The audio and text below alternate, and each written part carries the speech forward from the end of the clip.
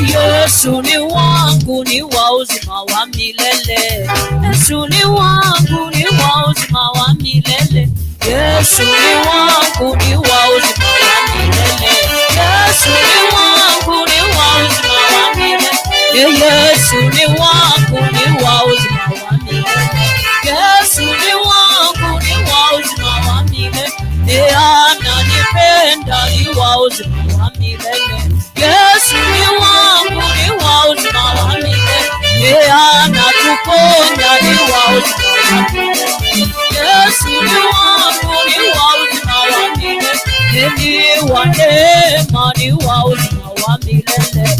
Yesu ni wangu ni wa uzima wa milele.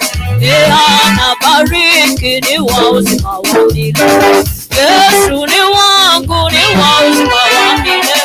Anatawala ni wa uzima wa milele. Yesu ni wangu ni wa uzima wa milele. Anainua ni wa uzima wa milele. Yesu ni wangu ni wa uzima wa milele. Anatawala ni wa uzima wa milele. Yesu ni wangu ni wa uzima wa milele. Atenda mema ni wa uzima wa milele. Ni wangu ni wa uzima wa milele. Yesu ni wangu ni wa uzima wa milele.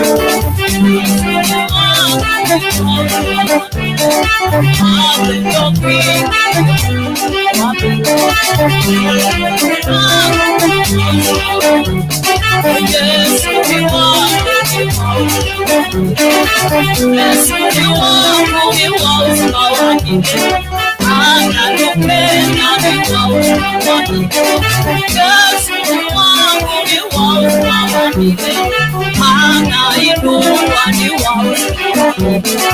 Yesu ni wangu.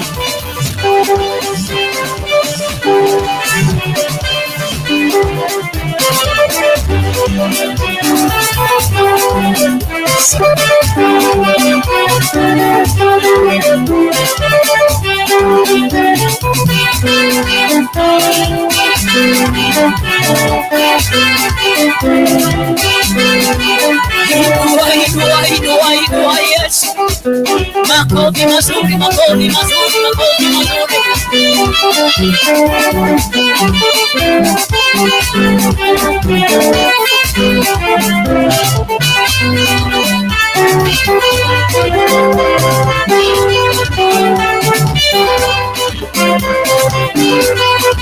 Piga makofi, piga makofi, piga makofi mazuri kwa Bwana Yesu.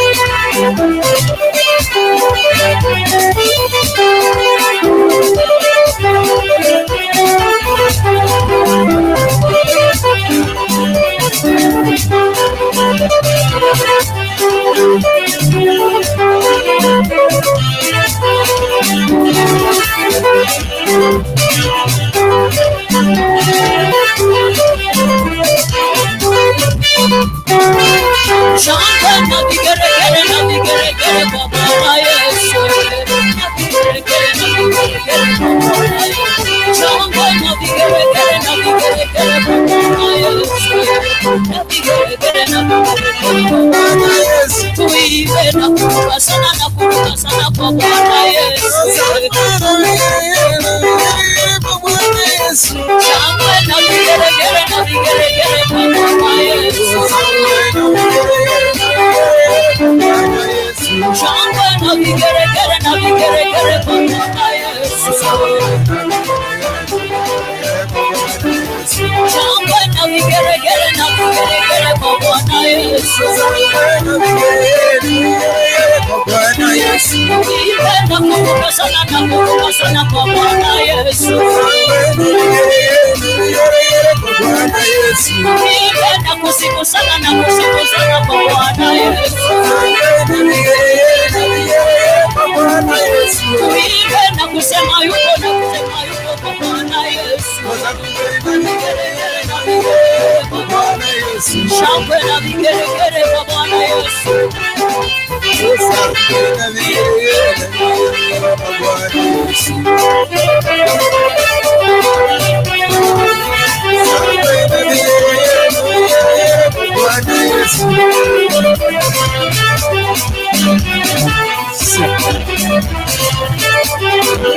Yahweh, Yahweh, Yahweh, Yahweh, Yahweh, Yahweh, Yahweh, Yahweh, Yahweh,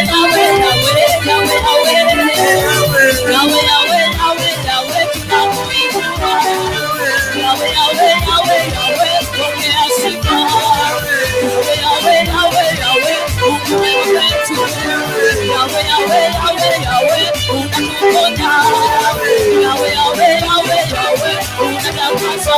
Yahweh, Yahweh, Yahweh, Yahweh, unabariki. Yahweh, Yahweh, Yahweh, Yahweh, Yahweh, Yahweh, Yahweh, Yahweh, Yahweh, Yahweh, Yahweh, Yahweh,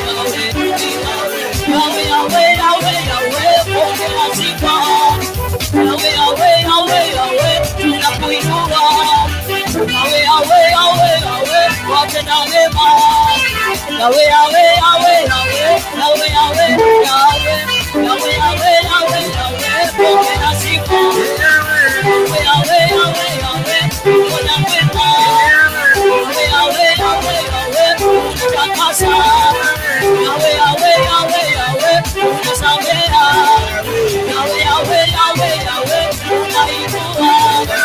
Yahweh, Yahweh, Yahweh, Yahweh, watenda wema. Yahweh, Yahweh, Yahweh, Yahweh, unatujali.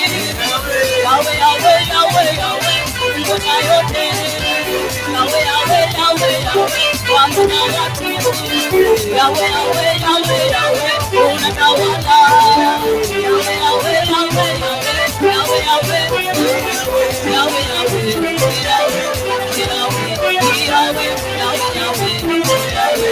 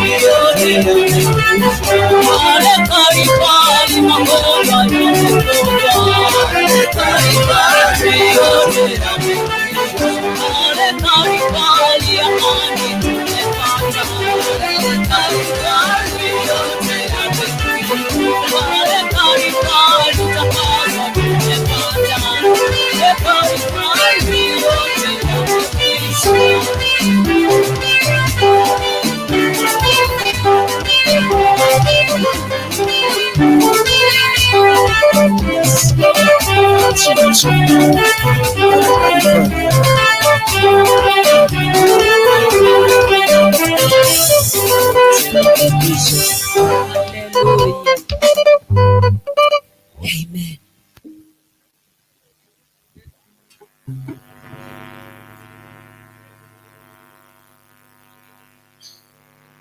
Hallelujah.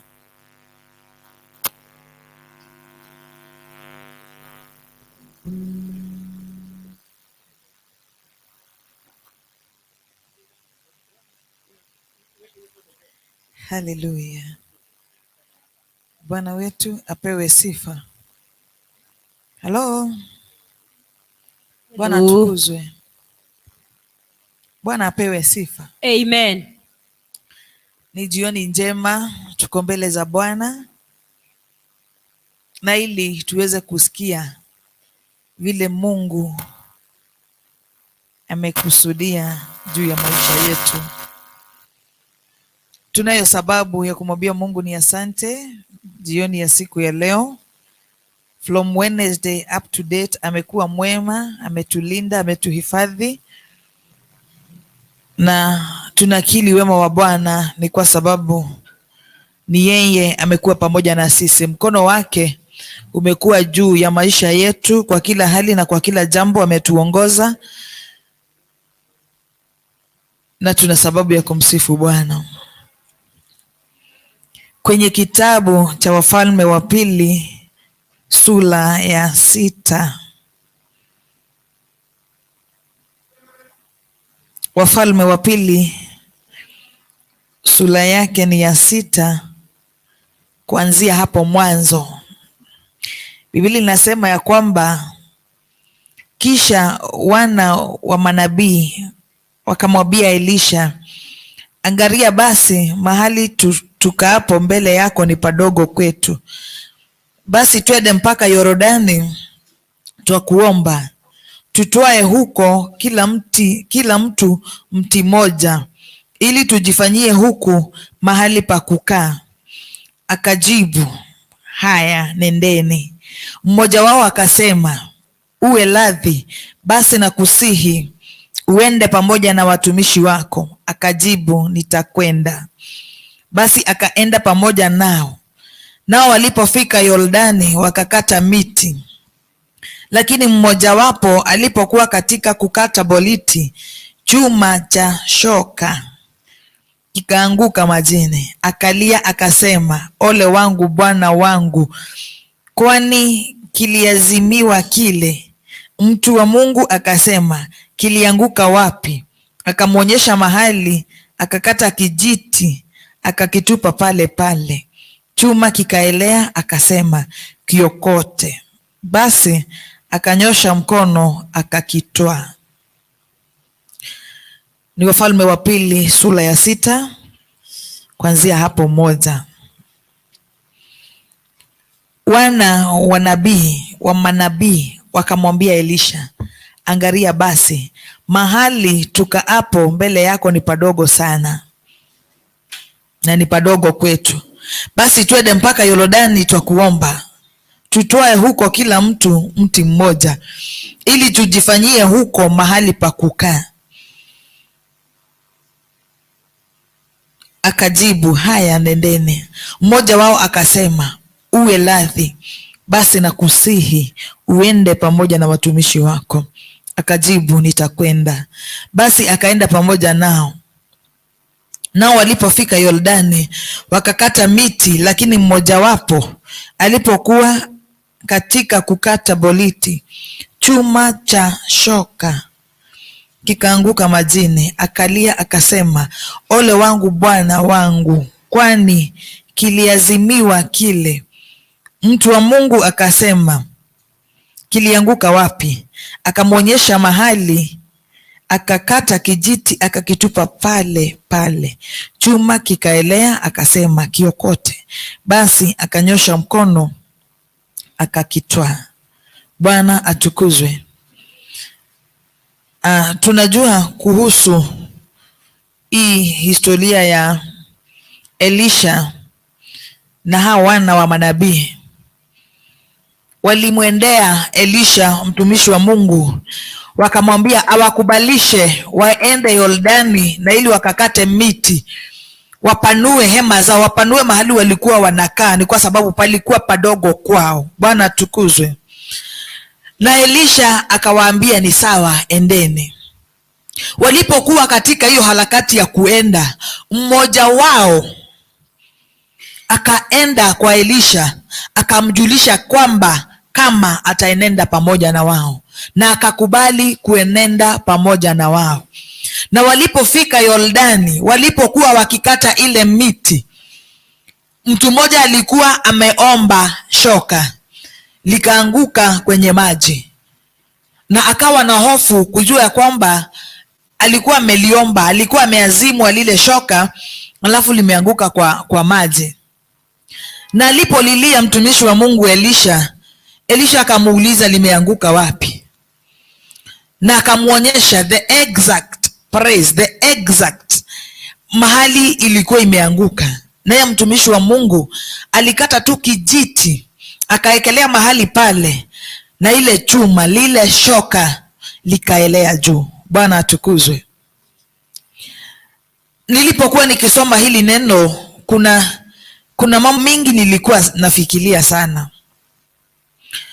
Wakati wale wana wa manabii waliona mahali pale walikuwa wanakaa ni padogo, wakaenda kumwomba ruhusa mtumishi wa Mungu Elisha awakubalisha waende Yordani na ili wakakate miti, wakuja wapanue mahali pale walikuwa wanakaa. Na hakukataa, aliwaambia endeni. Kwa hivyo alipowaambia endeni, alikuwa anawaambia endeni na yeye abaki. Lakini mmoja katikati ya hao wana wa manabii akajiuliza, na tumeenda, amekubali twende, tumeenda aje peke yetu? Bwana atukuzwe. I think ni roho wa Mungu alimtumia yule mtu, because nilikuwa nafikiria kama wangeenda peke yao bila mtumishi wa Mungu, as long as alikuwa amewapa ruhusa endeni mkakate miti, lile shoka lililoanguka kwenye maji, kama Elisha hangekuwa, ingekuwa tatizo sana kwao. Juu sidhani kuna mtu angeweza kufanya ile kazi. Bwana atukuzwe. Na mmoja katikati ya hao, si wote, mmoja tu, ni yeye alirudi kwa mtumishi wa Mungu akajiomba kwake akubali waenende pamoja na yeye, na yeye hakukataa, alikubali kuenda. Bwana atukuzwe. Ni sisi wana wa manabii siku ya leo.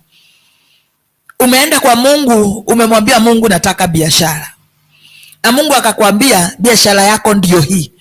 Lakini most of the times Mungu akikwambia kitu chako ndicho hiki, biashara yako ndiyo hii, you tend to go alone. Bwana atukuzwe. Unasahau kurudi pale. Ni kweli amekwambia biashara yako ndiyo hii, na ni kweli ni Mungu amesema, lakini mara mingi unaenda peke yako. Kwa hivyo hiyo biashara ikianza kupata mashida, you are all alone. Bwana atukuzwe. Lakini kama ungeliambia Mungu, ni vizuri umeniambia niende nikaanzishe biashara, lakini bado sitaenda peke yangu, ni kwa sababu kuna mashoka mingi, kuna those axes zenye zitaanguka kwa maji. Utapata that your business is draining, just unapata unaenda tu hasara just hivi hivi tu, mambo haieleweki, inapata ile biashara yako. Lakini ukiwa peke yako itakuwa ngumu. Na Mungu anataka, kama amekwambia, umeomba Mungu nataka ndoa, Mungu amekwambia mke wako ndiye huyu, wewe unashika mke wako, mnaanza familia, unaacha Mungu nyuma. Na ni kweli, ni Mungu alikuagiza anza familia. Wakati hiyo ndoa itakuwa na mashida, utapata shida. Lakini wakati utajua kwamba atakana kwamba ni Mungu amesema, hautaweza peke yako. You will involve God in that marriage. You will involve God in that business. And it will run like any other. Bwana apewe sifa. Sidhani atakana kwamba Mungu amekwambia enenda ukaanza familia, uende tu wewe, na mwenye ameenda kuconsult Mungu ya kwamba Mungu atakana kwamba ni wewe umesema sitaenenda peke yangu. Kubali kunitangulia, kubali kuniongoza, kubali kunishika na mkono wako. Atakana kwamba hizo ndoa mbili ni Mungu ameziagiza. They are two different marriages. Kuna yenye atakana kwamba itapatwa na janga, atakana kwamba itapatwa na majaribu. Kama vile wale watu walikuwa wanakata miti, shoka moja ikaanguka kwenye maji. Mtumishi wa Mungu alikuwa tu karibu, na alipomuita yule mtumishi wa Mungu, he was just near there to assist. Kwa hivyo nilikuwa naona kama walimwacha wakavuka Yordani peke yao, kitambo wafikirie tumrudie ndio akuje atusaidie, ingechukua muda. Same case applies to our lives today. Mungu amekuagiza ufanye jambo, ni kweli, ni Mungu amesema, lakini utajiongoza, utaenenda peke yako. Musa alipoitwa na Mungu aliambia Mungu, ni kweli umeniita, lakini kama hautaenenda na sisi hatutatoka mahali pale. Sio umang'aa. Mara mingi atakana kwamba Mungu amesema ufanye kitu fulani, we tend to go alone.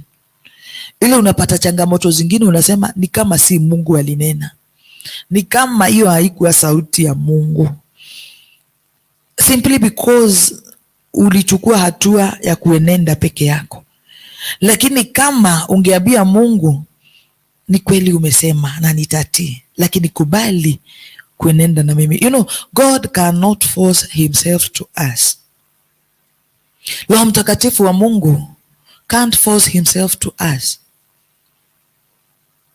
Kwa hivyo unaweza pata, you are in the ministry, yes, God has called you, yes, God has anointed you, yes, God has chosen you, yes, lakini ni kwa sababu ni Mungu alikuita, na Mungu akakwambia Beatrice, nifanyie hii kazi. Ile ni Mungu amesema, na mimi naenenda na kufanya ile kazi. Lakini nikienda kama Beatrice, zile changamoto zitatokea. Na ndio maana unapatanga mtu alikuwa amesimama vizuri kwa Mungu, all of a sudden kitu tu from nowhere unapata huyo mtu amerudi kwa shetani. Unajua tena analudingi, akiokoka hata alikuwa afadhali, lakini akirudi, analudingi 7 times, anakuanga worse than alivyokuwa akiokoka. Ile kitu nawahimiza jioni ya siku ya leo, tumekuja kwa mkesha.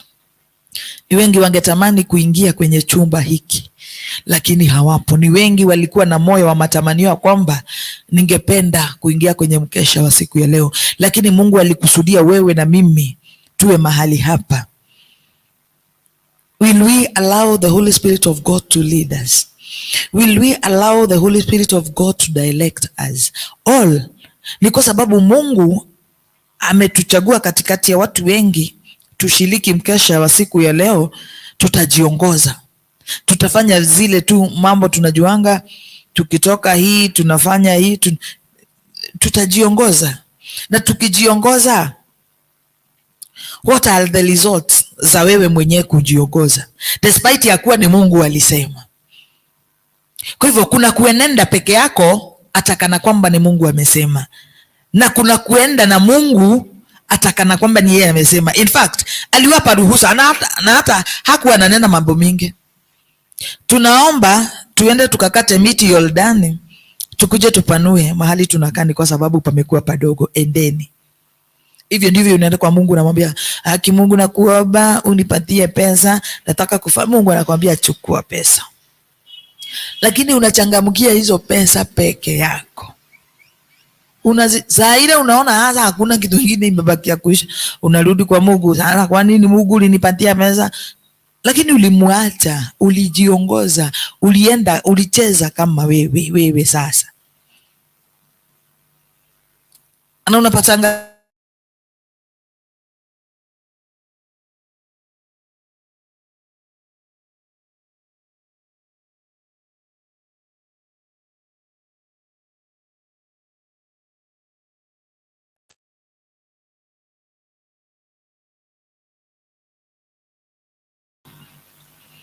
usifanye tu mambo tu kikawaida.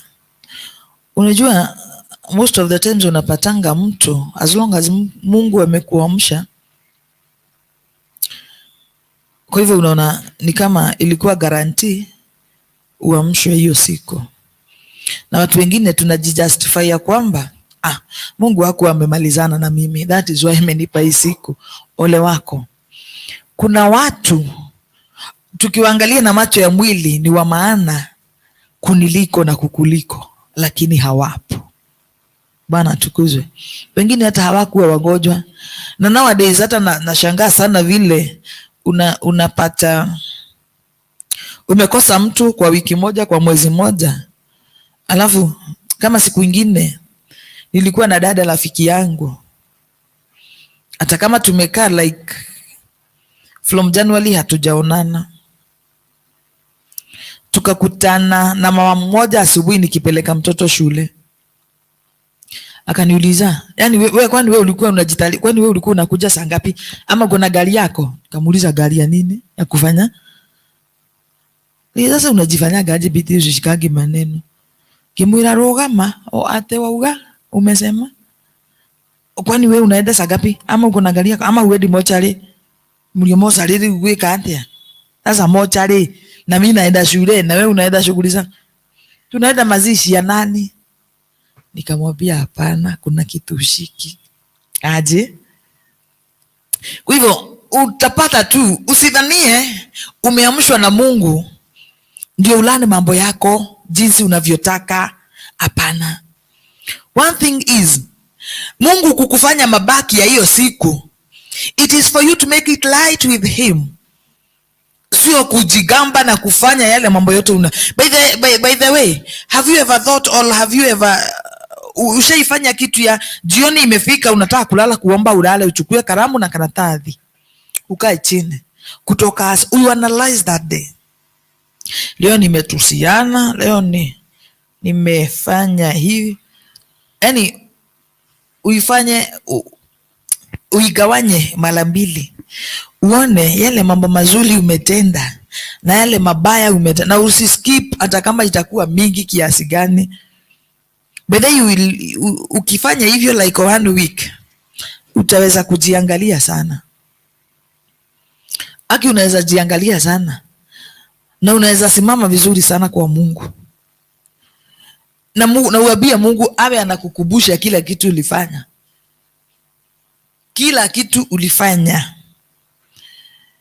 Na utashangaa ukipata yale maovu ulitenda hiyo siku ni mingi. Yale mazuri ulifanya, hata unajaribu kushikanisha leo na ya jana, ndio at least ifike 5.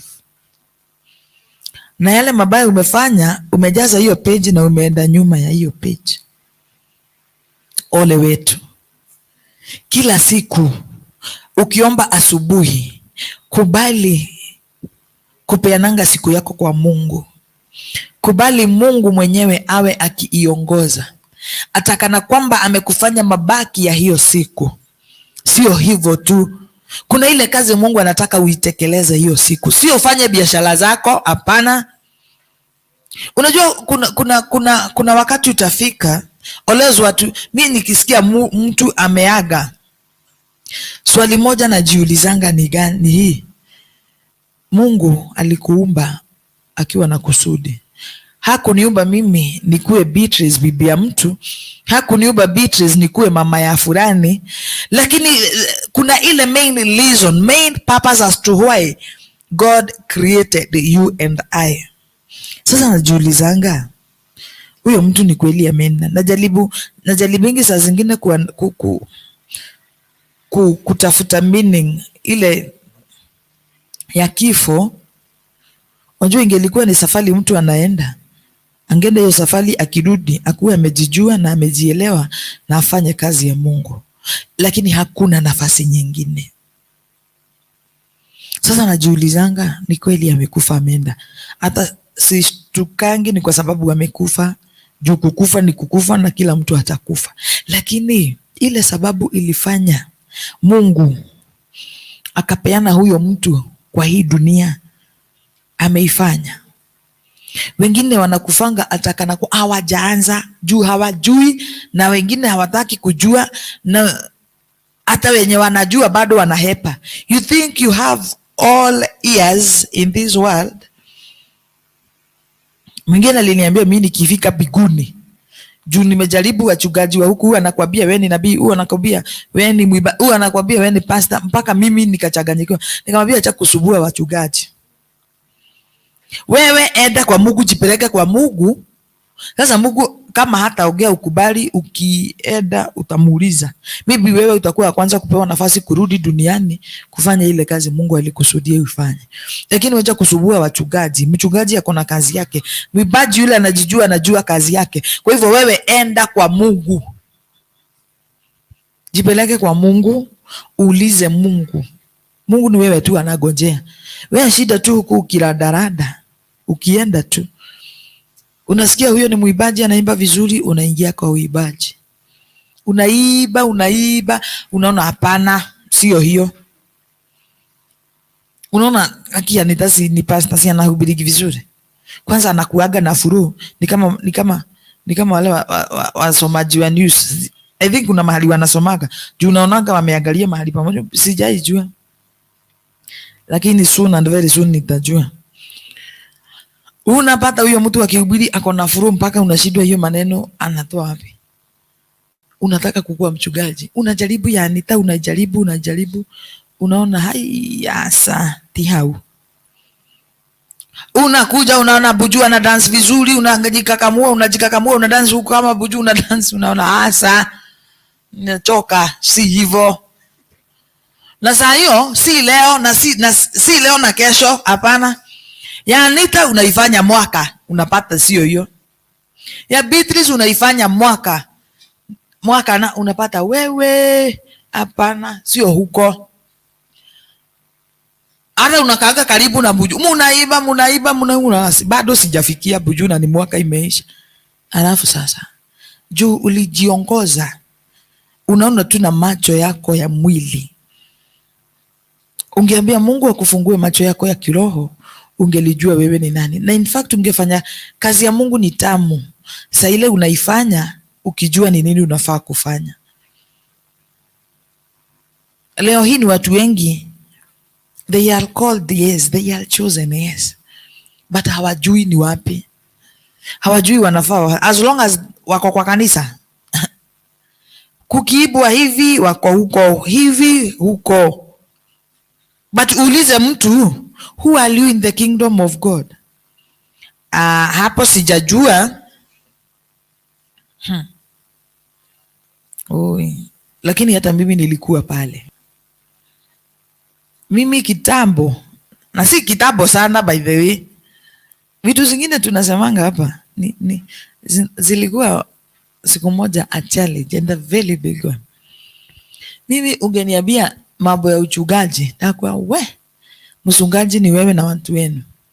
Wewe na watu wenu. Kwanza hata saa hii mama yangu ajaribu tu apate thibitisho na microphone, anasema Biblia inasema no akwire.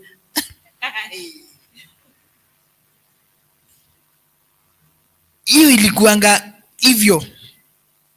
Lakini ungeniita mwibaji, hata hatuge argue, I'm there, yes. Why? Because I started singing nikiwa mdogo sana. Nikiwa nursery school nilikuwa nakataa shule. Juu ya huyo mwalimu alikuwa na shida akinionea. Niibishe kwa parade mpaka na shida, kwani ni mimi? Kwani hao wengine si watoto? Lakini sasa kuimba nimekuwa nikijua kuimba, naweza kuimba. Lakini Anita, kuna shida ya kuiba na kuiba hii ya wizi. Sasa shida matamchi.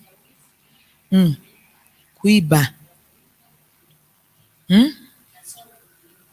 Mungu anisaidie. Sijui mimi na zote ni sawa kwangu, sijui. Sasa nimekuja kugundua na bado hiyo kitu nilikataana nayo. Mahali nilitoka ndio nikuja mahali hapa. Tulikuwa Roho wa Mungu alinena na tukapewa viti zingine. Mimi sikuwahi kubali kukaa kwa madhabahu. Wakati huyo level alikuwa anakaanga kwa madhabahu. Sasa hao manabii walichukua viti wakazipeleka kwa madhabahu. Unasanywa mahali huko, unaletwa hapa. Nikauliza tagulini, ukasikia wapi BTS ati anaitwa pastor? Hiyo siku nilicheka yangu yote. The following day nililia yangu yote, nikaona aya. Ilikuwa ukweli.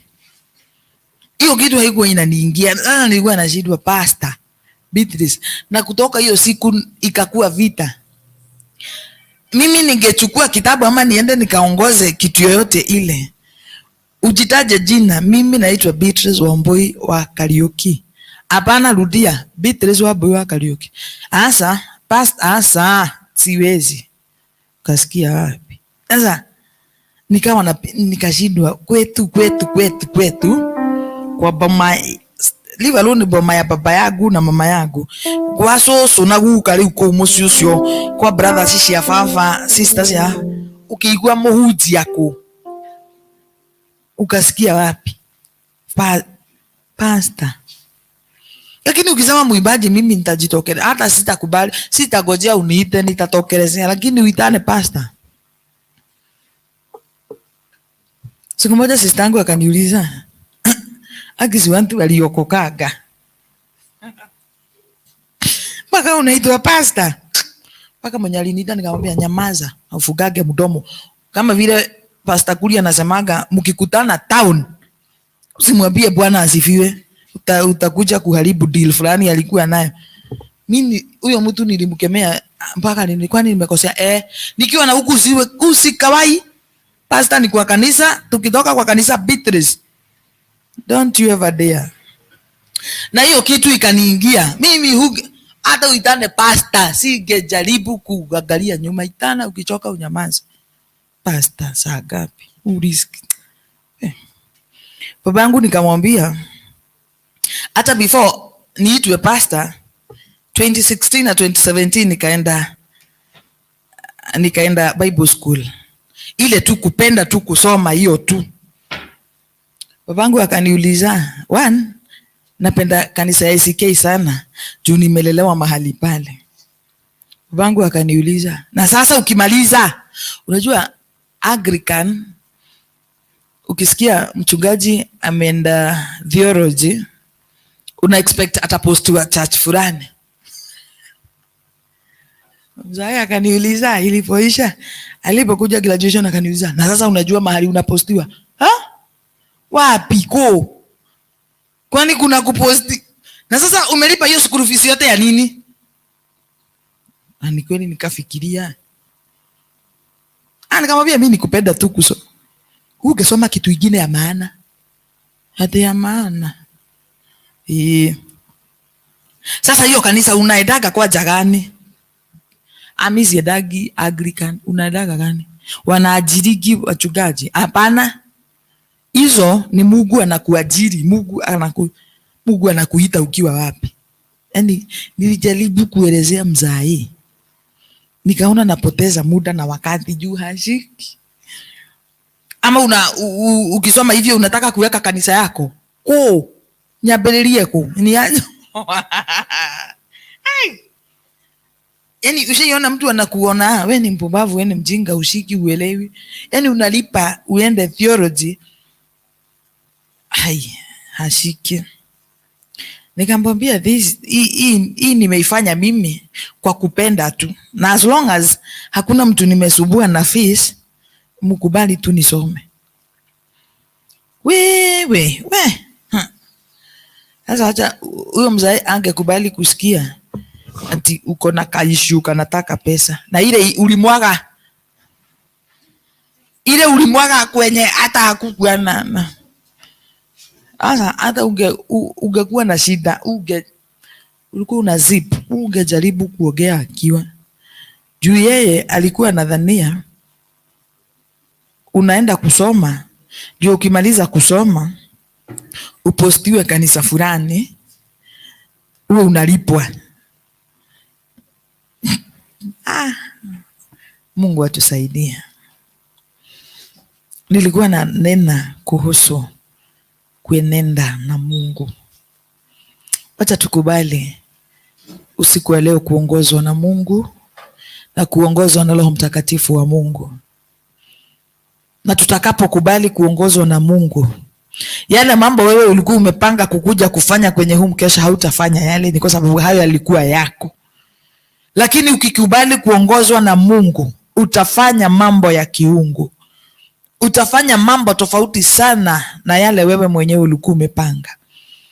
Na utapata kwa hali mingi sana za maisha, atakana kwamba mambo yataja, hautapata ile shida azin. Uko na mahali pa kukibilia. Ni kwa sababu Mungu, for one, you'll be 100% assured that God is with you.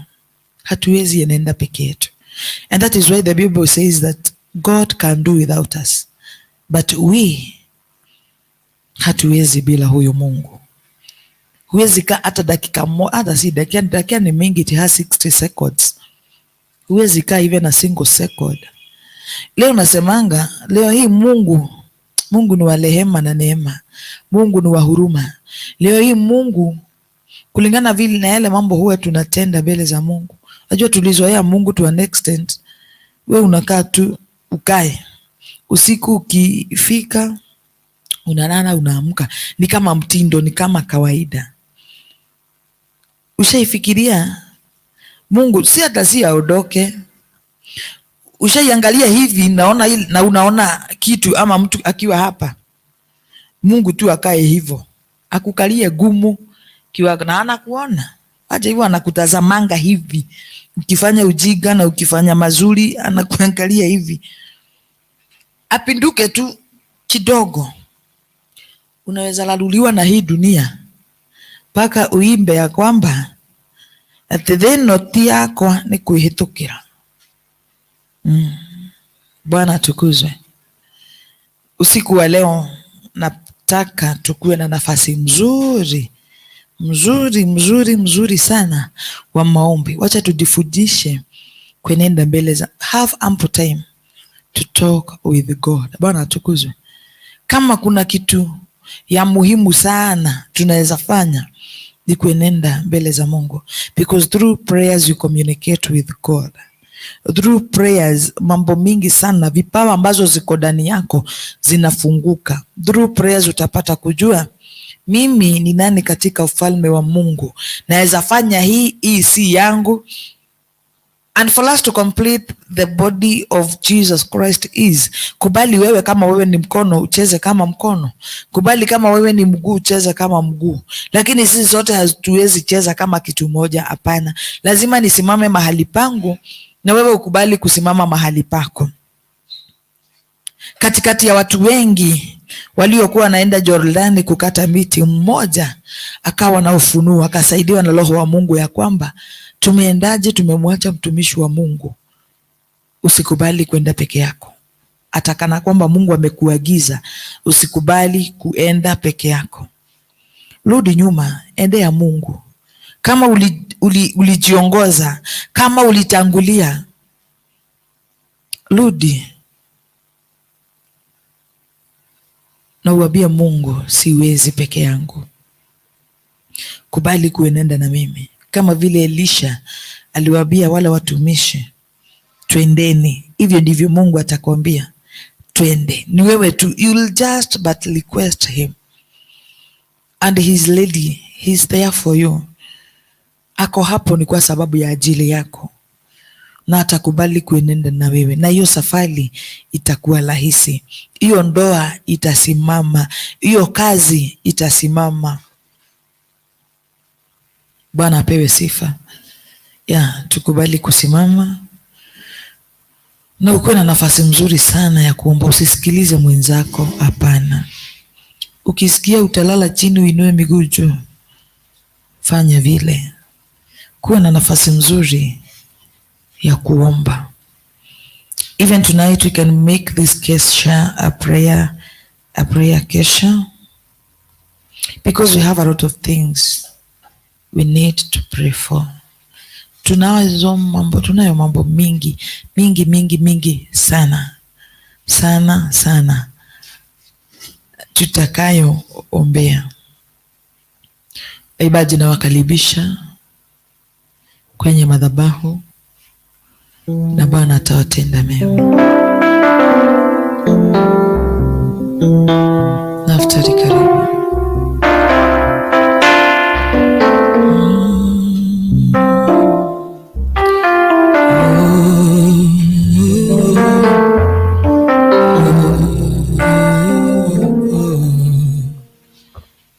Hallelujah. Hallelujah. Asante Yesu.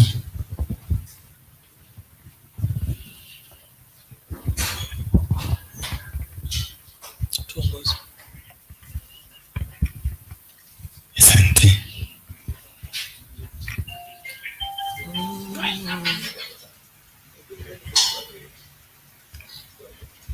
Oh Jesus.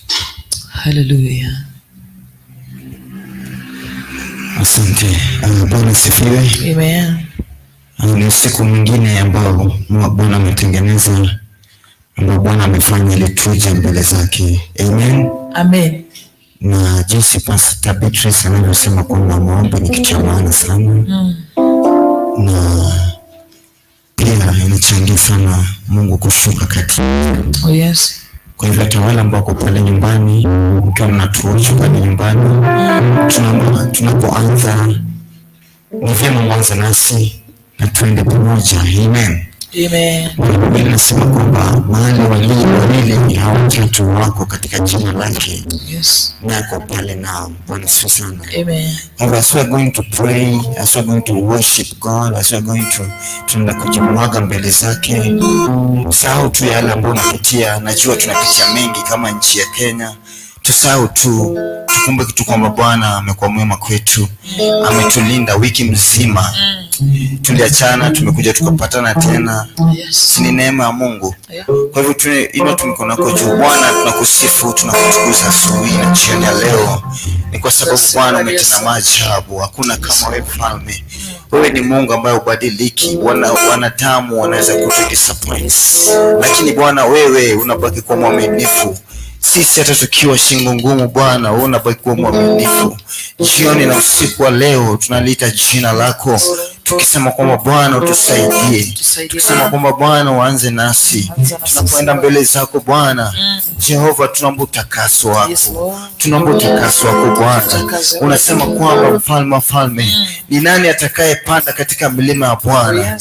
Ni yule ambaye amelinda njia zake. Tunaomba Bwana tusaidie mfalme wa falme. Hata siku wa leo tutie moyo Bwana. Tunaomba Jehova ukashuke kwa njia kubwa kati yetu Bwana wa mabwana. Kuna wale ambao wanakutarajia kwa mambo makubwa, kuna wale ambao wakaaminia makampuni. Tunaomba Bwana usiku wa leo maisha yao sibaki vile tena. Tunaomba Bwana usiku wa leo, tunaomba Bwana wewe wewe Jehova ukashuke mahali hapa, ukatende mambo ya ajabu, mambo ambayo wanadamu hawezi kufanya.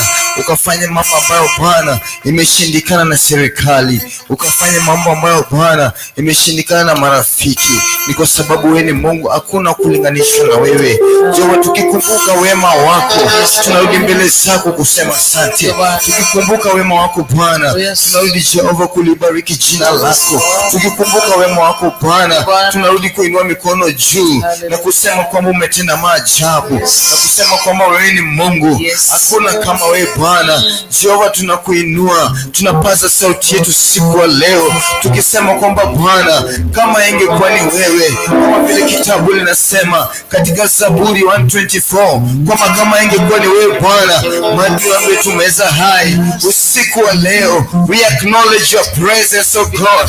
This night, my Father, we acknowledge your presence. Even our viewers, wherever they are, we are praying that we impact their lives in a mighty way, in the mighty name of Jesus. I will pray tonight, oh God, that your will shall be done, not the will of the government, but your will, oh God, not the will of our friends, but your will, oh Jesus. We give you praise tonight, we give you worship, we give you adoration, we magnify your name. We asante mfalme wa kabila la Yuda, jina lako litukuzwe, uinuliwe. Ni kwa sababu hakuna mwingine atujuana kama wewe, hakuna mwingine kama wewe Bwana. Tunakuabudu asubuhi na usiku wa leo. Tunaomba Bwana, neema yako ikatoshe maisha yetu, tusikuabudu tukatoke bure. Unaposhuka ku impact maisha ya watu wako, usitusahau Bwana, usituache nyuma Bwana. Tuguze Bwana, guza maisha ya waimbaji hao, unaona vile walivyojitolea kila Friday Bwana, wanaacha usingizi kuja kutukuza jina lako Jehova. Ninajua wewe ni mwaminifu, haujawahi tuangusha. Ninaomba Bwana ukuu wako Jehova tukautazamia, ni kwa sababu wewe ni mwaminifu. Pokea sifa mfalme wa falme, jina lako litukuzwe.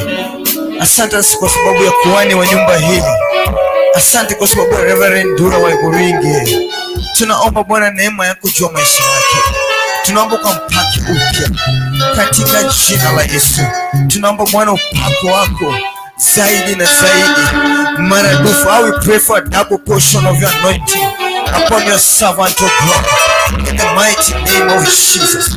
We give you glory tonight, we give you praise because you are God. Hakuna kama wewe Bwana, nalipenda jina lako kwa sababu wewe ni mwema. Hakuna kama wewe Bwana, kama wewe mfalme, jina lako ni mwema. Tunakuabudu Bwana. We love you Jesus. We thank you because you are God. We thank you because you are God. Asante Bwana. Tunakuabudu Bwana usiku wa leo, tukijiachilia mbele zako Bwana, ili neema yako ikatoshe, ili Bwana ukatutawale. Oh Jesus.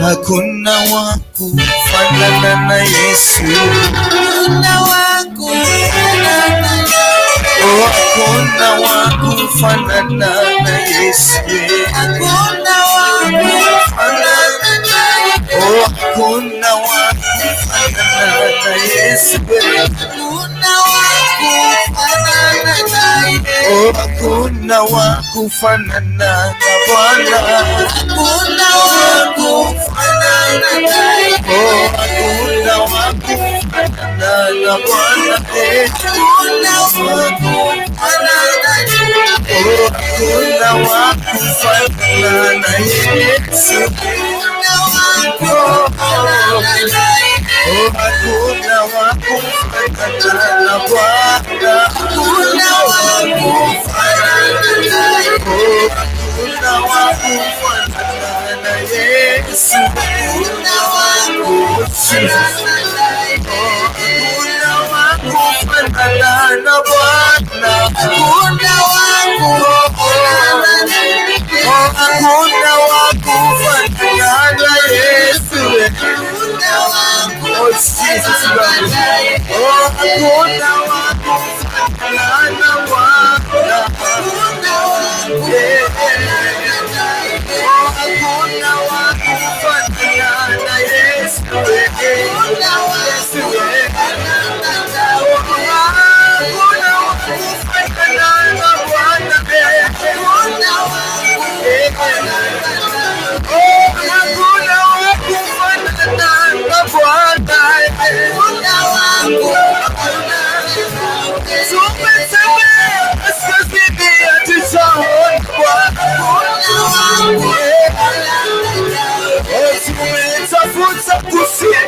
Sijaona kama wewe tumetafuta magharibi, hatujaona kama wewe. Kuna kama wewe Bwana, tumetafuta kusini kote, kuna kama wewe Bwana. Tumetafuta dunia mzima, hatujaona kulinganishwa na wewe Bwana. Kuna kama wewe Bwana, hata katika bahari kila siku hatujasikia kama wewe Bwana.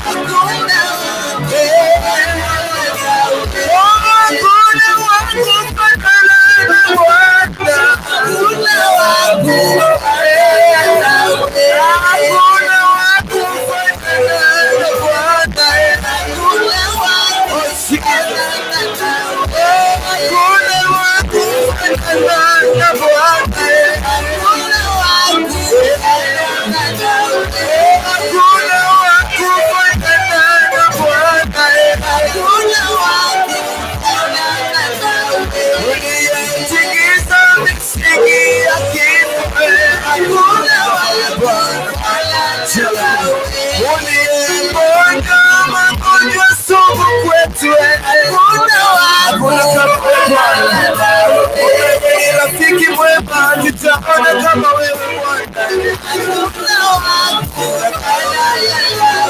Wewe ni rafiki mwema, ubadiliki kamwe kama wengine Bwana. Sema wiki mzima umetulinda, tujaona kama wewe Bwana.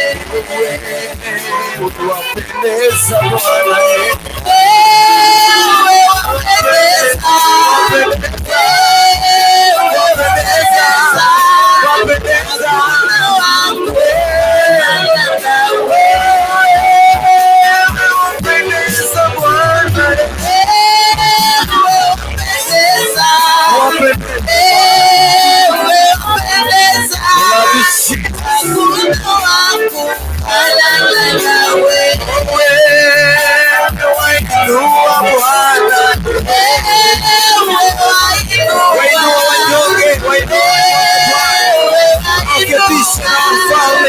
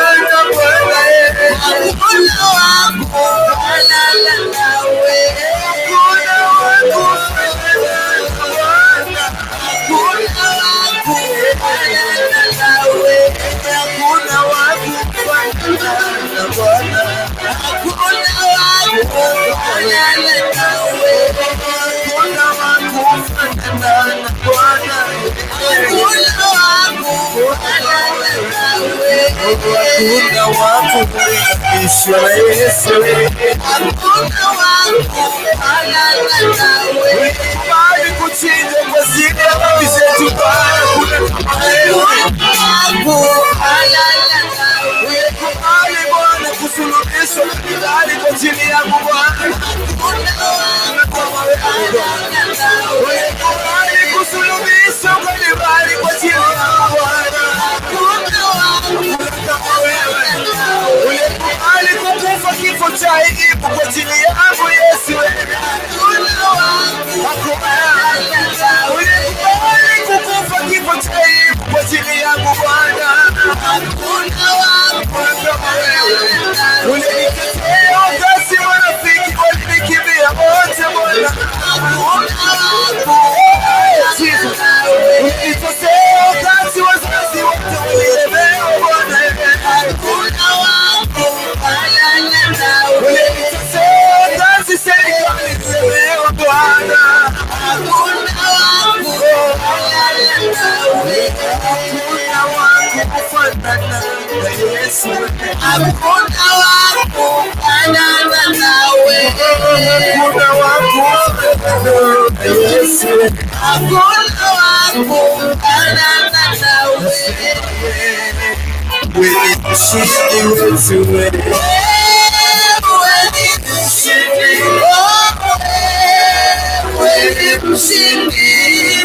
Hakuna wangu fanana nawe. Wewe ni mshindi wetu wewe. Wewe ni mshindi. Haulinganishwi. Wewe ni mshindi. Hakuna wangu fanana nawe. Wewe ni mshindi wetu wewe. Wewe ni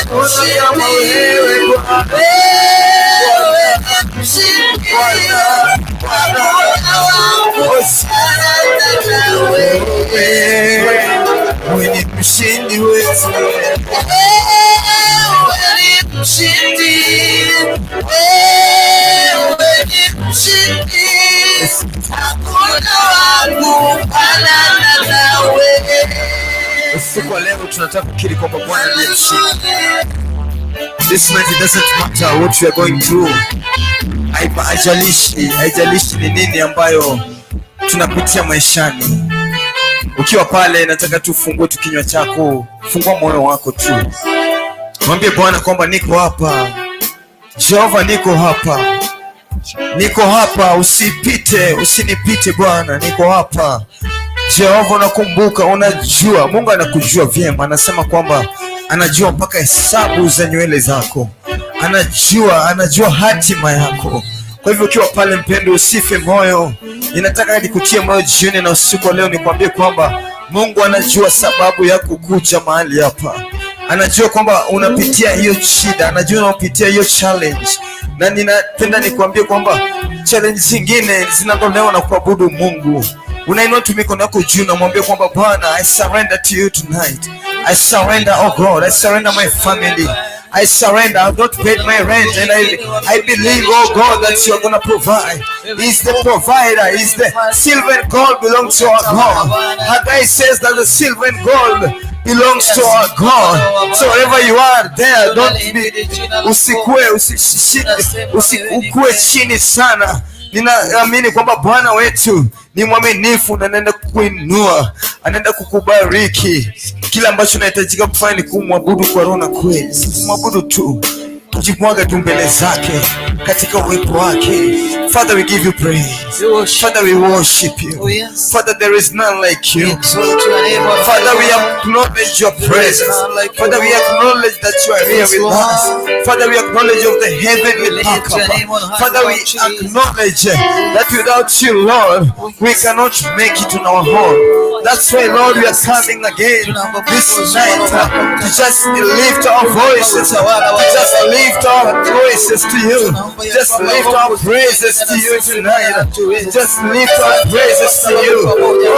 Oh God, when your praises goes up, oh my Father, when we lift your praises, when we lift your praises, when we lift your praises, oh my Father, when we lift your praises, your glory comes down, your glory comes down, and when your glory comes down, oh God, unashinda vita vyetu. Wewe ni Mungu haulinganishwi kamwe. Jina lako libarikiwe. Asante kwa sababu ya neema ya kuingia malangoni pako siku wa leo. Kuna watu wamelemewa, lakini Bwana, sisi umetutia nguvu, umetupea neema Bwana ya kusimama katika madhabahu haya. Tunakushukuru Bwana, tunakushukuru Bwana. Sio kawaida, sio kawaida Jehova. Tunaliinua jina lako, tunaliinua jina lako Bwana, tunaliinua jina lako Bwana, tunaliinua jina lako Bwana. Oh, we worship you, Jesus. Oh, we worship you, Jesus. Oh, we worship you, Jesus. Hata wewe mtazamaji ambaye anatutazama akiwa popote alipo, tunaomba nguvu zako, nguvu zako, nguvu zako, zile nguvu ambazo zilifufua Kristo, zile nguvu, oh God, zile nguvu, riba seterebo, riba yanda, zile nguvu ambazo zilifufua Kristo, zile nguvu bado ziko hai, zile nguvu bado zinaweza fanya mambo. This power is still alive. Your power is still alive. Your power is still alive. Your power is still working wonders. Your power is still working wonders in our lives. Your power is still working wonders tonight. Your power is still working wonders tonight. Your power is still turning our lives around tonight. Your power still turns the ministry around. The ministry of CSC, we commit it into your hands. Your power is the determinant. Your power is the determinant. We give you glory, Lord. Oh, somebody just raise your voice. Just raise your voice. Just raise your voice. Just raise your voice. It is presence tonight. It is not in vain. It is not in vain. He is here with us. It is not in vain. Oh, Jesus. Oh, Jesus. Thank you for the grace. Thank you for the grace. Thank you for the grace, oh God. Thank you for the grace tonight. Oh, Jesus. Thank you for the grace. We worship your holy name. Oh God. Oh God. We worship you tonight. Nani kama wewe Bwana.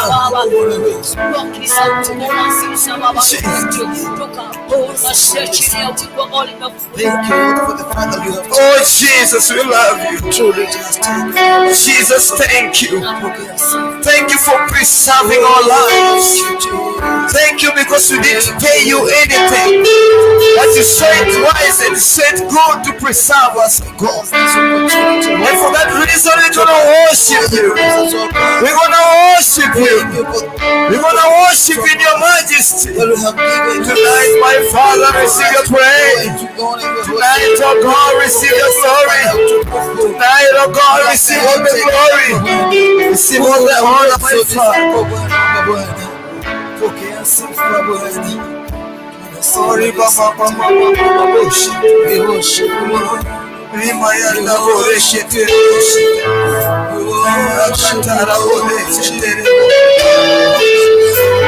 Oh Jesus, Rimayanda worship you.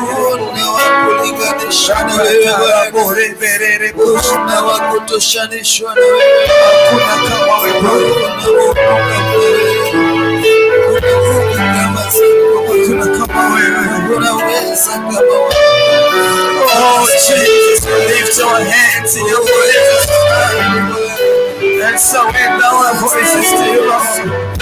We surrender, we surrender, we surrender, we surrender, we surrender, we surrender, we surrender, Lord, as worshipers of CFC.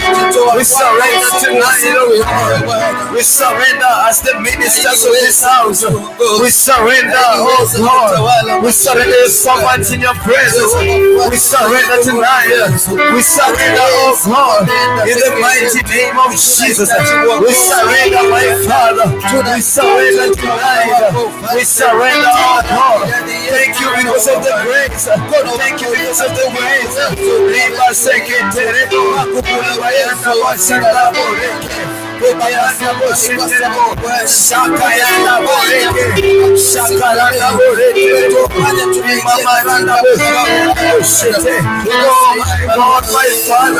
my Father, my God, we surrender in your presence. We surrender tonight. We surrender, oh God, in the mighty name of Jesus. We surrender tonight, Jehovah Lord. We surrender this evening. We surrender this hour. We surrender, oh God. We surrender our families. We surrender this ministry in the mighty name of Jesus. We surrender, my Father. Your word tells us in the book of Psalms 124, oh God, that if it was not you, Jehovah, our enemies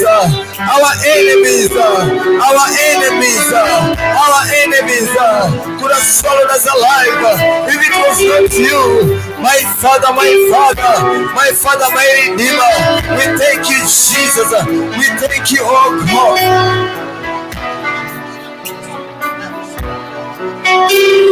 Jesus. Shakarabush.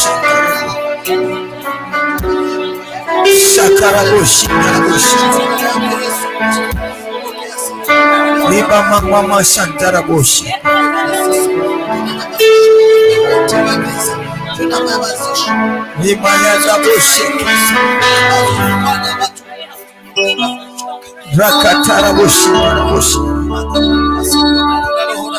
Father, we love you. Father, there is none like you. We've come all the way to embrace you, Lord. We've come all the way to embrace your power. We've come all the way to embrace your glories.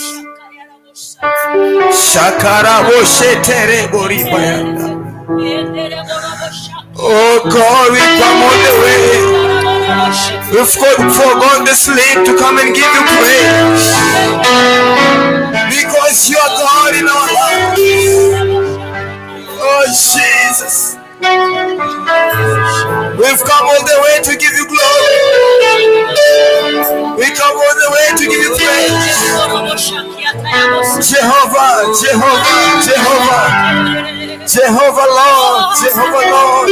Lord. My Father, my Savior, Redeemer. My Father, my God. I give you glory, Jesus.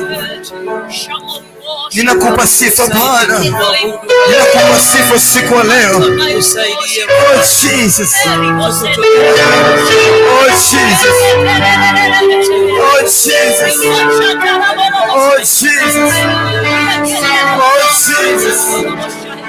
It says in the book of Romans, we are not afraid of the gospel. We are not afraid of preaching the gospel. This is the power of God. It's the power of God. My Father, my Savior. Hakuna kama wewe usiku wa leo. Hakuna kama wewe Bwana. We love you, Jesus. We love you, Jesus. We love you, Jesus. Tunakupenda Bwana. Tunakuheshimu siku ya leo. We love you, Jesus. We love you, Jesus. Tukupatie nini siku ya leo Bwana, kama sadaka ambayo inapendeza mbele ya macho yako, kwa sababu ya yale ambayo umetenda kwetu. Umetenda maajabu. Kuna wale ambao Bwana walikuwa milema makubwa na ukayatimiza Bwana. uliyatimiza. Hata sisi Bwana, usiku wa leo unaweza tutimizia tu.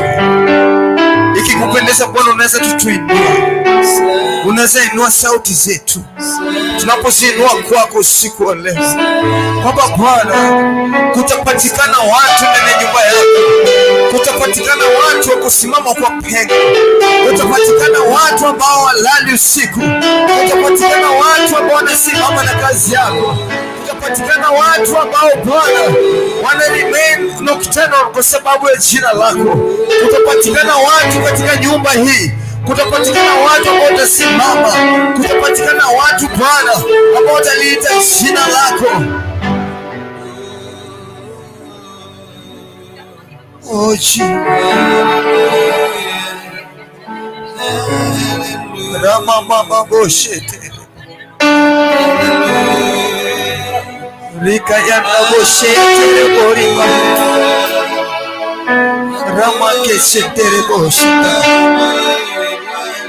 I worship you, Jesus. I worship you tonight. Hakuna kama wewe Bwana, sifa ni zako mbinguni, hapa duniani twazima sifa zako.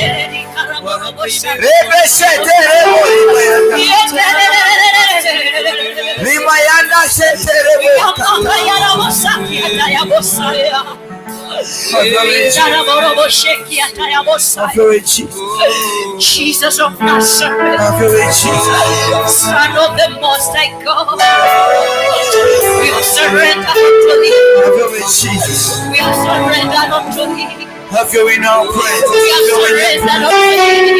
We lift our hands and our voices to worship you, O God. Worship you. To embrace who you are in our lives. Just worship you. Just worship you. Just want to worship you tonight. Just want to worship you, Lord. Just want to worship your holy name. Just want to worship you tonight. Just want to give you glory. Want to give you glory, Lord. Want to give you praise. Want to give you praise. Want to give you praise. Want to give you the glory. Want to give you the praise. In the mighty name of Jesus.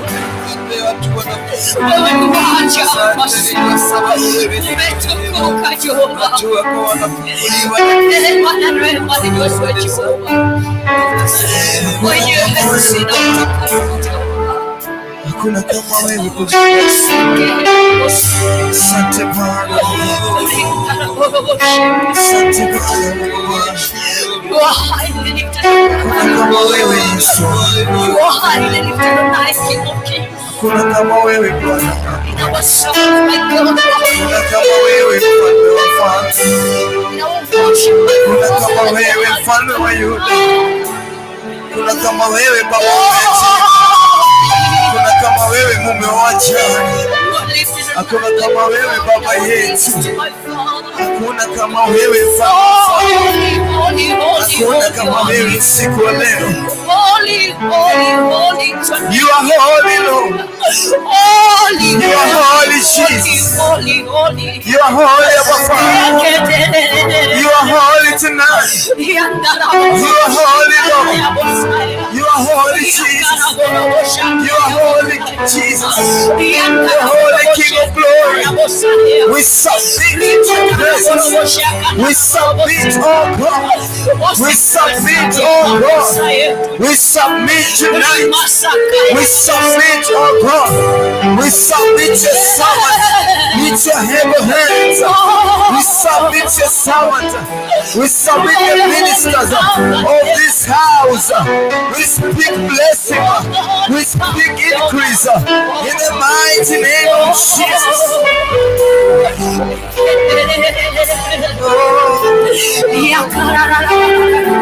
Oh Jesus, Jesus, we give you praise. Oh, great. Jesus, we give you praise. Great is you, King Jesus, we give you the adoration. Hallelujah. Tonight we love you, Jesus.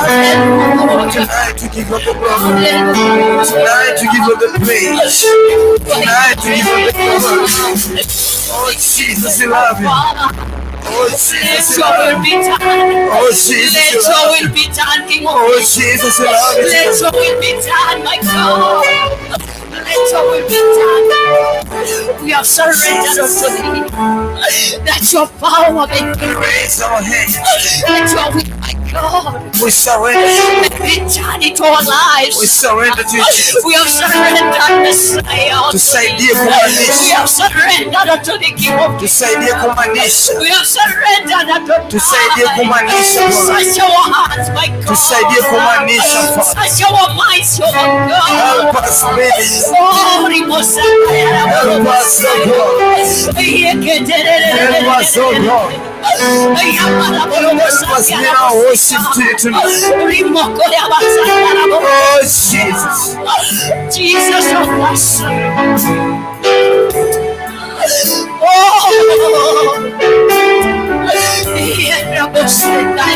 Oh Jesus. we're longing for you, God. We must say that. We're longing for you, King of Kings. We're longing for you, Adonai. We must say that. And there's power longing for the Lord, my God. Oh, yeah, I am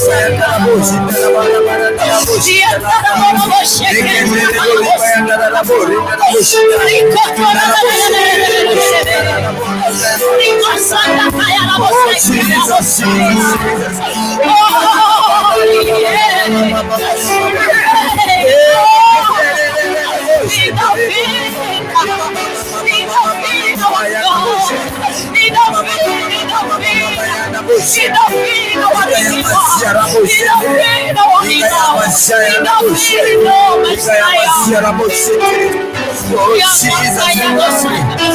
Jesus, we praise you. Oh Jesus, we love you. Have your way,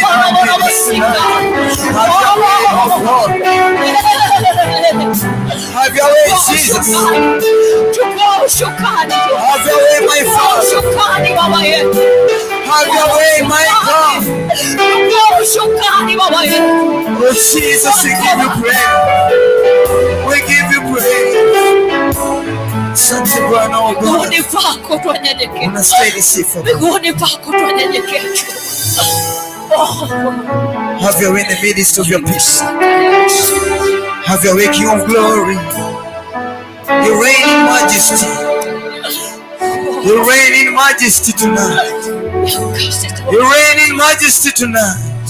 Have your way in the midst of your people. Have your way in the midst of your people. Have your way in the midst of your people. Have your way in the midst of your people. Oh Jesus, we love you. We love you, Jesus. We love you. We love you, Jesus. We love you. Jesus, we give you glory. Jesus, we love you. We have come to give you glory. Oh my God. We have come to give you glory. We have come to give you glory. We have come to give you glory. We have come to give you glory, Lord. We have come to raise our hands. Bow our heads before you. Before you, King of Kings. Before you, Lord of Lords. Because of what you've done to us. Because you are God. It is because you are God.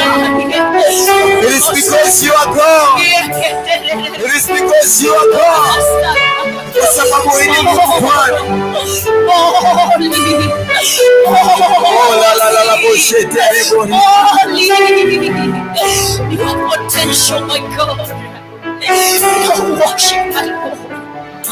Rimosaka yana bosiki yana bosiki.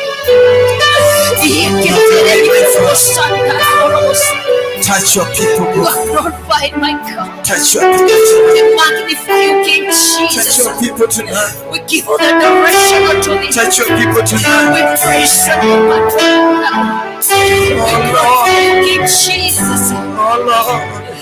Hallelujah. Oh Lord.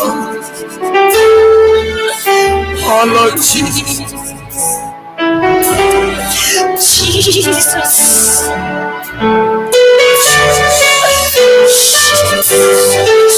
Somebody just concentrate.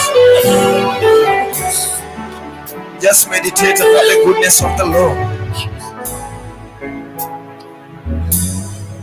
Just meditate upon the goodness of the Lord. All He has done in your life. Just meditate upon His goodness, His kindness. Just meditate upon His kindness tonight. Oh, Rabashete.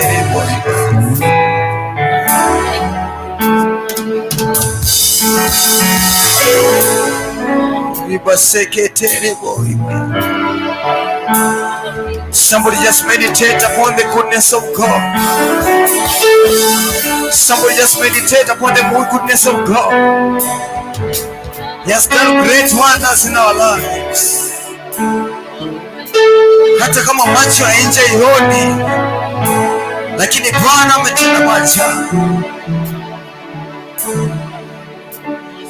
Oh, worship in your presence, my friend. In your presence,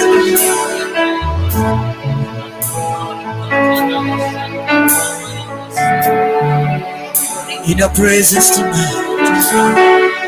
Have your way. Just have your way, Lord. Just have your way tonight. Have your way tonight, my friend.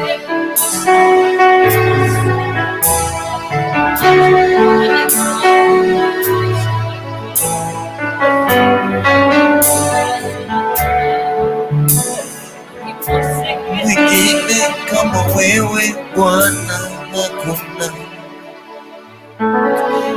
Bwana hakuna. Bwana hakuna. Wengine kama wewe Bwana hakuna. Bwana hakuna. Bwana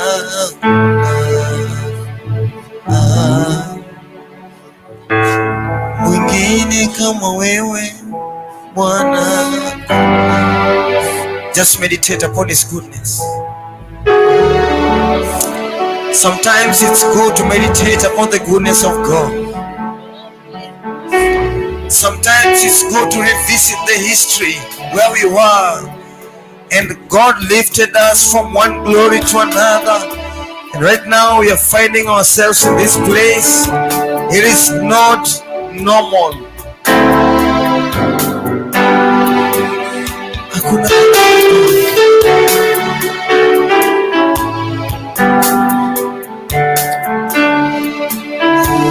Hakuna kama wewe Bwana. We worship You with our hands.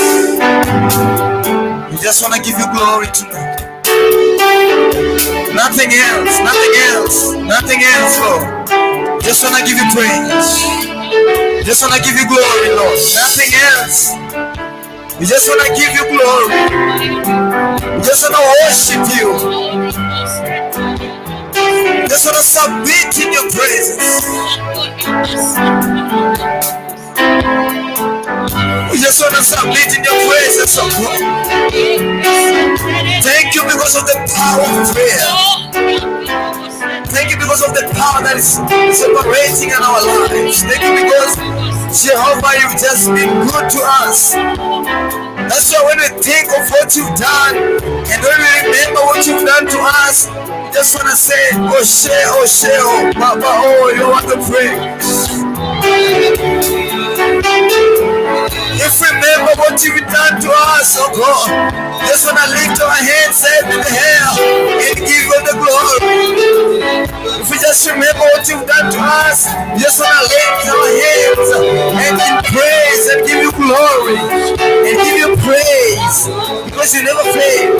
You never fail. You're not a man that you may lie.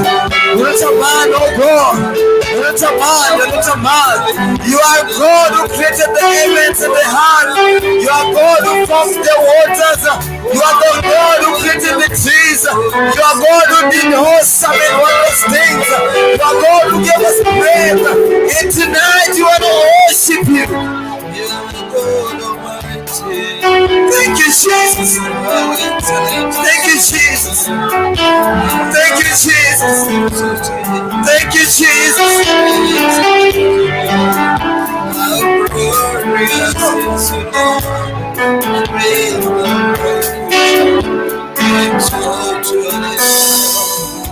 We worship you, Jesus. We worship you. We give you praise. We honor you, Jesus.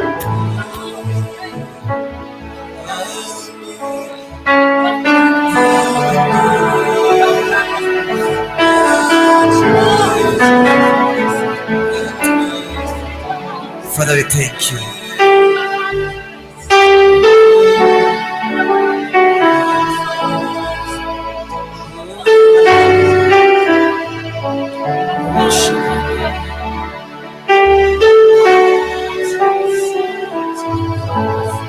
Kuna kama wewe Bwana. Oh God, there is none like you. We acknowledge your presence tonight. Touch your people tonight. Touch your servant. Oh God. Oh God.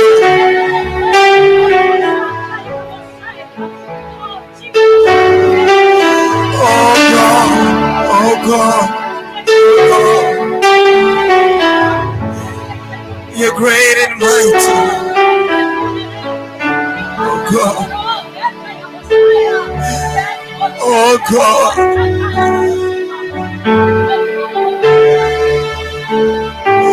Oh God, we worship you. We worship you tonight. Hatuwezi na vifua zetu, hatuwezi hata nukta moja, hatuwezi. We cannot do it, oh God, alone. That's why we call on your power tonight. That's why we call on you tonight. Eze, we call on you tonight. Adonai, we call on you tonight. Jehovah Nissi, we call on you tonight. We call on you tonight. We call on you, Jehovah. Rama mama boshete. Shakayana borende bori bayanda. Bori bayanda boshete bori bayanda. Shakana bori bayanda boshete. Rakatana bori bayanda. Shete bori bayanda kana boshete. Ora bayanda boshete bori bayanda. Rama mama boshete bori bayanda boshete.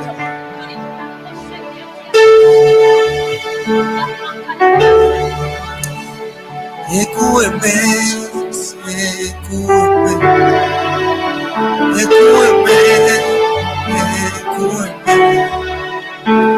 You are the living God. He said no one like you.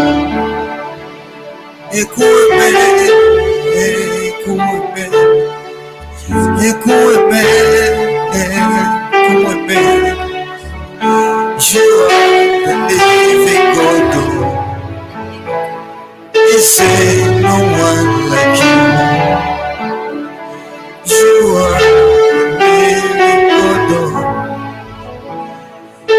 say no one like you. You are the living God. He said no one like you. You are the living God. Jesus. He said no one like you. You are the living God. He said no one like you. Ekueme, ekueme, ekueme, ekueme. You are the living God. They say no one like you. You are the living God. They say no one like you. You are the living God. They say no one. Some say no one. Ekueme, ekueme, ekueme, ekueme. You are the living God. They say no one like you. You are the living God. They say no one like you. You are the living God, Jesus. Is there no one like you? You are my helper, you are my king. My let me. You are the living God. Is there no one like you? You are the living God. There ain't no one like you. You are the living God. Say, oh Jesus, we worship in your hands to God. We worship you. We worship you not because sio kwa sababu hatuna kitu ya kufanya. Tunakuabudu ni kwa sababu wewe ni Mungu. Mioyo yetu inavunjika mbele zako siku ya leo, ili kwamba Bwana ukatuonee huruma. Tuonee huruma Bwana. Oh God, have mercy, have mercy, have mercy, have mercy Lord. Have mercy, Jesus. Have mercy in our lives. Oh, have mercy today. Have mercy, my Father.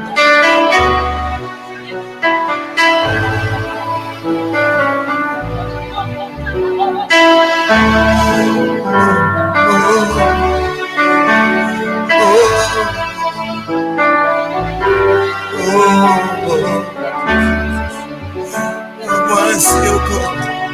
Oh, mercy, oh God. In your presence, we still wait upon you. We still wait upon you tonight. We still wait upon your ministration in our lives. We still wait upon you, oh God.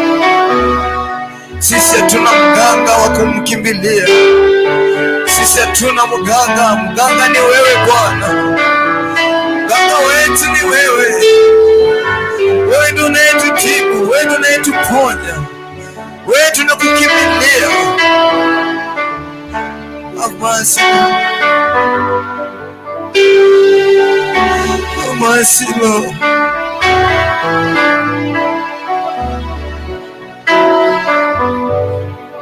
Ninajua Bwana uko hapa. Ninajua Bwana uko hapa. Ninajua Bwana uko hapa. Ninajua Bwana uko hapa. Help us activate our spiritual antenna. us activate our spiritual light. Help us, oh God. Help us activate our spiritual light that we may realize when you're around. You're here with us, oh God.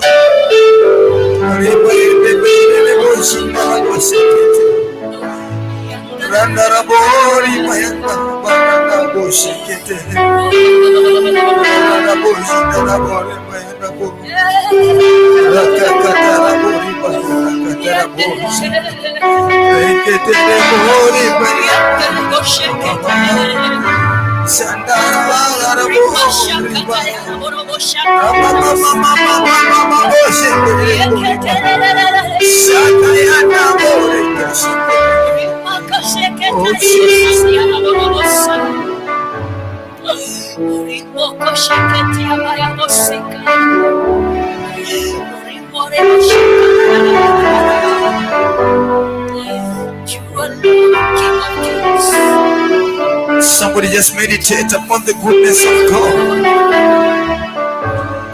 Usikubali kunyamaza uweponi mwa Bwana. Usikubali kupitwa na nafasi. Usikubali kupitwa na nafasi. Ambia Bwana usinipite. Ambia Bwana usinipite usiku wa leo. Isikue umeacha usingizi bure. Isikue umeacha usingizi umekuja malangoni pa Bwana bure. Ambia Bwana usinipite. Ambia Bwana usinipite. Ambia Bwana unapoguza wengine usinipite. Ambia Bwana unapopea wengine Bwana usinipite. Ambia Bwana, ambia Bwana, ambia Mungu. Ambia Bwana, His presence is heavy in this place. Ambia Bwana unaposhuka kupeana title deeds, unaposhuka kupeana biashara makubwa, unaposhuka Bwana kupeana neema, unaposhuka kupeana neema ya ploti, unaposhuka kupeana neema ya magari, unaposhuka kupeana neema ya makampuni, usinisahau Bwana, usinisahau Bwana, usinisahau Bwana, usinisahau, usinisahau. Don't pass me by. Don't pass me by, King of Glory. Don't pass me by tonight. Don't pass me by, my Father. Don't pass me by.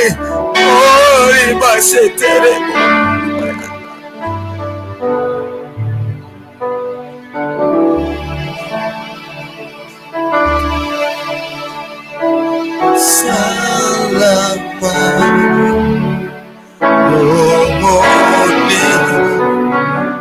ni salama rohoni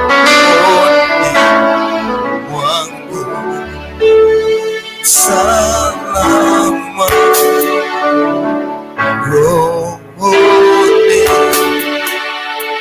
ni salama rohoni mwangu,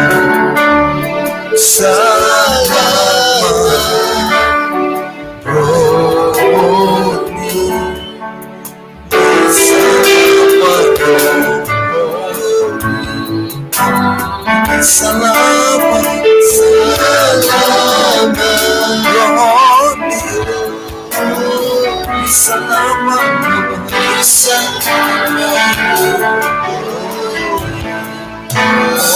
salama, salama rohoni, salama, salama,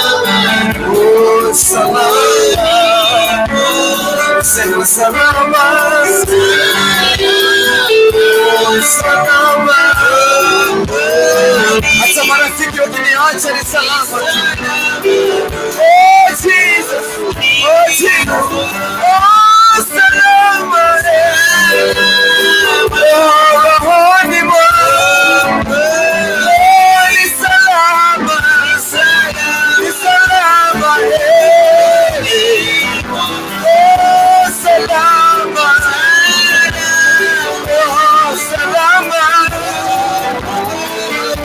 salama, salama, salama. Wazazi wakiniacha ni salama.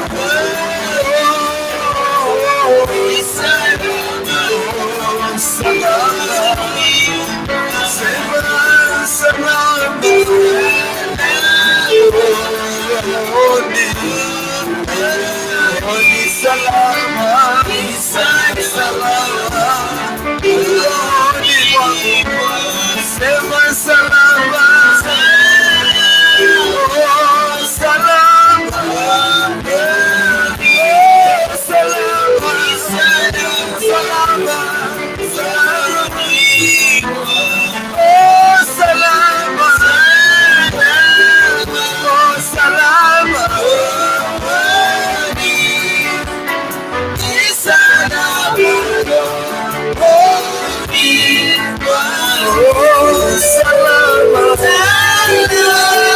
Sina mwingine ni wewe Bwana. We worship you tonight.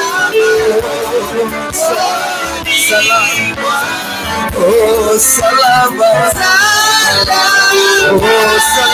Katika mambo ya salama. It is well, it is well, it is well. It is well, Jesus. Salama.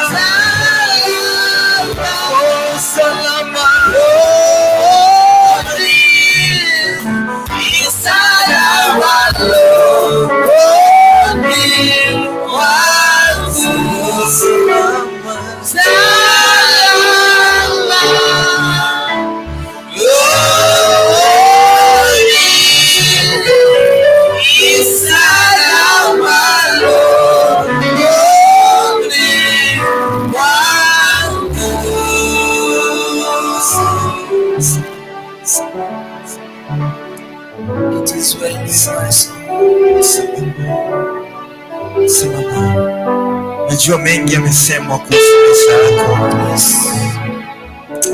Na hata mengi yamesemwa kuhusu huduma hii. Kuna wale ambao wametoa dhabihu wakisema kwamba huduma hii itaendelea. Kuna wale wametoa dhabihu na wanasema kwamba maisha yako itakwama. Lakini nataka nikutie moyo usiku wa leo nikwambie kwamba ni salama. It is well. It is well. It is well. The book of Isaiah tells us that no weapon fashioned against us. Sio hata maneno ambayo yalisemwa na waliokufa na walio hai ambayo itatudhuru, ni kwa sababu Mungu yuko upande wetu. It is well. It is well with us. It is well with your business. It is well. It is well with your family. It is well. It is well. It is well. It is well. It is well with this ministry. It is well with these ministers.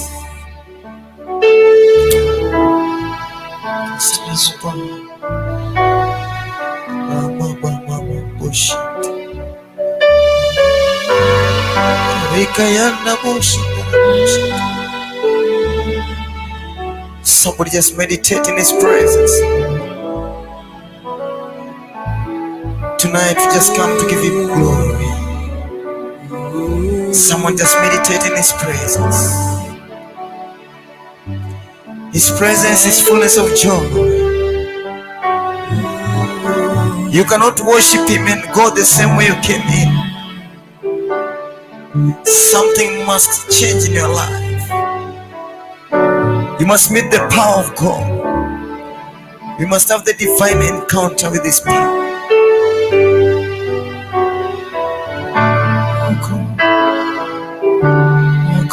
Oh God, we love you, Jesus. Thank you because of the power of the Holy Spirit. There is presence in this arena tonight. Thank you because of the power of the Holy Spirit. Thank you, Jesus. Thank you, Jesus.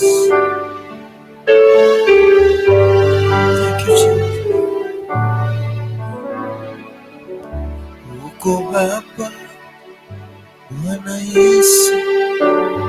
uko hapa Bwana Yesu, uko hapa Bwana Yesu, uko hapa.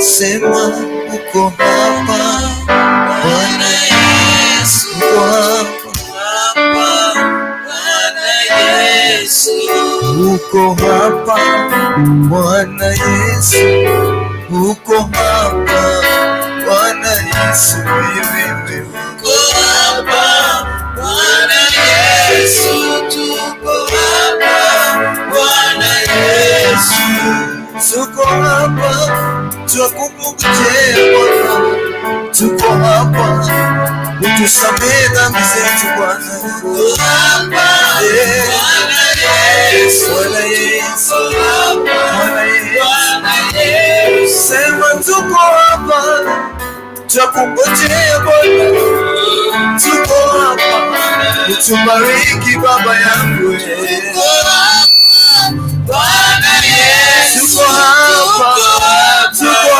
Bwana Yesu, tuko hapa Bwana Yesu, tuko hapa Bwana Yesu, tuko hapa Bwana Yesu, tuko hapa Bwana Yesu, tuko hapa Bwana Yesu, tuko hapa Bwana Yesu, wewe tuko hapa Bwana Yesu, tuko hapa Bwana Yesu, sema tuko hapa Bwana Yesu, tuko hapa utuponye na nguvu zako Bwana, tuko hapa Bwana Yesu, salimisha mbele zako, tuko hapa sema tuko hapa Bwana Yesu, tuko hapa utusaidie Bwana, tuko hapa Bwana Yesu, huwezi peke yetu, tuko hapa Bwana Yesu, tuko hapa Bwana Yesu, tuko hapa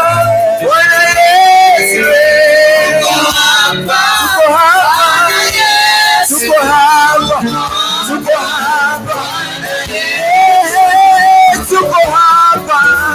Bwana Yesu, tuko hapa Bwana Yesu,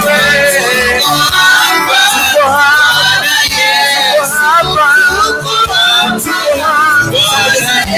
sema tuko hapa Bwana Yesu, tuko hapa tunakungojea Bwana, tuko hapa Bwana Yesu, tuko hapa Bwana Yesu, tuko hapa Bwana Yesu, wewe oh Jesus, utawa nguvu na uweza, tuko hapa tuko hapa, tumeacha vyote Bwana, tuko hapa Bwana, oh tuko hapa tuko hapa Yesu, tuko hapa Bwana, sema tuko hapa wazee kwa vijana, tunakungojea Bwana, tuko hapa tunakiri hakuna kama wewe Bwana, tuko hapa Bwana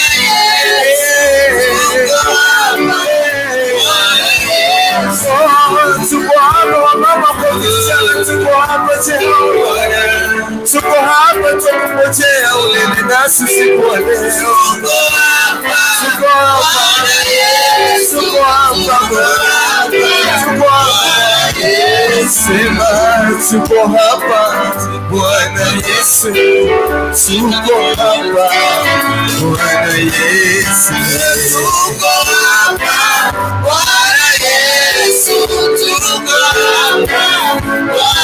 Yesu, tuko hapa Bwana Yesu, tuko hapa Bwana Yesu, tuko hapa Bwana Yesu, tuko hapa Bwana Yesu. sema tuko hapa Bwana Yesu, tuko hapa Bwana Yesu, tuko hapa Bwana Yesu, tuko hapa Bwana Yesu, sema tuko hapa Bwana Yesu, tuko hapa Bwana Yesu, tuko hapa Bwana Yesu, tuko hapa tunanyenyekea Bwana, tuko hapa Bwana Yesu,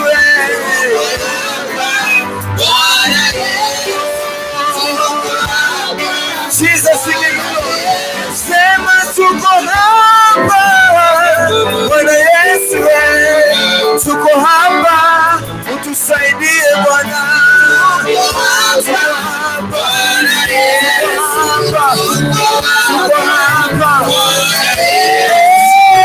tuko hapa tuko hapa Bwana, tuko hapa tuko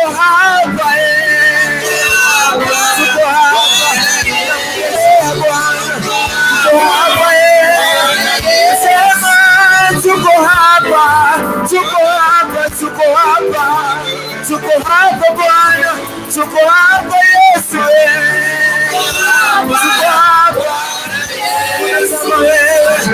tuko hapa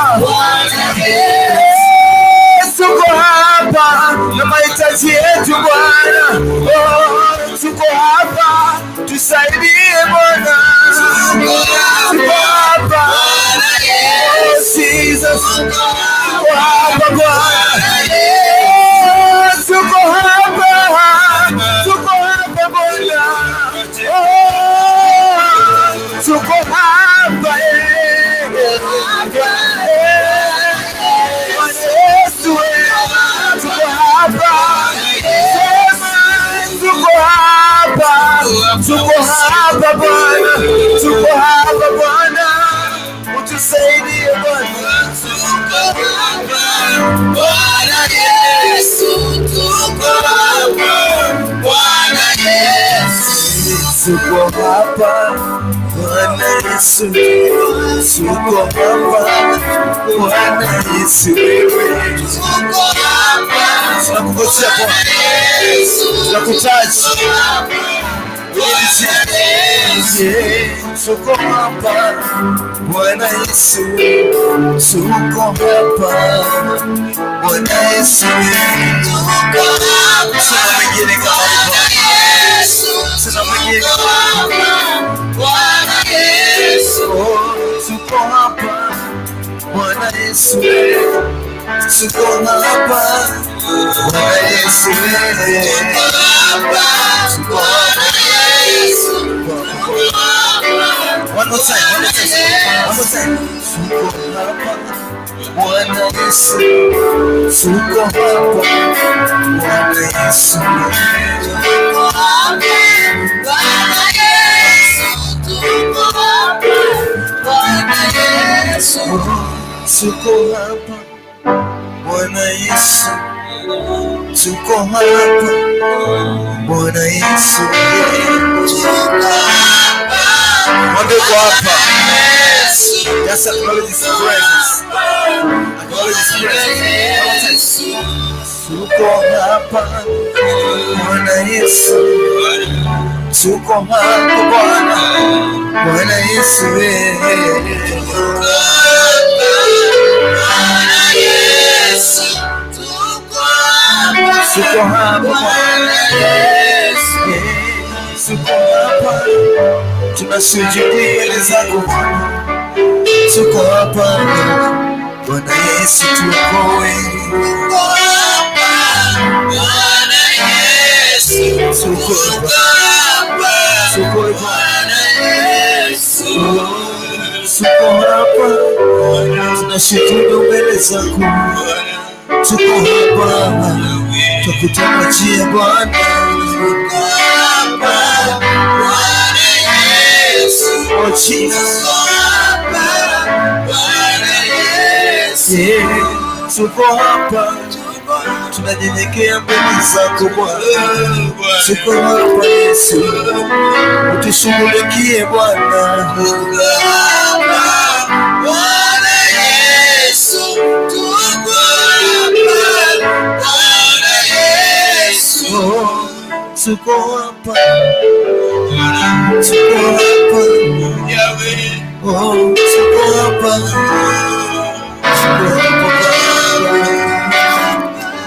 tuko hapa Yesu, tuko hapa Bwana Yesu, tuko hapa Bwana Yesu, tuko hapa Bwana Yesu,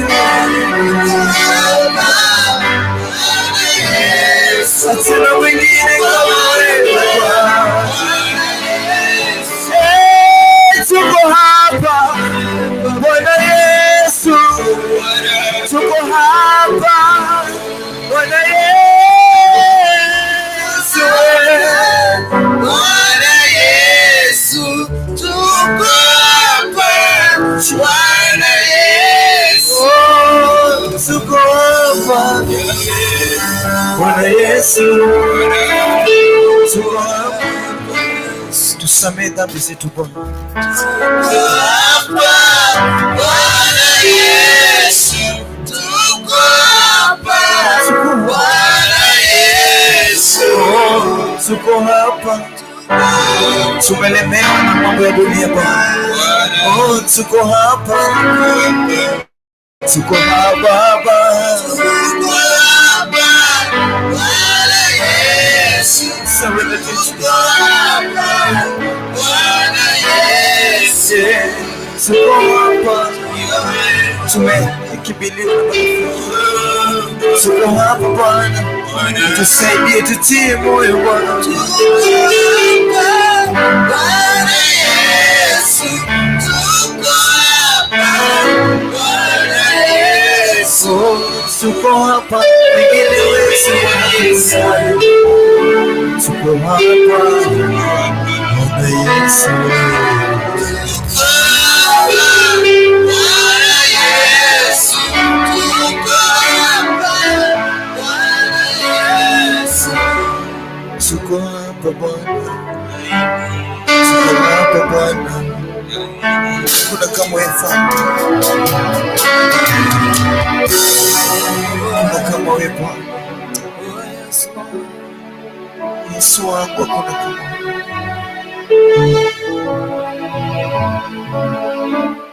yale umetenda kwetu ni mengi sana.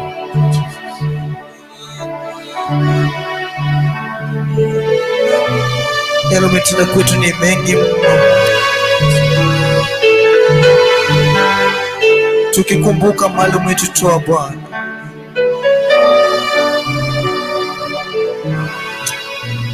yale umetenda kwetu ni mengi sana. Tukumbuka majaribu uliotushindia, tukumbuka vitu uliotupigania. Oh God,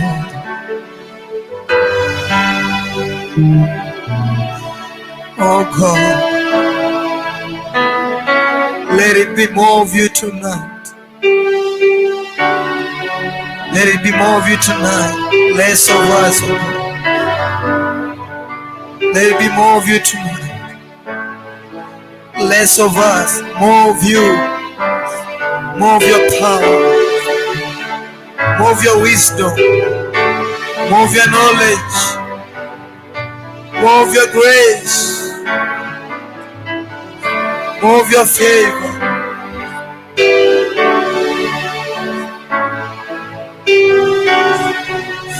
Tuko hapa usiku wa leo Bwana,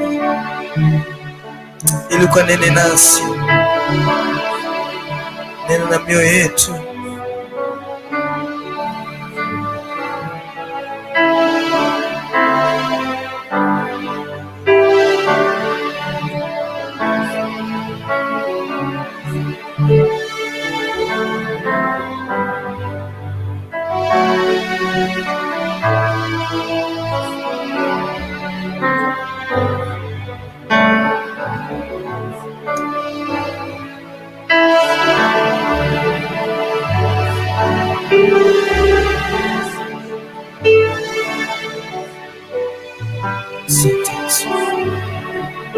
Thank you for ministering to us.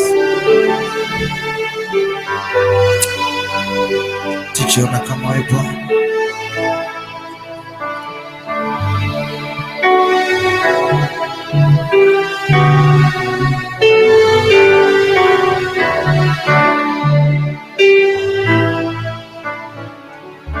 Asante Bwana, wewe ni mwema, hakuna kama wewe. Usiku wa leo tunaacha yote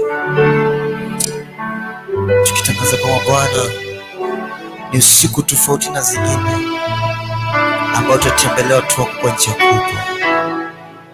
Ni asante kwa sababu ya neema, ni asante kwa sababu ya kifo chako pale Kalvari, ni asante kwa msamaha wa dhambi, ni asante kwa yale umetenda kwetu, ni asante kwa sababu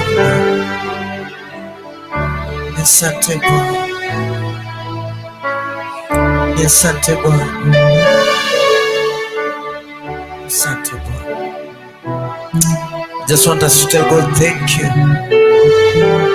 Tuambie tu Bwana asante, tuambie tu Bwana asante. I don't know how you're gonna do it, but I just want us to tell God thank you.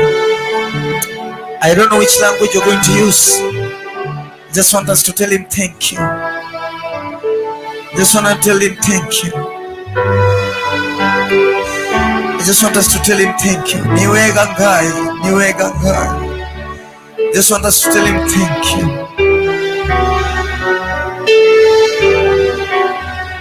I just want us to tell him thank you.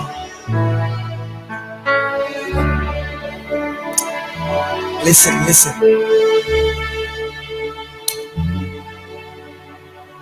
A lot of people have died out there. It is all over news that worldwide people are dying of corona, people are dying of cancer, people are dying of stress and depression. Young people are hanging themselves. It is not because these people are not worthy. They have equal chances as we do. They're as equal as us as we do. But why are we alive today?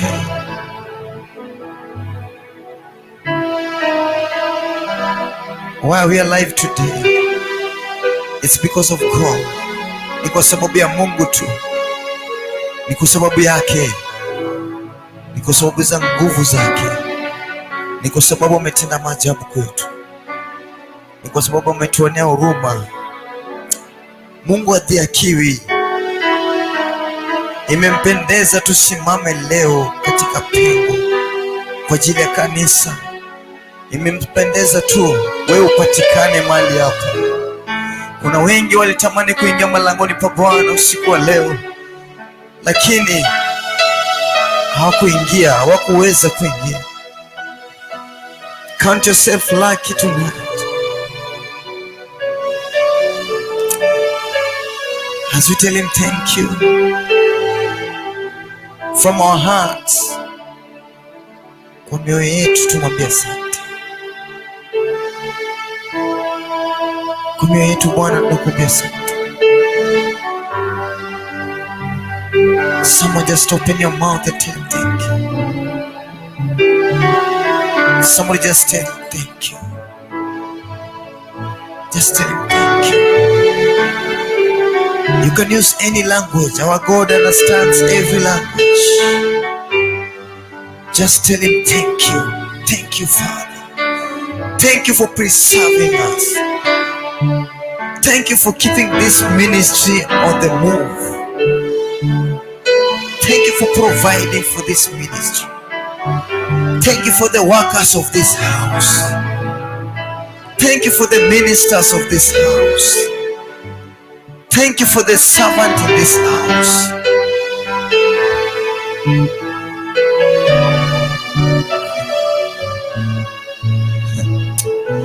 Kuna kama Bwana. Kuna kama Bwana. Before I give it back to Pastor Beatrice, I just want us to sing this song as we tell God thank you for the mighty things He has done in our lives and the plans that He has, the plans that He have for us. Hata kama unang'ang'ana pale manyumbani, hata kama unang'ang'ana pale katika huduma, Mungu ana mipango mizuri. It is just a process. Just trust the process. Just trust the process. As long as God is in that process, just trust that process. In His own time, He will make it happen.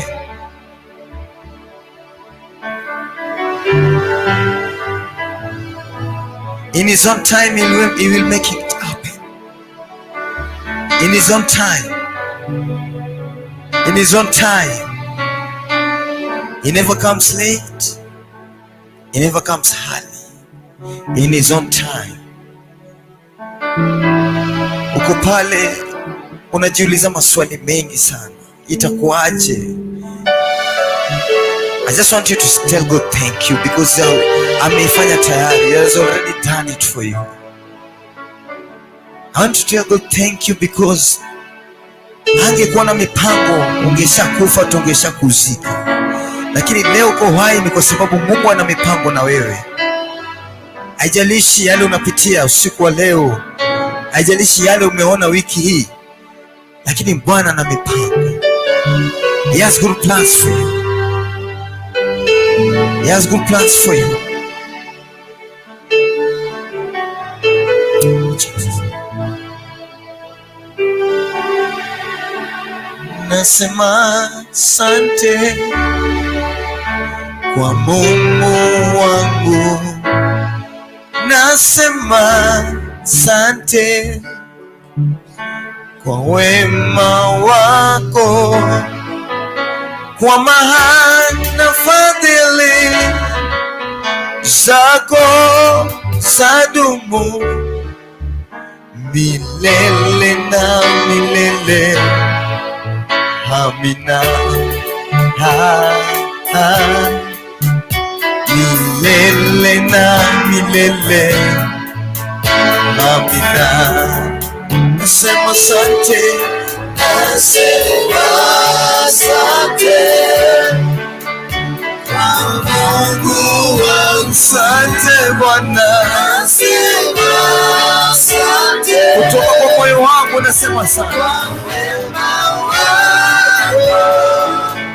kwa maana fadhili zako zadumu milele na milele. Bwana, asante Bwana, milele na milele. Oh, nasema asante. Nasema asante. Asante kwa wema wako Mungu. Asante kwa wema wako Bwana. Nasema asante. Asante kwa kutuhifadhi Mfalme. Kwa wema wako. Kwa maana fadhili zako zadumu milele. Zadumu milele. Oh Jesus.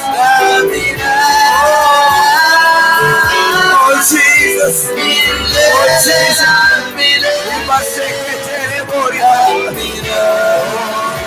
Nitaimba sifa zako mbele ya watu. Nitaimba sifa zako.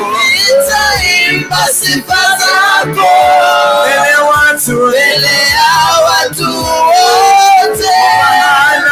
Kwa maana fadhili zako zadumu milele na milele.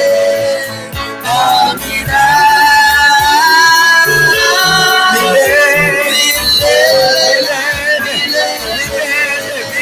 Amina.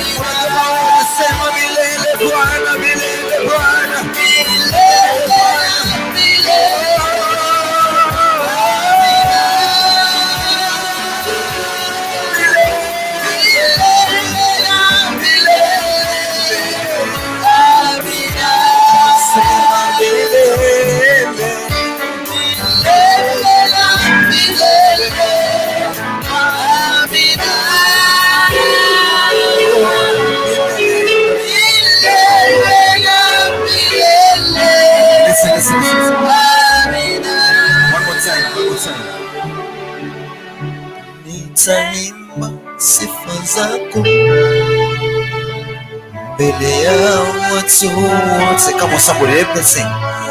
Nitaimba sifa zako mbele ya watu wote, kwa maana fadhili kama somebody zako zadumu milele milele na milele. Amina.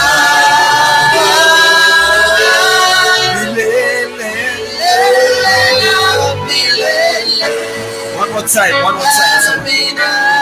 Sema. Nitaimba sifa zako mbele ya watu wote. Mimi nitaimba kwa uaminifu mbele ya watu wote. Kwa maana fadhili zako zadumu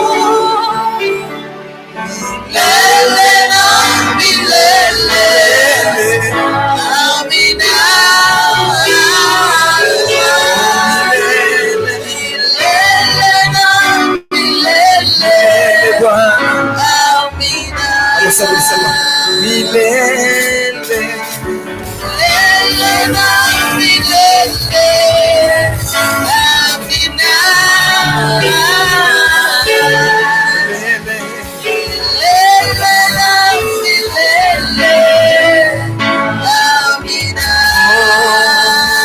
Milele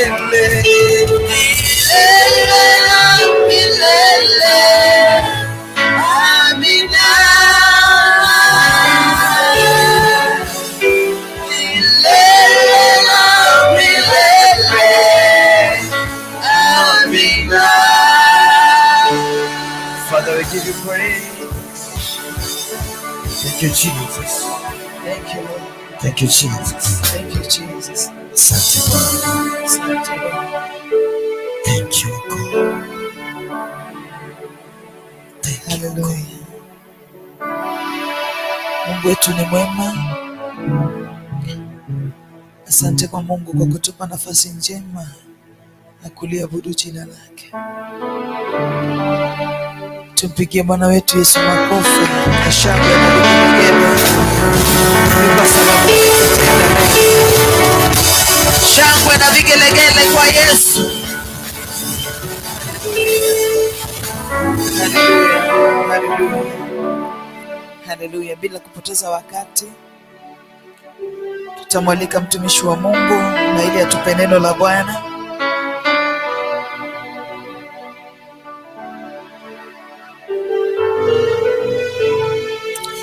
Leo tulisema ni usiku wa maombi.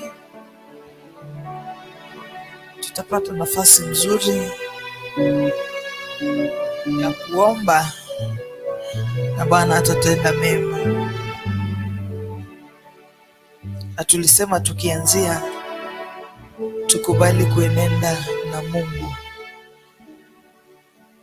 kama vile wale wana wa manabii walimwambia Elisha ya kwamba waenende pamoja na yeye kule Yordani, wakakate miti ili waweze kupanua hema zao. Ni kwa sababu hawakuwa wanatoshea.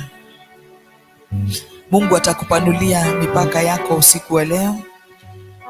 Mungu atakufanyia mambo makuu na ya ajabu. Lile jambo ulikuja ukitarajia kutoka kwa Mungu, be assured that you will receive it in Jesus' name. Ni kwa sababu umekubali kuenenda na Mungu. Kwa hivyo hautapata shida kwenye hiyo barabara ukienenda na Mungu. Kwenye biashara yako hautapata matatizo. Ni kwa sababu Mungu atakuwa amekuongoza na amekutangulia. Kwa familia yako hautapata shida. Hata kana kwamba utapata shida kama ile shida iliyotokea wakati lile shoka lilianguka kwa maji, utakimbilia Mungu na umjulishe mahali shida iko, na kwa hakika ataitatua. Ni kwa sababu yeye ni Mungu. Haijawa rahisi wewe kuwa mahali hapa usiku wa leo, lakini ni kwa sababu ya kubebwa na mkono wa Mungu. Tuna sababu ya kumwambia Mungu ni asante. Mara mingi huwa tuna mambo mingi sana, tunakuanga na haja mingi sana za kupeleka kwa Mungu. Kwa hivyo wale malaika wanakuanga juu mbinguni kwa sababu wanakuwa wamepewa kazi. Unapata wakupeleka mahitaji, they are ever busy. Lakini wakupeleka shukrani kwa Mungu,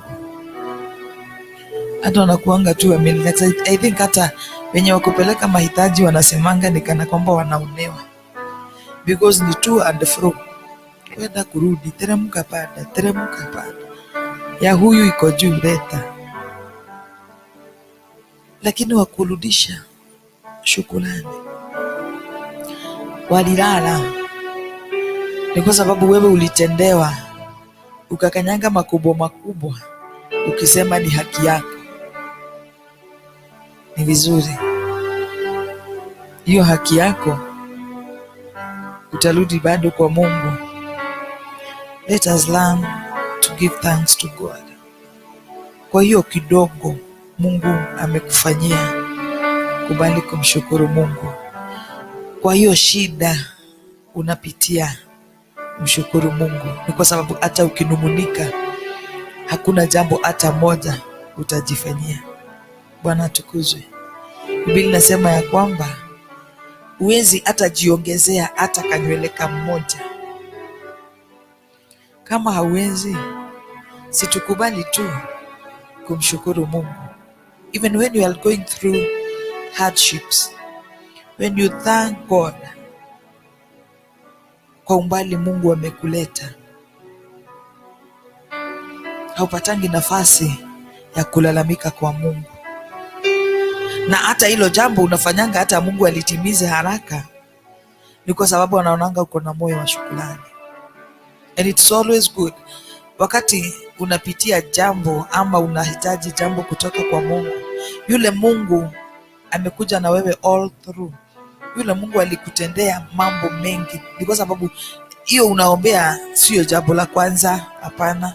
Kuna mengi uliaminia Mungu na akatenda, na kama alitenda, na kuna mengine hata alifanya makubwa kushida hiyo inakusumbua, because I don't think that hiyo shida yako ni special sana, sorry kwa Mungu, but I think ni kati ya yale wanadamu huwa wanapitia. Bwana atukuzwe.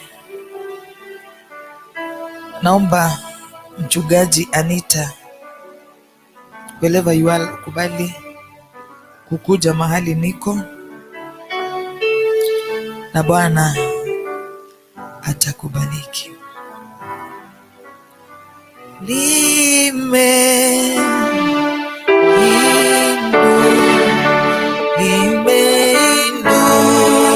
Nimeinuliwa neno lako,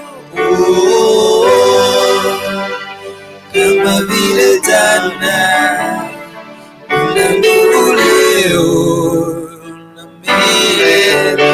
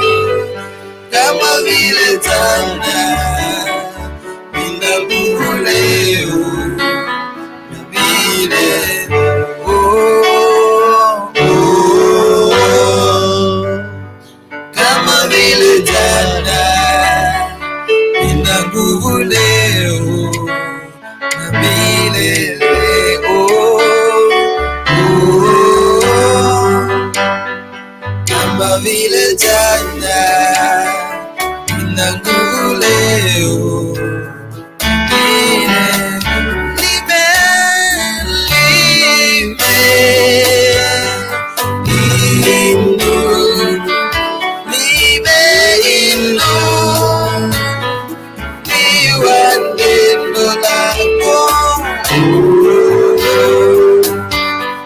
Kama vile jana, nina nguvu leo.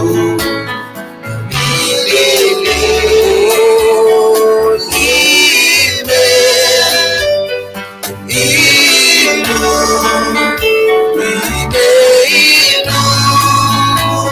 nimeinuliwa neno lako.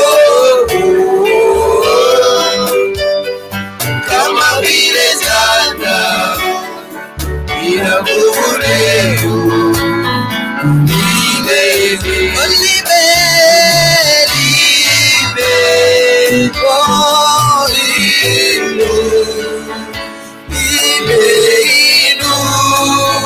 Nimeinuliwa neno lako. Kama vile jana, nina nguvu leo.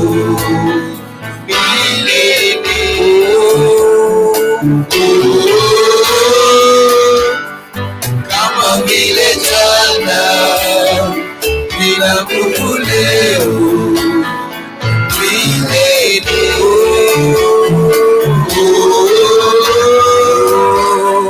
Kama vile jana, nina nguvu leo.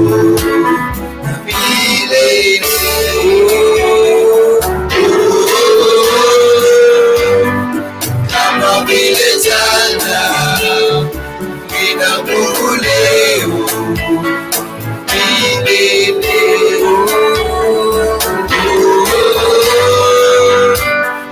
Kama vile jana, nina nguvu leo. Tupigie tumishi Anita makofi anapotuletea neno la Mungu na Bwana atambariki. Haleluya. Tumpigie makofi afike mahali hapo.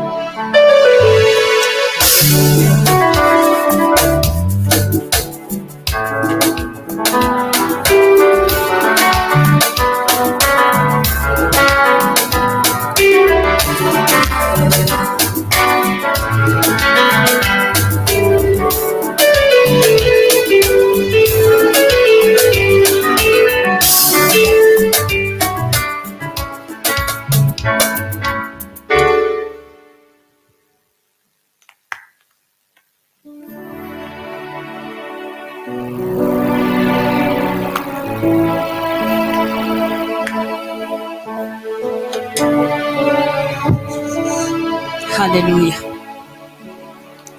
Praise the Lord. It's another great evening. Some few minutes to morning. And we thank the Lord for all He is into our lives. We thank Him because of His presence. We thank Him because of His mercy. We thank Him because of His grace. Because He's very great. And I want us to encourage ourselves through the Word of God from the book of Exodus. We are going to encourage ourselves. The Word of God from the book of Exodus.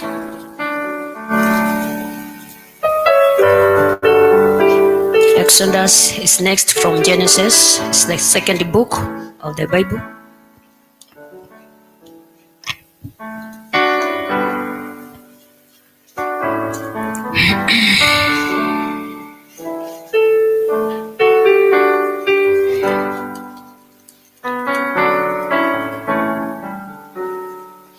And before I start teaching the Word of God, I want to thank the Lord for the gift of life and also for this opportunity For our viewers, from wherever you are viewing us from, maybe in your bedroom, maybe you are traveling, maybe in your sitting room, from wherever you are viewing us from, don't become weary. Cheer up and be together with us as we be blessed by the Lord. Because the time He releases our blessings, the time you miss your point or you miss your minute, the blessings will delay. I'm saved. I love the Lord as my personal Savior. My name is Pastor Anita, and I praise the Lord. Let's pray because of the word of God. Father, in the name of Jesus, King of Kings, Lord of Lords, we say thank you, Messiah, because you are great. We say thank you, King of Kings, for you have healed our hearts. We say thank you, Madonai, for you have restored us. Thank you, Master, for you have revived us. Thank you, King of Kings, for you have set us free, my God and my Redeemer. We worship you and we adore you. Thank you, my God and my Redeemer, for that opportunity which has your Messiah passed. And now, right now, my God and my Father, we want to hear your voice through your word, King Jesus. Adonai, we surrender all to thee, that you may minister to us through your word, my God and my Father, as you use me, my God and my Redeemer, as your tool, Adonai, King Jesus. Master Jesus, touch my mouth, touch my mind, touch my eyes, Jehovah God, King Jesus. Jehovah Messiah, impart your power into me, my God and my Redeemer. Holy Spirit of the Lord, be my teacher and direct me. Have this word, my Lord, King Jesus, allow this word to heal us, and even my God and my Redeemer, to bring us back to restoration. Even my Lord, my Redeemer, to shun away sin, to be upright with you, my God and my Redeemer, King Jesus, to worship you in truth and spirit, my God, because you are great and you are faithful. And it's in Jesus' name we do pray, trust, and believe. Amen. This word of God from the book of Exodus, it's emphasizing more about the children of Israel, the time they were in Egypt, the time they were being oppressed, the time they were being misused, the time they were being despised, because they had been taken in captivity into a different country where they're supposed to be. Maybe this evening you are in a captivity, maybe you are in disgrace, maybe you have been oppressed, maybe you have been despised, maybe you have been isolated by your people. But one thing I know, the Lord our God is a compassionate God. The Lord our God is a God who cares, is a God who loves without no limitation, without no tribalism, without no standards of this world. And that's my joy. So from wherever you are listening us, rejoice in the Lord, because the Lord your God is your strength, in the name of Jesus. Let's read. And the word of God is teaching us about two midwives who were employed in the land of Egypt by the king, that they may be taking care of the women while they are delivering their children. And on the other hand, the king wanted to misuse them, to mislead them, and do that which does not glorify God. So before we start reading the word of God, I want you to search yourself as I search myself.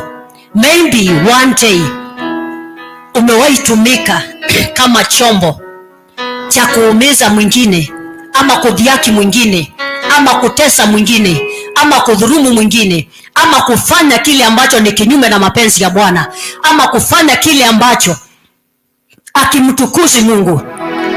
Search your heart. Pengine siku moja umewahi tumika katika njia kama hiyo, na wakati ambapo neno la Bwana linanena nasi, let us not darken our hearts.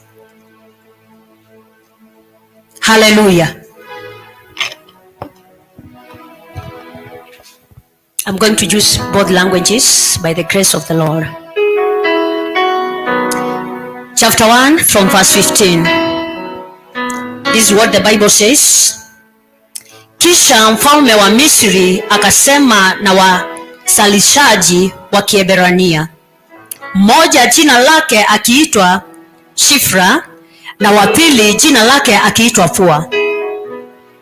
Akasema, wakati mwasalishapo wanawake wa Kiebrania na kuona katika kuzaa, ikiwa ni mtoto mwanaume basi muweni, bali ikiwa ni mtoto mwanamke na aishi. Praise the Lord. Now the king of Egypt commanded the midwives of Hebrews, and he instructed them that the time you see the improved ladies are giving birth, the time you realize or you come across a baby boy, you make sure you kill that child. Wamepewa maagizo na mkubwa wao, wamepewa maagizo na yule ambaye wanastahili kufuata vile anasema. Wamepewa maagizo na yule ambao wako chini yake. Wamepatiwa amri ya kwamba wakati ambapo munaona mwanamke wa Kiebrania anapojifungua ama anapozaa ama anapopata mtoto, uhakikishe umechunguza, na wakati ambapo unapata ni mtoto mwanaume, make sure you kill that child. Wakapewa maagizo ya kwamba wewe kama jinsi ulivyo mwajiri wangu, wewe kama jinsi ambavyo uko chini yangu, ukiona mtu fulani mahali hapa, mfanyie vyaka, hata usimpe haki yake.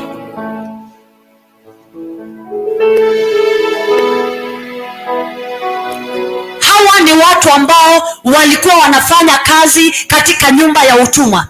Hawa ni watu ambao walikuwa wanafanya kazi mahali ambapo hawako huru, mahali ambapo hawastahili kuwa, mahali ambapo hawakuzaliwa mahali pale, mahali ambapo hawana amani, mahali ambapo hawaelewi ni lipi la kufanya, ni njia gani wanastahili kufuata. Lakini wamepatiwa amri, ili hali wale watu ambao wanaambiwa wawatese ni watu wa jamii yao, ili hali wale watu wanaambiwa wawadhihaki ni watu ambao wanastahili kuwatuliza, ili wale watu ambao wameambiwa watu wadhihaki ni watu ambao wanahitaji msaada wao, ni watu ambao wanahitaji kucomfort each other, ni watu ambao wanahitaji kuembrace each other, ni watu ambao wanahitaji kukaribiana na kuhimizana na kutiana moyo na kupeana tumaini. Lakini sababu wao wameajiriwa, wamepatiwa maagizo, wameambiwa ya kwamba mtafanya kile ambacho nimesema. Na mara nyingi unafaa uelewe ya kwamba wakati ambapo tuko chini ya waajiri wetu, lazima ufuate kile ambacho amekwambia. You don't go against your boss. You have to submit.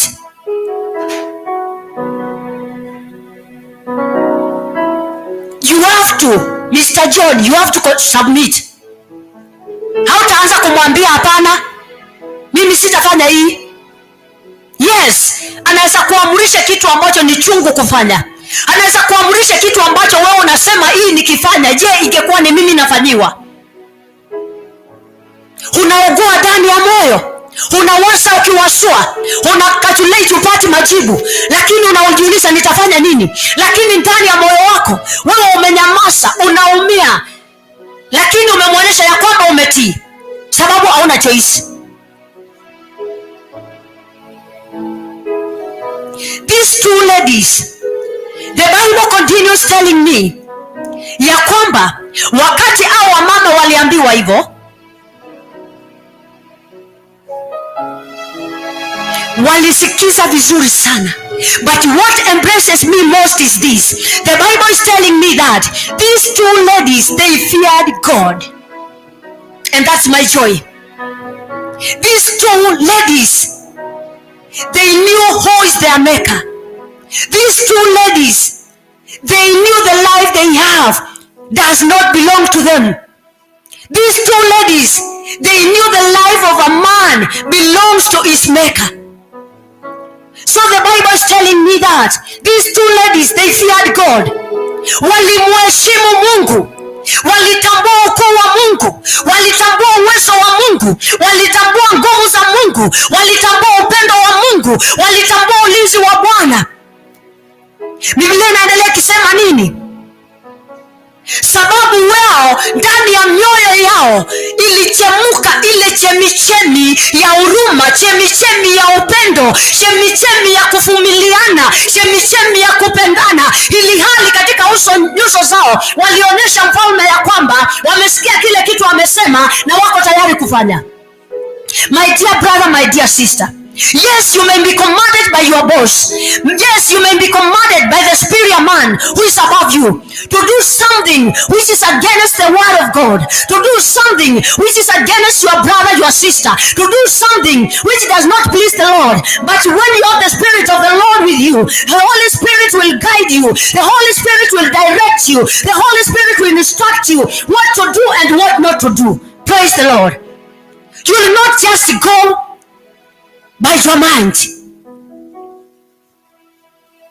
And the one thing I know, yes, you have obeyed your boss, you have shown him respect, lakini wakati ambapo unakubali Roho Mtakatifu, hautabishana na yeye ndio, hautajibishana na yeye ndio, lakini utakubali kutoka mahali pale ukiwa umekubali Roho wa Mungu hakupe suluhu, hakupe mwelekeo, hakupe njia, hakupe jibu, hakupe suluhisho ya ile jambo ambalo umeambiwa ukafanye. Na niko na uhakika ya kwamba wakati ambapo unaachilia Roho Mtakatifu akakuongoze, utatenda yale ambao ni kwa ajili ya utukufu wa jina la Bwana. Na wakati unakuja mbele ya bosi yako, utamwambia nimefanya hili, na hakika hakutakuwa na mabishano, hakutakuwa na kugombana, sababu sio wewe umejiamurisha. Kuna yule ako ndani yako ambaye amekuamurisha na akakupa mwelekeo ambao unastahili. Praise the Lord. These ladies, they feared God. Walitambua ya kwamba kuna Mungu, ndio yule ni mfalme. Ufalme wote uko mikononi mwake. Vitu vyote vya Misri viko mikononi mwake. Kwa hivyo anaweza wapatia chochote kile anataka kwa kazi njema ile watafanya. Lakini wakasema ya kwamba tunahitaji kumtambua yule aliyemuumba, tunahitaji kumtambua yule ambao uhai wetu uko mikononi mwake, aliye na uwezo wa kuumba na kuumbua, aliye na uwezo wa kuua na kufufua. Huyo ndio tunahitaji kumtambua, huyo ndio tunahitaji kumheshimu, huyo ndio tunahitaji kusikiza anasema nini, huyo ndio tunahitaji kufuata masia yake, huyo ndio tunahitaji kuchukua njia zake. Na wakati ambapo hiyo ilikuwa ndani yao, wakasemeshana na wakiwa katika hiyo hali, sababu Biblia inaniambia ya kwamba hata watakapokuita mbele yao na kukulazimisha ukaseme, you shall not fear, because you are not the one who is going to speak, but he himself is going to speak on your behalf. Praise the Lord. Ili ali tu, you will give him the passive priority. Kama utakubali ya kwamba ni yeye anayekutawala, ni yeye anayekuongoza, ni yeye anayekutia hekima, because Mungu mwenyewe ni hekima, neno la Mungu ni hekima, na Mungu mwenyewe ni hekima. Praise God. So these ladies, they feared God. Mstari wa 16 pale chini unasema nini? Let's continue reading.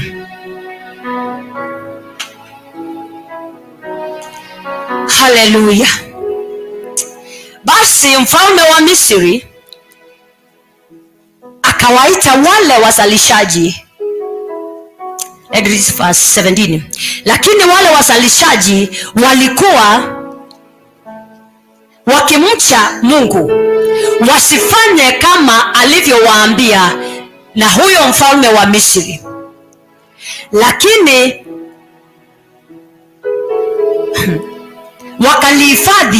wakahifadhi hai wale waume.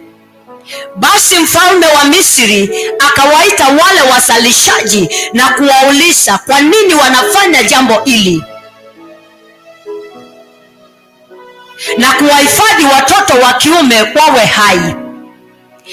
wasalisha wakamwambia Farao, ni kwa sababu hao wanawake wa Kiebrania si kama wanawake wa Misri, kwa kuwa ni hodari hao nao uzaa kabla hatujapata kuwafikia.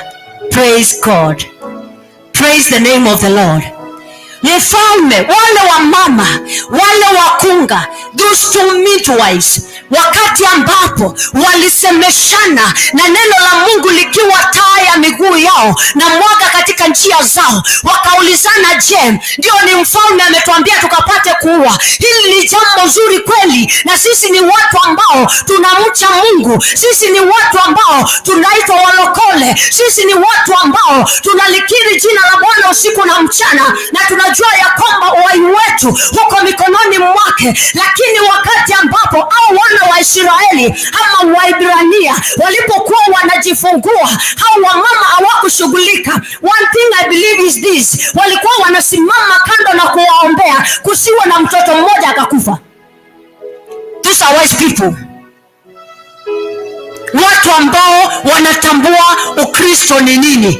Because one thing I know, when you are being called a Christian, you are Christ-like, and your character has to marry the character of Jesus Christ. So I believe wakati hao wamama waliambiwa na mfalme ya kwamba uhakikishe ya kwamba hao wamama wanapojifungua, wakati unapata ya kwamba ni mtoto kiume unaoa, wao badala ya kufikiria yale walichukua hatua ya kuwaombea, wao wanajifungua kwa njia ambayo inastahili.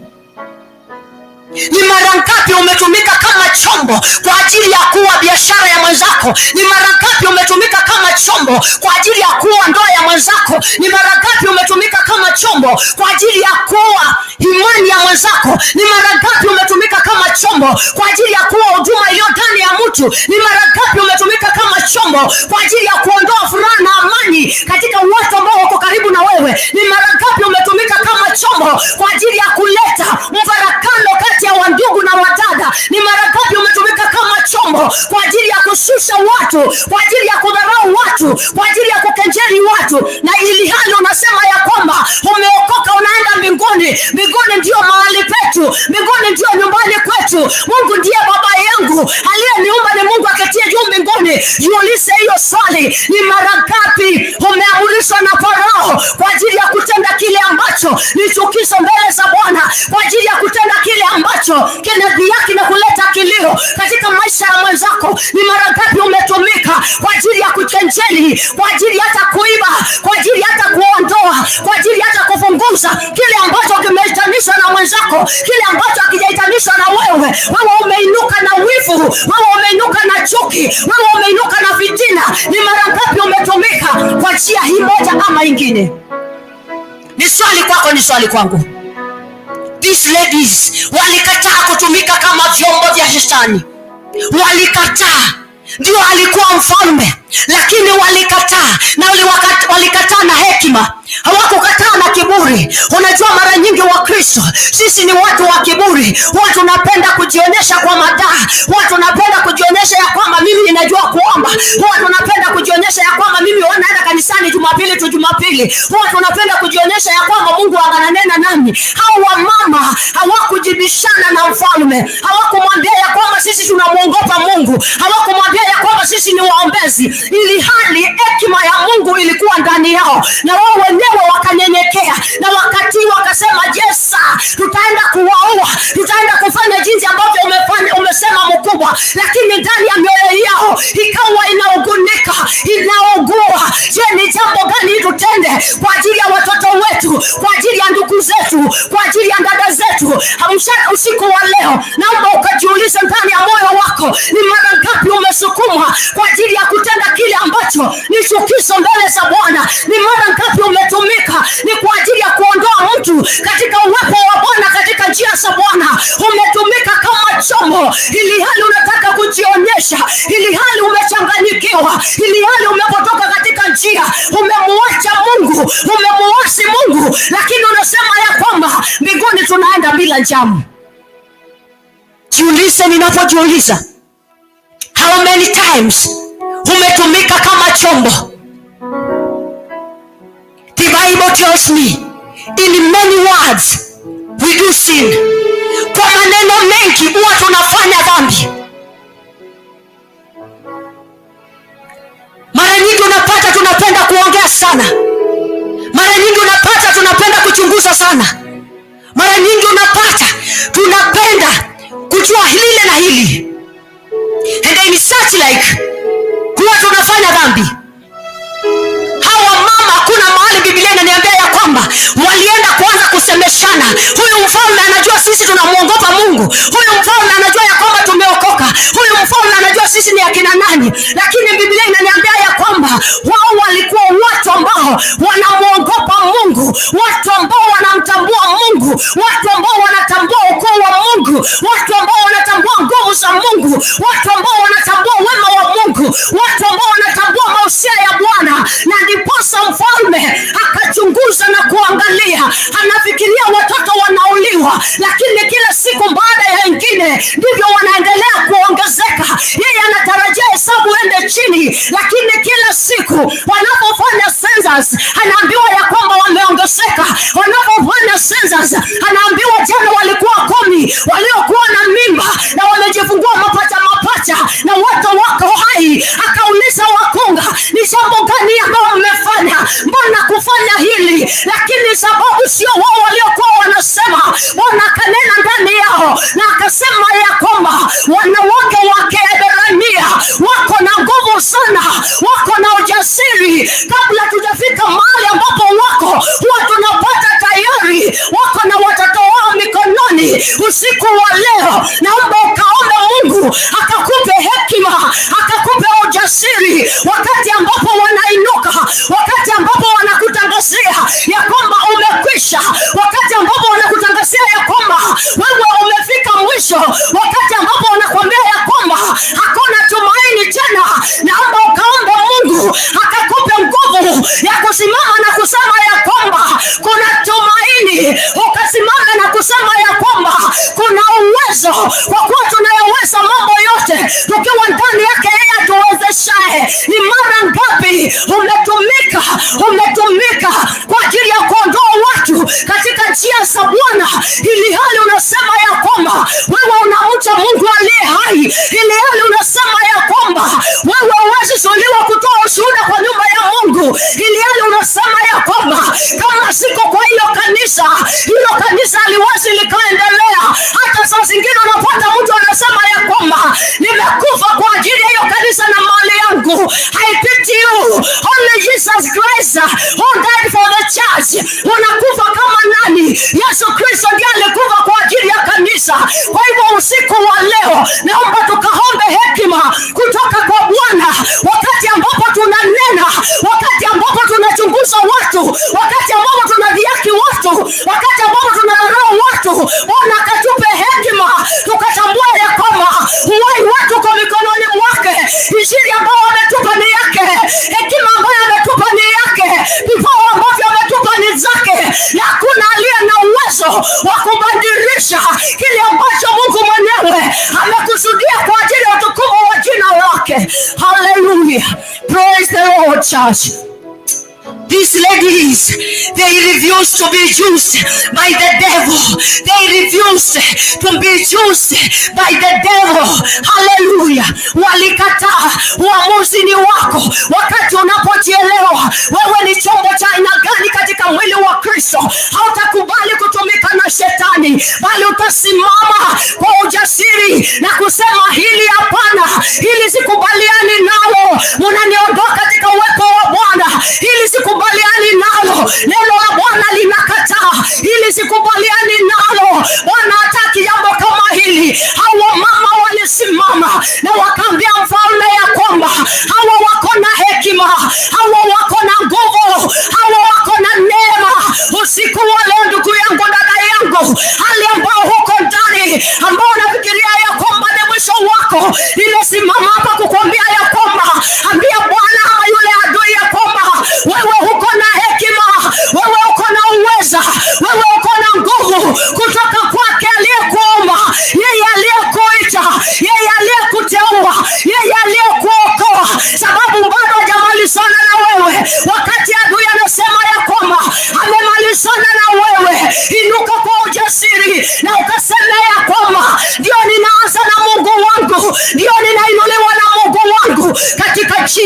Yesu Kristo. Haleluya. Tukatae kutumika kama vyombo, tukatae kwa jina la Yesu Kristo. Tuombe Mungu atupe hekima, tuombe Mungu atupe ujasiri wa kukataa kutumika kama vyombo ambavyo vinaleta uchungu ndani ya mioyo ya wenzetu, vyombo ambavyo vinaleta kilio ndani ya mioyo ya wenzetu, vyombo ambavyo vinaleta chukizo ndani ya jamii za wenzetu. Tuombe Bwana atupe hekima, tuombe Bwana atupe nguvu tena, tuombe Bwana atunguze mara tena, atujaze hekima, atutie lijamu katika vinywa vyetu. We speak when necessary, we speak where possible, we speak what's right, we speak the word of healing, we speak the word of glory, we speak the word of restoration in the mighty name of Jesus. Hallelujah. The king was really amazed. The king was really annoyed because of these two midwives, because of these ladies. Akasema hapana, ni jambo gani ili umenifanyia? Mara nyingi wakati ambapo unafanya lile jambo ambalo linastahili, ili hali lilikuwa limekusudiwa kinyume, huwa ni uchukizo kwa watu wale ambao walikuwa wamekusudia kinyume na mapenzi ya Bwana. Kwa hivyo usiku wa leo mwambie Bwana akakupe hekima kwa ajili ya kugaili yote ambayo ni chukizo kwa Bwana. Hata kama ni rafiki yako ambaye ametumika kama chombo kwa ajili ya kukutoa katika njia za Bwana, mwambie enough is enough. The Lord your God has power and has strengthened you, has given you that power to discern and to understand which way to follow, what to do and what you're not supposed to do in the kingdom of God. Praise God. Hallelujah. Mfalme alighadhabika sana, akawauliza ni kitu gani hiki ambacho mmenifanyia? Lakini wakamwambia sio sisi mfalme, kwa kunyenyekea, kwa kuvunjika, ili yale wanajua ya kwamba kuna yule ambaye ni mtetezi wa wale ambao wameitanishwa na jina lake, kuna yule ambaye anasimama in the gap kwa wale watu ambao wanatambua ya kwamba yuhai, kuna yule ambaye anasimama kwa wale ambao hawajajichanganya, kuna yule ambaye anasimama kwa wale ambao wanajua ni kwa ajili yake, kwa jinsi ulivyo na kufika umbali umefika.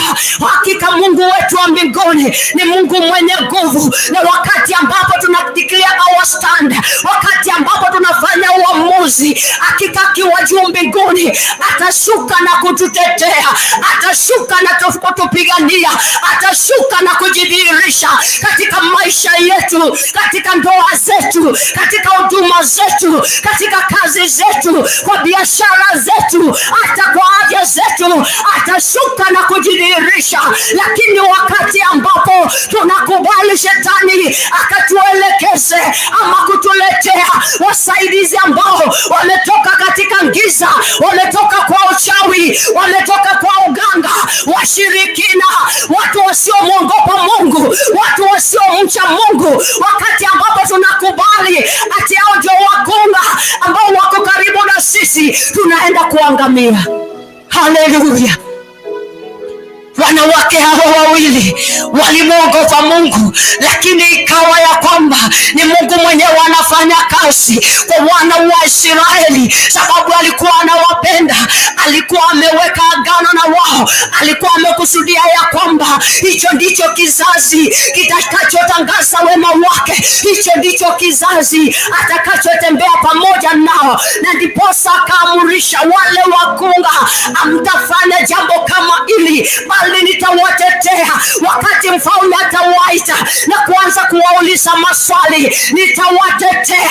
Pengine wangesimama mbele ya mfalme na waanze kusitasita, wakose jibu, mfalme angeangiza na aseme ya kwamba waondoeni mbele zangu, leteni vichwa vyao ndio ninataka. Lakini Mungu ambaye ni mtetezi wa wenye haki, lakini Mungu ambaye unena unawapiava, akanena kupitia kwao, akawapa neno la hekima, akawapa sauti ya unyenyekevu, akawapa kibali, na kupitia kwao akanena na mfalme, akamwambia ya kwamba hawa wako na hekima, hawa ni hodari, hawa sio kama hawa wengine wale ambao ni wako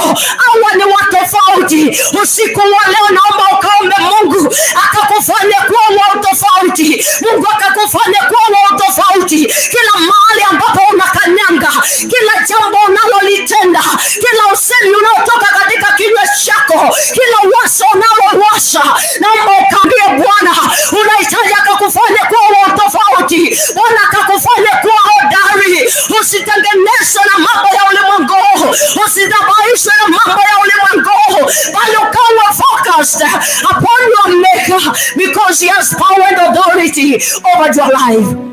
Hallelujah. Mfalme akakasirika.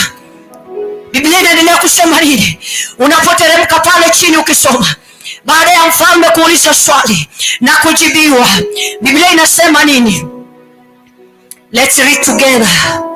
Mfalme ameuliza swali, lakini Mungu amejibu mwenyewe kupitia kwa vinywa vya hawa mama, sababu walimuogopa Mungu, walimheshimu Mungu. Biblia endelea kusema hivi: basi Mungu akawatendea mema wale wazalisha, na hao watu wakaongezeka sana, wakaendelea na kuzidi kuwa na nguvu nyingi. Hallelujah. Praise the Lord. Basi Mungu akawatendea mambo mema na wakaendelea kuongezeka na wakazidi kuwa na nguvu. Ishara ya kwamba the time you stand in your gap, the time you do the righteousness of the Lord, the time you speak when the Lord commands you to speak, it's the right time, it's the right place, it's the right people. When you have a good reason, why are you speaking? And whom are you speaking to? And why are you speaking to them? That's the time your God is going to enlarge your boundaries. He's going to extend your tents. Hallelujah. Bwana akawabariki, wakaendelea kuzidi kuongezeka, wakiwa na nguvu, wakiwa hodari. Haleluya. Wakati ambapo unatenda sawasawa na mapenzi ya Bwana, wakati ambapo unatenda sawasawa na neno la Bwana, wakati ambapo unazidi kunyenyekea miguuni pa Bwana, wakati ambapo unaisikia sauti nyororo itokayo juu mbinguni, hapo ndipo Bwana atatenda mema kwako. Hapo ndipo Bwana atakuongeza maradufu. Hapo ndipo Bwana atakutia nguvu zaidi. Hapo ndipo Bwana kibali chake kitakuwa juu yako. Hapo ndipo Bwana atakutetea katika kila hali. Hapo ndipo Bwana atakuinua kiwango kingine kwa jina la Yesu Kristo wa Nazareti. Haleluya. Tumekuwa Wakristo wa kujitetea, tumekuwa Wakristo wa kung'ang'ana na mambo, tumekuwa Wakristo wa kushindana, tumekuwa Wakristo wa kupenda majina. Haleluya. Kitu moja ambacho ninajua, fame is from men. Fame is from men. And it's for a short time. And one thing I know, greatness is from the Lord, and the dress forever. Hallelujah. Fame is from men. Na ni kwa muda tu. Msekialia nitakusifu, nikitaka kile ninataka kwako, nitakuita majina makubwa yote, sababu kuna kile nataka kwako, lakini nitakapokipata hivi, wewe sikutambui. Lakini wakati ambapo unafanya mkuu na Mungu, hakuna mtu atabadilisha, hakuna mtu atapingana na wewe, hakuna mtu ataondoa hiyo, because hiyo itadumu milele. And that's the reason the word of God is telling us in the book of Isaiah chapter 62 that our Lord God will give us a name which no man will just be against it. Hallelujah. The time we continue being courageous, being very strong in the Lord, doing what the Lord is commanding us to do, doing according to the word of God, that's the time the Lord our God is going to give us a name which everybody will be calling us that name, and they will never be able to change that name. They will never be able to despise you, but they will call upon that name, because you are not the one who has called yourself that name. Hallelujah. Tukubali kupewa jina na Mungu aliyetuumba, kupewa jina na yeye aliyetunukuu, yeye ambaye anatupenda, muumba wa mbingu na nchi, mtetezi wa wenye haki. Haleluya. Wenye haki mkimbilia wakapata kuwa salama. Ukijing'ang'ania utapata umetoka katika njia za Bwana, sababu utalalamika, utakasirika, utaongea mapotofu, na ili hali umetoka katika njia za Bwana, na wao wanafikiria ya kwamba uko katika njia za Bwana. Lakini wakati ambapo unaendelea kuwa focus, wakati ambapo unaendelea kumwambia ya kwamba yote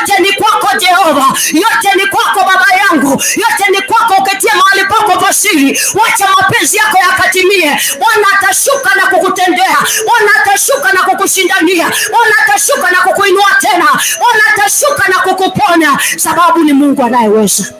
Haleluya. Bwana Mungu aliwatenda mema na wakaendelea kuongezeka. Wakati ambapo Farao anafikiria ya kwamba au watoto wa Israeli wataisha, ndipo wanaendelea kuongezeka, ndipo wanaendelea kuongezeka, na vile wanaendelea kuongezeka, ndipo wanaendelea kuwa na nguvu, ndipo wanaendelea kuwa na ujasiri, ndipo wanaendelea kuwa na furaha. Ni kwa nini? Sababu walitambua aliyemuumba wao, asiyelala wala kusinzia, asiyeshindwa na jambo lolote. Kwa hivyo nasi asubuhi ya leo, tayari imefika asubuhi, naomba kila mmoja wetu tukaelewe ya kwamba aliyetuita, aliyetupenda upeo tukiwa hatustahili, tukiwa hatufai, alali wala kusinzia, tunapomwamini yeye anatutetea, tunapomwamini yeye anatushindania, tunapomwamini yeye anatupigania, tunapomwamini yeye anashuka na kutenda mapenzi yake kwa ajili ya utukufu wa jina lake. Haleluya. Biblia inaendelea kusema nini? Yes, 24 I think. Ilikuwa kwa sababu wale wazalisha walikuwa wakimcha Mungu, akawasimamishia nyumba. Kisha huyo Farao akawaagiza watu wake, akasema, kila mtoto wa kiume atakayezaliwa mtamtupa mtoni, na kila mtoto mwanamke mtamuhifadhi hai. Haleluya. Ilikuwa kwa sababu wale wazalisha walikuwa wakimcha Mungu, akawasimamishia nyumba zao.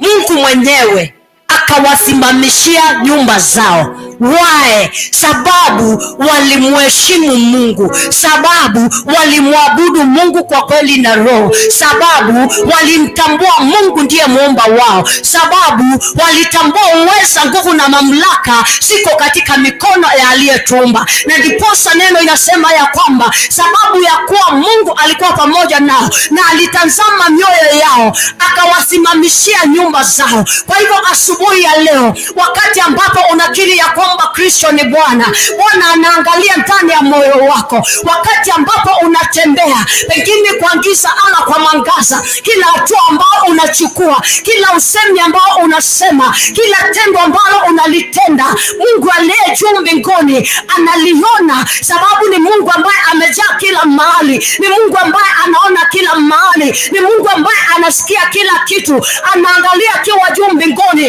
na anajua ili umetenda kwa ajili ya utukufu wa jina lake, anajua ili umetenda kwa ajili ya utukufu wako. Na wakati ambapo anatazama na kuona umemchanganya, hakika huo wakati Mungu atendi jambo lolote kwako, bali anakupatia time ukapate kujichunguza, ukapate kujibandirisha na kumwachia njia zako, akapate kukutawala. Na wakati ambapo unamwachia, ndipo Bwana anashuka na kukusimamishia nyumba yako, ndipo Bwana anashuka na kukusimamishia biashara yako, ndipo Bwana anashuka na kukusimamishia ibada yako, ndipo Bwana anashuka na kukusimamishia jamii yako, ndipo Bwana anashuka na kukusimamishia taifa lako, ndipo Bwana anashuka na kukusimamishia kanisa lako, ndipo Bwana anashuka na kukusimamishia kipawa kile ambacho ameweka ndani yako. Hallelujah. Praise the Lord. Wanawake wasalishaji, wanawake ambao wameokoka, wanawake ambao ni watumishi wa Mungu, wanawake ambao wako katika nyumba ya Mungu, wanawake ambao wanalikiri jina la Bwana, wanawake ambao wanasema ya kwamba yuai, wanawake ambao wanasema mbinguni ndio kwetu. Asubuhi ya leo ni swali kwako, ni swali kwangu, ukajiulize kana kwamba wakati huu kuko na kila sababu ambayo Bwana anaweza kusimamishia nyumba yako, yako. Kuko na kila sababu Bwana anaweza kutetea. Kuko na kila sababu Bwana anaweza panua mipaka yako. Kuko na kila sababu Bwana anaweza kuinua kiwango kingine. Wewe uliye muimbaji, wewe uliye mhubiri, wewe ambaye umeombezi, wewe ambaye umeitwa kwa kitengo kimoja ama kingine, ni swali kwako. Wewe ambaye ni mwanabiashara, wewe ambaye ni mke katika ndoa, wewe ambaye ni bwana katika ndoa, wewe ambaye ni mtoto katika jamii, wewe ambaye ni Mkristo katika kanisa, ni swali kwako, ni swali kwangu. Kuna jambo gani ambalo nimetenda Bwana akiwa juu mbinguni? Anasema ili ni jambo jema. A very good servant who deserves to be given a reward. A very good servant who deserves his thanks to be extended. A very good servant who deserves to be elevated. A very good servant who is supposed to be given a new name. What have you done that the Lord your God can recommend about you? That the Lord your God can command blessings upon your life? What have you done? Ask yourself that question. As I ask myself, ask yourself, maybe you have been backbiting. Maybe you have been destroying others, distracting others, even making others to live Christianity. It's upon you. Ask yourself, what have you been doing? Wale wasalishaji wawili walikataa kusimama kinyume na mapenzi ya Bwana. Walikataa kutumika kama vyombo ambavyo ni cha kutumika na ule mwovu shetani. Wakasimama katika pengo lao, na Bwana akiwa juu mbinguni akaona mioyo yao. Sababu mara nyingi unapata katika vinywa vyetu tunaongea mengine na ndani ya mioyo yetu tunamaanisha mengine, lakini uzuri ule upo ni kwamba Bwana akona uwezo wa kuchunguza ndani ya moyo wa mwanadamu, afichiki jambo lolote. Kwa hivyo jichunguze na ukajiulize, ni kwa njia gani ama jambo lipi ambalo limetumika kama yule ambaye ni chombo cha ule mwovu shetani. Hallelujah, praise the Lord. Wakati ambapo unaona mwenzako Mungu amempa kipawa hata cha biashara, wewe unatembea mahali pale unajifanya ati wewe ni customer, ili hali unataka uchukue tu kitu kidogo mahali pale uende ukamfunge asipate kuendelea. Ili hali wakati ambapo unapata mtu amepewa kipawa cha uimbaji, wewe unaomba hiyo sauti ikapate kufungwa. Ili hali unapata ule mtu amepewa kipawa cha unabii, wewe unaomba yule mtu asipate kutumika. Ili hali wewe unapata ule mtu amepewa kipawa cha kuongoza hata watu katika kampuni, wewe unaomba kile kipawa kisifanye kazi. Kwa nini unatumika kama chombo cha ule mwovu shetani? Kataa asubuhi ya leo na ukaambie Bwana akakupe kumuogopa yeye, ndipo akapate kusimamisha chote ambacho unahitaji ndani ya moyo wako, chote ambacho unahitaji katika maisha yako, chote ambacho unahitaji katika huduma yako, chote ambacho unahitaji katika ndoa yako, chote ambacho unahitaji katika kazi ya mikono yako, chote ambacho unahitaji katika nchi ya Kenya, chote ambacho unahitaji hata kwa wazazi wako, ndugu zako na dada zako, wakati ambapo unatangaza msimamo na kumwambia ya kwamba Father, I fear you.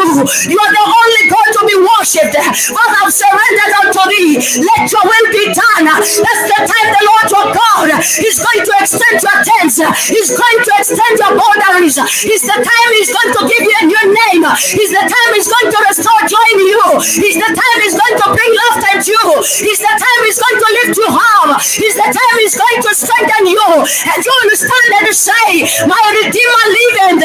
After all I know, He is the only cup that never ends dry. So I'm going to wait upon Him. I'm going to surrender everyone to Him, because He has the power and authority that His power may prevail, that His will may be turned into my life.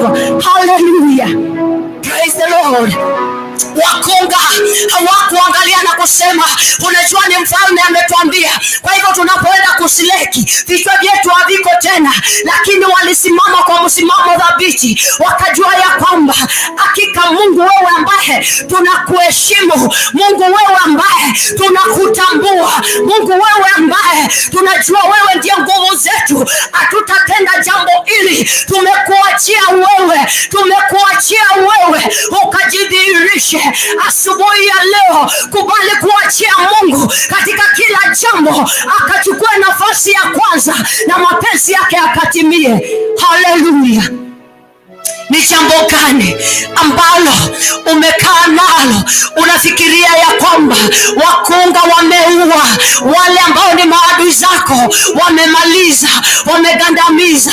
Asubuhi ya leo nimekuja na neno la tumaini ya kwamba kunaye Mungu ambaye anafufua, kunaye Mungu ambaye anatia nguvu tena, kunaye Mungu anayepanua mipaka, kunaye Mungu anayepanguza machozi, kunaye Mungu anayetufalisha mara tena upya, kunaye Mungu anayerejesha tumaini kwetu. Asubuhi ya leo wale wakunga walisimama na wakajua ya kwamba huwayu mikononi mwa Bwana, kwa hivyo hatutaua. Na mimi asubuhi ya leo nimesimama kama chombo kukwambia ya kwamba kile ambacho walitangaza ya kwamba wanaua, amekuja yule ambaye anafufua, amekuja yule ambaye anaimarisha, amekuja yule ambaye anapona, amekuja yule ambaye anabariki, amekuja yule ambaye anatenda makuu zaidi ya matarajio yetu. Hallelujah. Praise the Lord. He's a God of another chance. He's so faithful. And he will never share his glory with any man. And that's the reason he made sure he has blessed these two midwives. Hallelujah. Mungu ni wema. Na Mungu anabaki kuwa Mungu milele. You know, as a human being, we have 4 things in our brain. Kama mwanadamu, we have 4 things in our brains.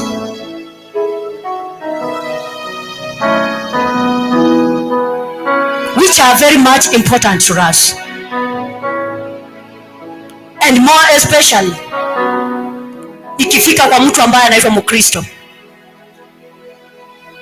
We need to have this more than anything else in our brains. Ukipata kuna moja iko less, hauna. Think about it.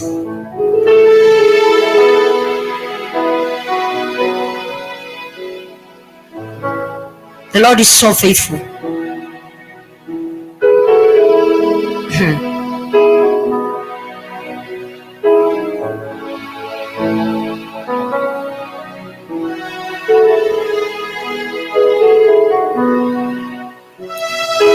Do you know why Christians, you are becoming casual Christians? People of carnality. Do you know why? We have become used to God. Tumefanya Mungu wetu kuwa mazoea. And that's the reason I said the other day, kizazi kile ambacho tuko ndani ni kile kizazi ambacho kinajua mbele. Kile kizazi ambacho kinataka kumtangulia Mungu. Wako mbele ya Mungu. So ni kama namwambia Sir God, follow me. And if we miss to be very much alert in the spirit, we are going to remain churchgoers. Yes. Wakristo, waendaji wa kanisa, ilhali ndani yetu tuko patupu.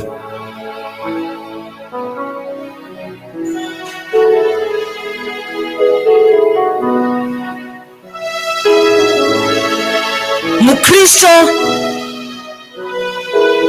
anastahili kuwa with these 4 things. Kitu ya kwanza, agree to learn. Learn. Even if you don't understand, soma. Kubali. After umesoma, do research kwa ile kitu umesoma. Do research. But Christians tunataka kufanyiwa kitu inaitwa spoon feeding. uchotewe tu, uwekwe kwa mdomo. Hatutaki kusoma. We don't want to research.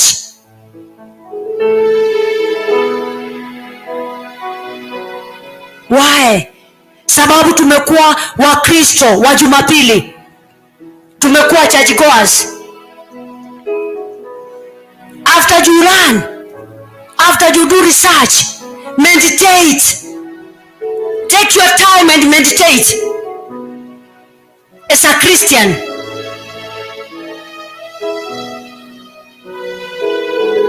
meditate. And the fourth one, separate yourself. Have moments of silence.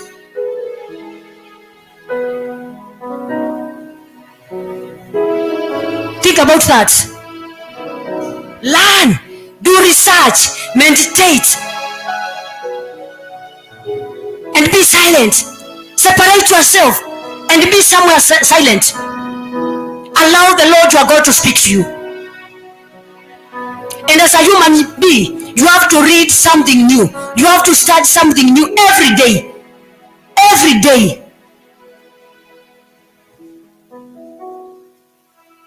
Lakini sababu tumekuwa Wakristo wa spoon feeding, hatuna time ya kusoma Biblia. Hatuna time ya kujitenga na kutafakari. Hatuna time ya kutaka kuchunguza na kuelewa ili lilikuwa ni kwa sababu gani, ama lilisemwa kwa sababu gani. Hili hali tunataka tu kukaa kwa vikao vya wanasiasa, watu wa kelele, watu ambao wamejinajisi, watu ambao wana nafasi na Mungu, watu ambao wamejielekeza kwa matakwa yao, watu ambao hawamheshimu Mungu. Hatuna time na Mungu, na hiyo ndio sababu unaona shetani anazuia baraka zetu, wakati ambapo Mungu anasema sasa leo nataka niachilie baraka zangu, sasa leo nataka nisimamishe ile ndoa, sasa leo nataka nisimamishe ule mtumishi, sasa leo nataka nisimamishe ule dada, sasa leo nataka nisimamishe yule kiongozi. Anapata ule mtu ana nafasi na Mungu, anapata wewe autafakari ukuu wa Bwana, autafakari kama inawezekana kwa Bwana, unatafakari mambo mengine, unatafuta vitu zingine, unajifunza zile ambazo ni chukizo kwa Bwana. Hawa mama walikubali kukaa katika njia za Bwana, na Herode akakosa cha kuwahukumu nacho. Alikosa cha kuwahukumu nacho. Kwa hivyo asubuhi ya leo, unapokaa katika njia za Bwana na kufanya yaliyo mapenzi ya Bwana na kufanya ukweli wa Bwana na kuhukumu kwa haki ya Bwana, hakuna wakati ambapo adui yako atakuwa na nafasi ya kukushtaki. Hakuna wakati adui yako atakuwa na nafasi ya kuinuka na kukuweza. Hakuna wakati ambapo adui yako atapata kibali machoni pako, bali wewe aliye Muumba wako, aliye mtetezi wako, yeye ambao unamtumainia, atakupa kibali, atakusimamisha, atakushindania, atakuneemesha, na utazidi kusema ya kwamba yu hai milele, yu hai milele, anaishi milele na anatawala milele, na ni muweza wa yote. Hallelujah. We thank the Lord this morning, sababu ni Mungu mkuu. Hallelujah. Jesus is Lord.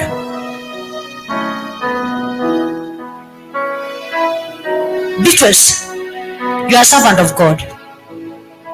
Kuna siku moja umepigiwa simu na mtu ati pastor, niko na ujumbe wako. Na unajua mara nyingi watu ambao tunaitwa pastors, ukisikia tu ujumbe unafikirianga ni Mungu amenena. So unakuanga na ile curiosity ya kutaka, deliver that message. Hello Pastor Beatrice, it's very urgent. I have your message. How can I meet you? Wewe unang'ang'ana, unasikia randa ni ya roho, unajua Mungu amecommunicate, pengine kwa jambo ulikuwa unaombea. And this brethren, wakati anatafuta mpaka anakupata, mnakutana, unamwambia now, deliver the message of the Lord. Mtu anakuambia, nimekuja nikwambie na kuchukia.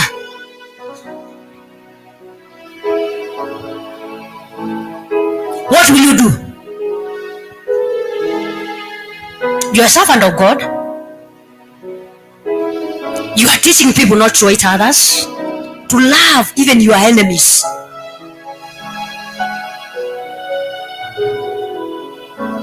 Unajirokota mpaka unamuuliza, na si ungeniambia tu kwa simu.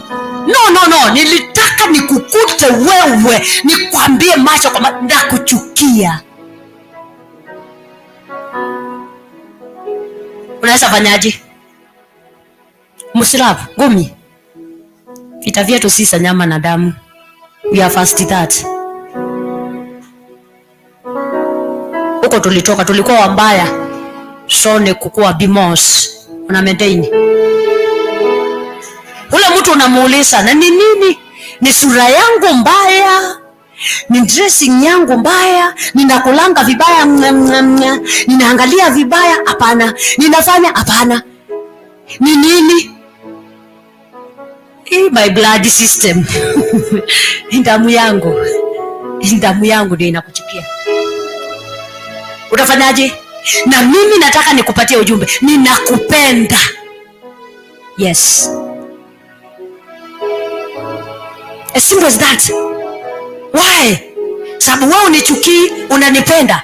So you have to give what only you have. Damu yake ndio inakuchukia. Hakuna kitu kingine, ni damu. Kila unastahili kufanya nini? Ninakupenda. By fire, by force. Ninakupenda. Na matendo uongea zaidi. Wakati ambapo unamwambia unampenda, anza kuchukua hatua ya matendo. And you will be preaching. Think about that. Sababu umetendekea mtu na akasimama kama mjasiri aliyeitwa na Mungu, anayemwogopa Mungu, anayejua Mungu ni nani. Hakuna sababu yoyote inafanya ule ndugu achukie, ila tu ni damu yake.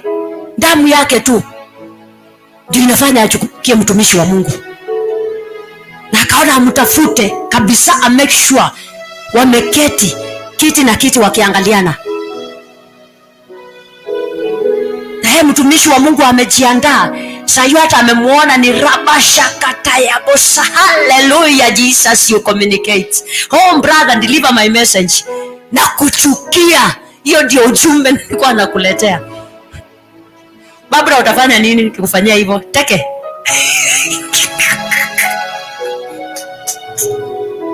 Hata mtu ameniambia atanifanya hivyo. Lakini utanifanya hivyo na nikwambia nakupenda na niendelee kukupenda. Hawa mama wakunga hawakuchukua hatua kama hiyo. Waliendelea kumheshimu Mungu, waliendelea kumcha Mungu, waliendelea kumpenda Mungu. Na wakati wa Mungu ukafika na akawatetea. Kwa hivyo asubuhi ya leo, simama katika zamu yako. Simama katika pengo.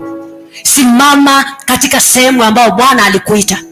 Kusiwe na kitu chochote kikakubadilisha mawazo yako ama kikakutoa katika njia za Bwana. That's the reason in the book of Romans chapter 8:28 pale downwards unapata tunaulizwa, ni kitu gani kitakachonitenga na upendo wa Bwana? Ni njaa? Hapana. Ni fitina? Hapana. Ni usherati? Hapana. Ni umaskini? Hapana. Ni kukataliwa? Hapana. Why? Yeye hakuchagua kitu chochote akasema ametupenda kwa hilo, bali alitupenda katika kule kufungukiwa kwetu kote. Na hapo ndio inakuanga changamoto sana, na wao wanapenda kutia watu changamoto kwa hilo sana. Wakati ambapo unataka kujilipisha kizazi, ati mtu amekutendea ili unataka ujilipishe. Wewe hebu angalia zile vitu Mungu amekusamea. Hebu angalia character yako. Sincerely speaking, angalia tu character yako kutoka ukiwa mdogo mpaka ufike hapo mzee kiaria. Kama sio Mungu kukupenda, ungekuwa kwa hii dunia? Tungekuwa tunasema kulikuwa. lakini sisi hatuonangi hiyo. Tunatakanga tujilipishie. Tunapomwachia Mungu yote atatusimamisha. Tunapomwachia yote, sababu mahali ambapo huko, kile kipeo umepewa, kile kipawa ama kibali umepata, ni yeye amekupatia, na hakuna mtu atakutoa hapo. Ni ukweli. Watu watainuka, watu wataongea vile wanataka, watu watakudhiaki, watu watakudharau, watu watakuita majina, but maintain your focus. Endelea kumcha Bwana, endelea kumwogopa Mungu, naye atashuka na kukusimamisha, naye atashuka na kukutetea, naye atashuka na kukuimarisha, naye atashuka na kukupangusa machozi, naye atashuka na kukupa furaha, sababu ni Mungu mkuu. Hallelujah. We serve a mighty God, unchangeable God, reliable God, who was there before, and he is the same God who is here today, and he is the one who has to come. Kuna siku nimeitwa ushuhuda hapa siku moja, nikasema my sister mwenye ananifuata nyuma yangu hapa alikuwa anafanya kazi kwa M-Pesa na pesa ikapotea. Pesa ilikuja ikaibiwa. So asubuhi bosi akalikuja na maaskari, pingu, twende. Nikatoka hapa Nairobi kwenda kumuona. Aliniambia, sikiza nikwambie, usiniambie mambo ya huyu Yesu. Alikuwa wapi? Nikishikwa niletwe nikuje kuwekwa hapa. Huyo Yesu alikuwa wapi mwenye unaniambia Yesu wako anaona, anajua? Usiniambie hiyo habari. There are sometimes hali inakuwa ngumu, but let us not change. Tusikane jina la Yesu, tusiache njia za Mungu, bali tusimame wima, na yeye atasimama na kututetea. Alilia, mwisho wa hasira zikaisha na akakul, na tukaomba na kukuja, wakasema hana makosa, achiliwe. Sasa kutoka hapo akicheka ndio anaanza kusema enyewe ni ukweli, enyewe ni ukweli Yesu alikuwa. Lakini hapo alikuwa amesema usijaribu kuniambia alikuwa wapi, nikishikwa mpaka niletwe hapa. Usiniambie habari za huyo Yesu. So sometimes tunakuanga katika hali ambao unaweza jipata unauliza maswali kama hiyo. Hawa mama hawakuuliza Mungu maswali yoyote, lakini waliendelea kumuogopa na kumheshimu, na Mungu naye akatenda mapenzi yake, sababu ni Mungu mkuu.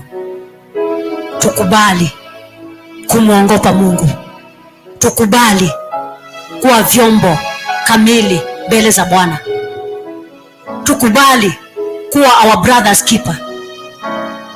Udhaifu wangu acha ukawa udhaifu wako, kufungukiwa kwangu acha kuwa kufungukiwa kwako, na Mungu atashuka na kutusimamisha. Mungu atashuka na kutushindania. Mungu atashuka na kututetea, sababu ni Mungu mwaminifu, ni Mungu asiyeshindwa, ni Mungu asiyebadilika, ni Mungu ambaye hafananishwi na hachoki, bali anabaki kutawala milele. Kwa jina la Yesu Kristo, may the Lord our God bless us all as we meditate upon his word, as we meditate upon his power into our lives, as we meditate upon his grace. Kubali kila kitu unachofanya katika maisha haya kiwe kwa neema ya Mungu. Chote unachofanya kubali kiwe kwa neema ya Mungu, na Mungu atatukuka akiwa juu mbinguni, sababu ni mwaminifu.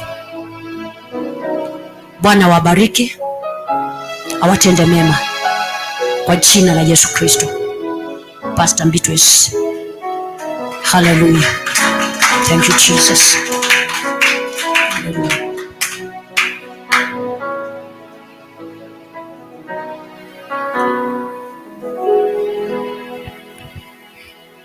Bwana akubariki sana mchungaji na akutende makuu. Haleluya. Bwana atukuzwe. Bwana asifiwe. Nimekuja kujua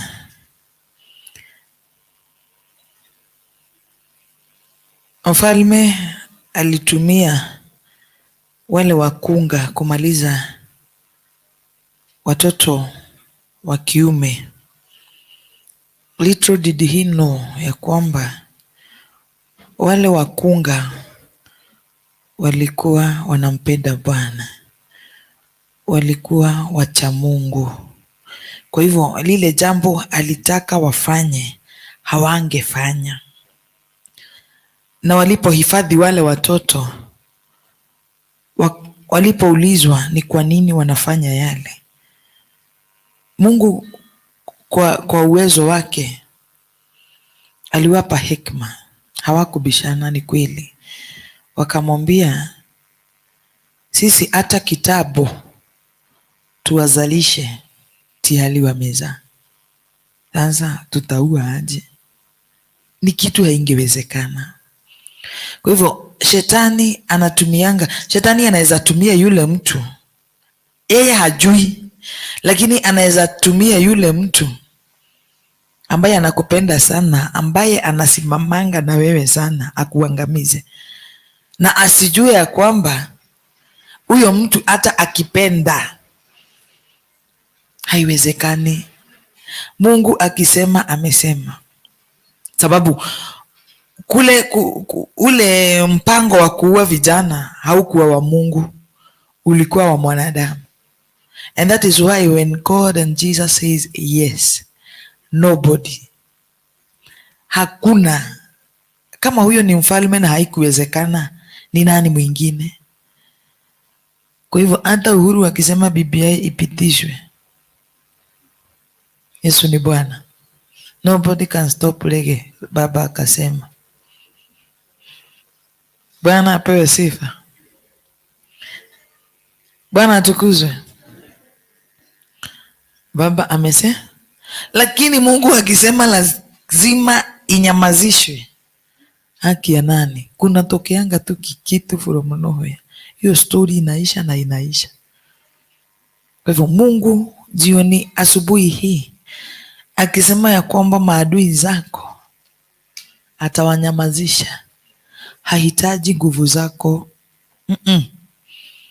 God does not need your effort. Hapana, yeye mwenyewe atacheza kama manbazu. Cheza kama yeye. Wewe ukiwa hapo tu unajiangalilia mchezo, utapata wote, au sio?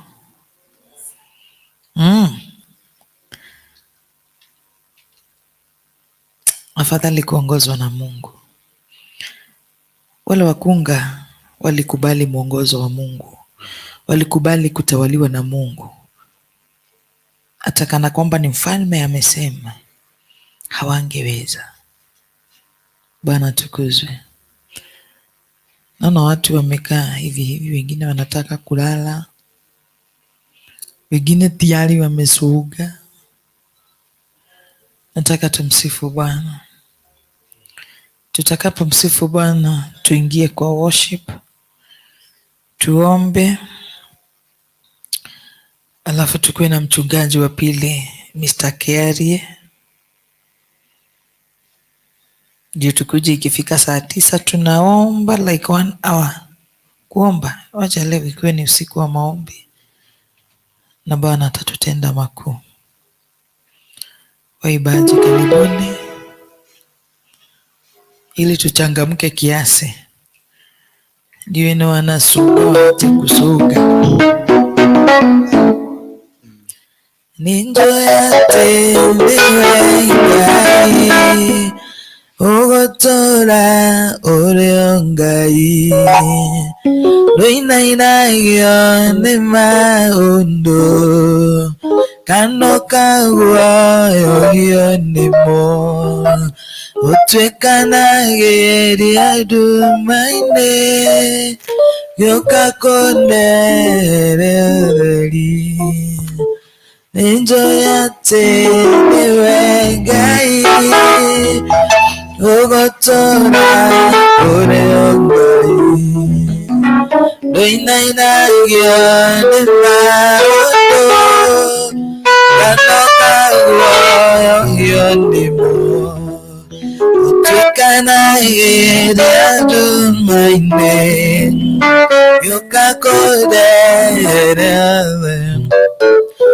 Aimonana Motuzi Israeli Yolinga yolinga Duotago Nyondo Amoko Wakunene Nyonetewega Ikionda iteka Ukumia na Gukogosha Aimonana na Motuzi Israeli Yolinga yolinga Duotago Nyondo agwoko wakunene nyonetewega Nikionda iteka ukumia na gukogosha Enjoyate niwengai Ogotora Oreongai Luinainagio Nimaundo Kanokawa Yonimo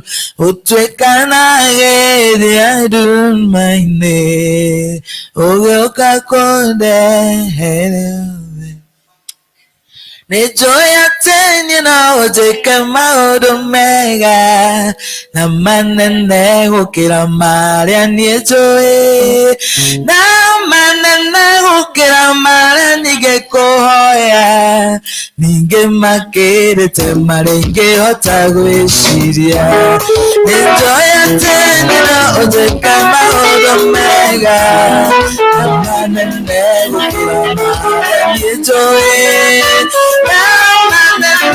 Ukira Maria Nejoe Makere Temarenge Otagweshiria Enjoyate Niwengai Ogotora Oreongai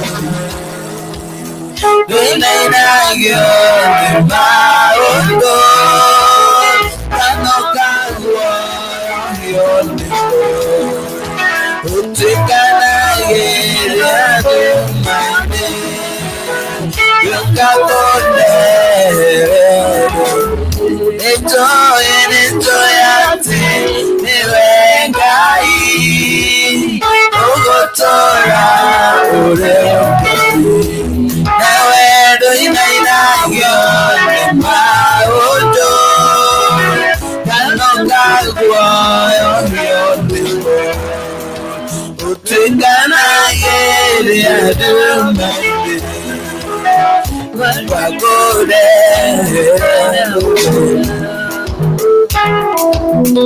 Naftali najua hujashika kitu Atenishwa wewe ni Mungu Hautishwi, hautembezwi na mambo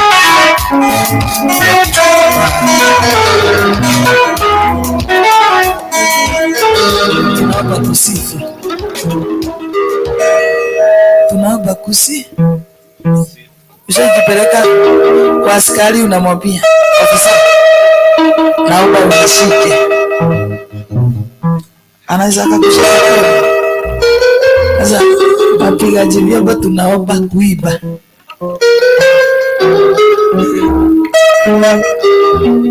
Tunaomba kuiba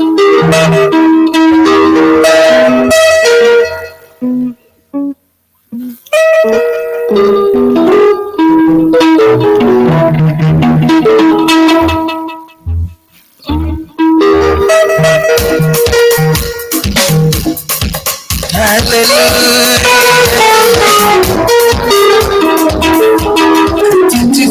Chezea Bwana. Chezea Bwana. Sasa ukikaa hapa.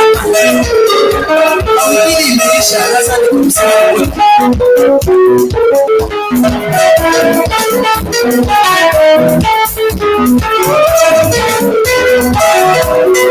Makofi, makofi kwa Bwana vigelegele kwa Yesu.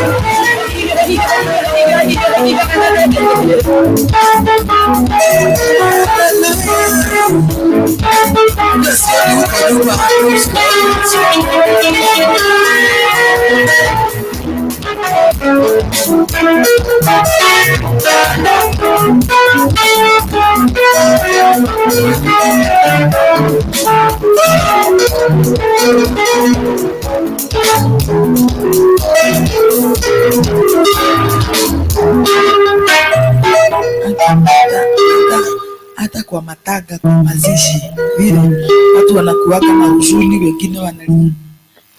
Hata watu ikikuja ni kusifu, hata wakumbukagi kuna jeneza mbele yao, huwa wanasifu, wakimaliza ndio wanakumbuka ikimaniko. Sasa hata kwa nyumba ya Mungu, Mungu ukaa katika sifa za watu wake. Hapa it is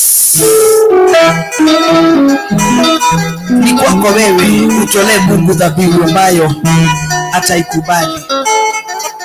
Hivyo ukiniangalia vile mimi nacheza, unashangaa kucheza kama wewe kichezea Mungu. Haleluya, Bwana atukuzwe.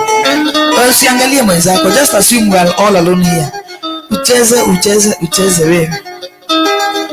Ainuliwe Mungu wetu leo, ainuliwe Bwana wa mabwana. Yesu leo, ainuliwe Bwana wa mabwana. Karibu hapa. Ni kwa makosa yako kuchukua microphone na uiba. Karibu. Na tunakupenda. Sasa kutoka leo nasikia president. Basi ndio. Mbona tunapata wateja hivi? Ainuliwe Mungu wetu leo, ainuliwe Bwana wa mabwana. Ainuliwe Mungu wetu leo, ainuliwe Bwana wa mabwana. Ainuliwe Mungu wetu leo, ainuliwe Bwana wa mabwana. Ainuliwe Mungu wetu leo, ainuliwe Bwana wa mabwana. Apewe sifa Mungu wetu leo, apewe sifa.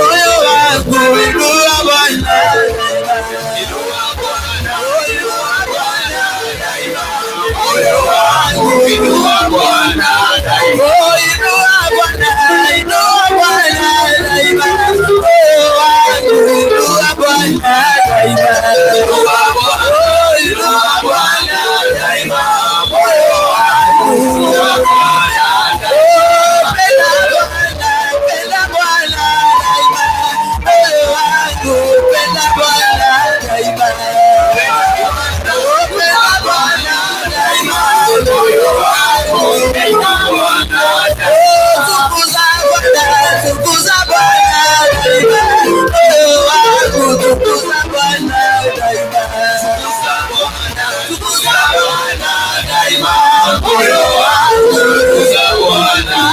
oh inua Bwana daima moyo wangu inua Bwana daima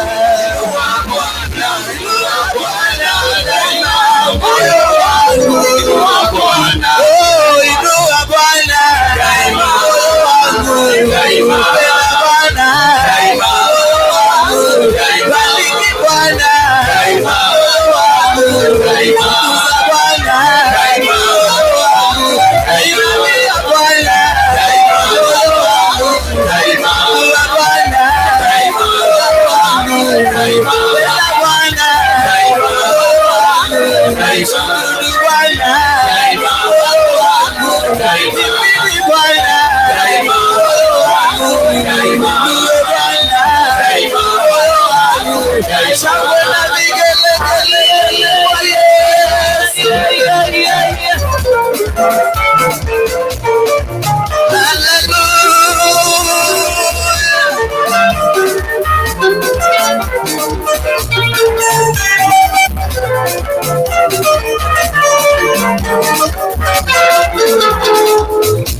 Bwana wetu Yesu makofi.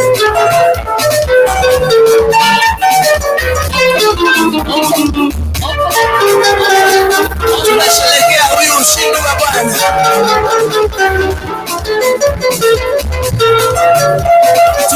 Tunasherehekea ushindi wa Bwana. Jina la Yesu ni ngome imara. Tunasherehekea ushindi wa Bwana. Jina la Yesu ni ngome imara. Tunasherehekea ushindi wa Bwana. Jina la Yesu ni ngome imara. Tunasherehekea ushindi wa Bwana. Jina la Yesu ni ngome imara. Tunafurahia ukombozi wa Bwana. Jina la Yesu ni ngome imara. Tunasherehekea ushindi wa Bwana. Jina la Yesu ni ngome imara.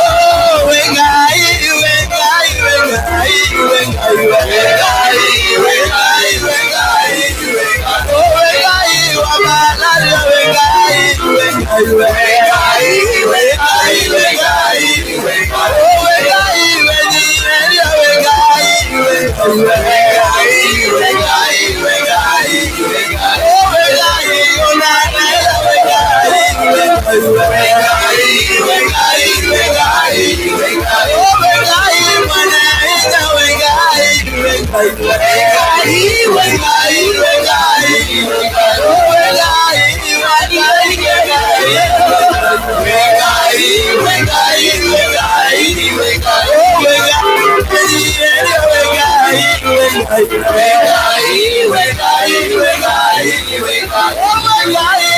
onana wengai wengai wengai wengai wengai mwana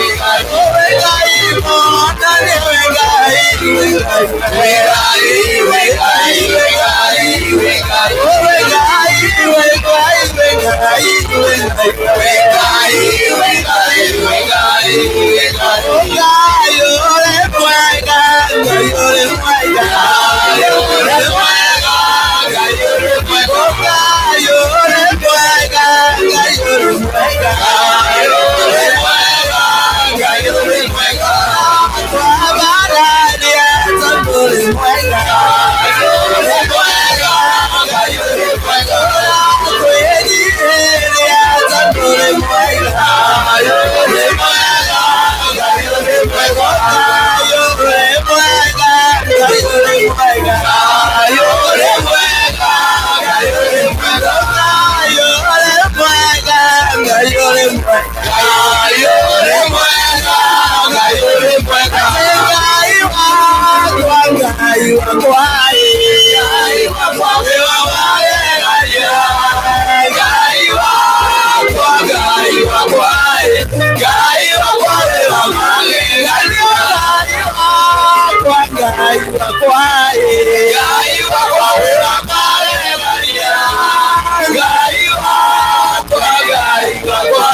wengai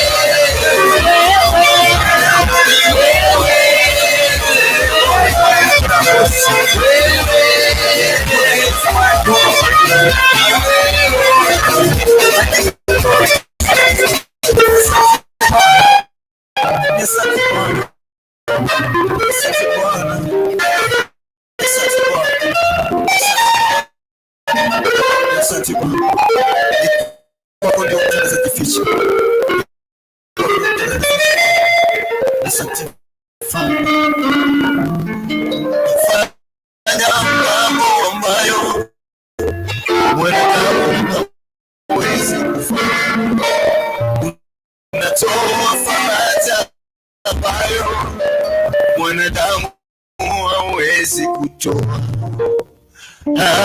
haufanani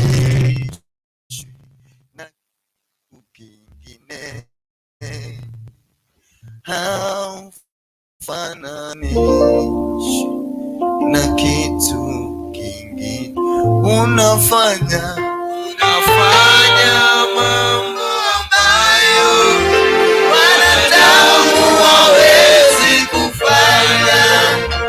Unatoa faraja ambayo wanadamu hawezi kutoa. Unafanya mambo ambayo wanadamu hawezi kunatoa faraja ambayo wanadamu hawezi kutoa.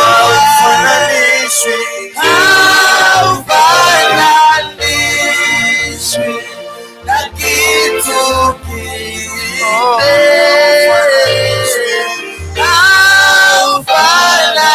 Haufananishwi na kitu kingine. Wewe ni Mungu, nituliza bahari.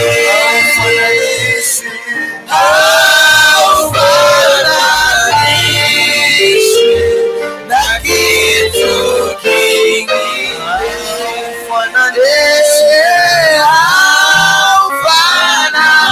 Haufananishwi na kitu kingine. Wewe ni Mungu, wewe ni Mungu, pasua bahari, pasua bahari.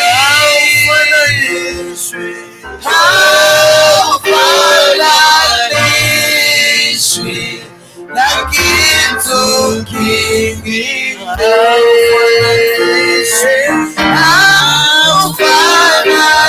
Haufananishwi na kitu kingine. Unafanya mambo ambayo wanadamu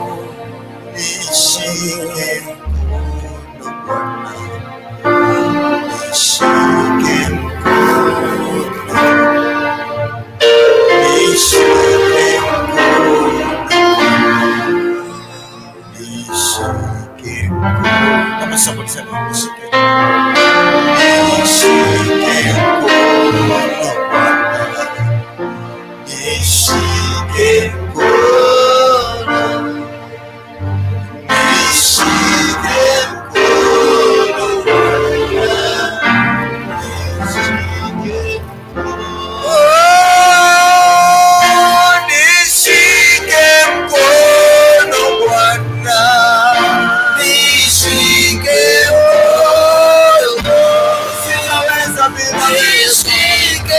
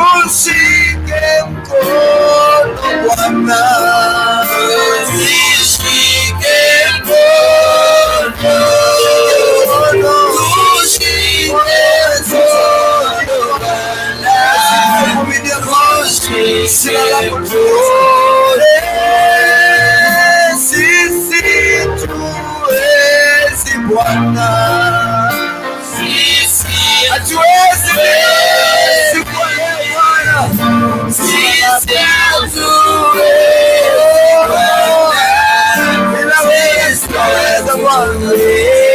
Bwana, tushike mkono Bwana, tushike mkono, tushike mkono Bwana, tushike mkono, tushike mkono Bwana, tushike mkono, tushike mkono Bwana, tushike mkono, tushike mkono Bwana,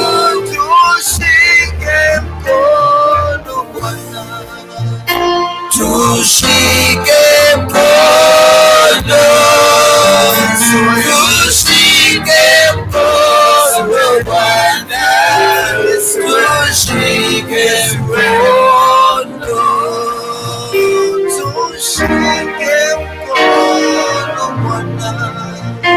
tushike mkono Bwana, tushike mkono, tushike mkono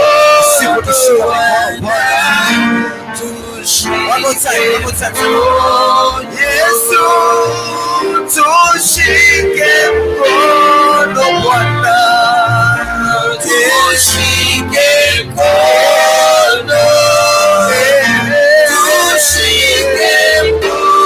tushike mkono, tushike mkono,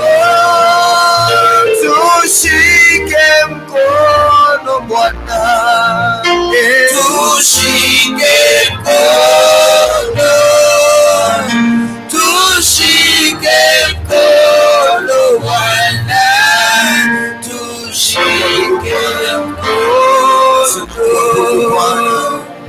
mkono, tushike na mkono wako Bwana, tunakuabudu Bwana, tunakuabudu Bwana, tutangulie Bwana, hatuwezi bila wewe, tushike na mkono, tushike mikono, tushike Bwana, tushike na mkono, tushike mikono Bwana, tushike mikono, tupe nguvu Bwana, tupe uwezo, tushike mikono Bwana, tushike mikono, tushike Bwana. Hao wazee ambao wamewacha usingizi kuingia malangoni pako Bwana, washike mikono, sheria baganda bashende ribayanda boshete, washike mikono Bwana, washike mikono. Kwa vijana Bwana, kumbuka vijana wamechara huko nje wakaingia malangoni pako, washike mikono. Kwa mwana wasichana wakumbuke Bwana, waimbaji, wacheza vyombo, technicians, ministers, wamekuwa hii, washike mikono Bwana, washike mikono Bwana, washike mikono Bwana. Asante Bwana. Oh God, oh God, tushike mikono Bwana, tushike mikono Bwana, tushike mikono Bwana. Tunakuhitaji, ni ombi ambalo Bwana tunasongesha mbele zako jioni leo. Usiku tunaomba, tushike mikono. Hatuwezi bila wewe, hatuwezi bila wewe, hatuwezi bila wewe. Oh Jesus, asante Bwana, asante Bwana. Oh Jesus, tutavuka mapango yetu, vitu vyote vya thamani kwetu, mioyo yetu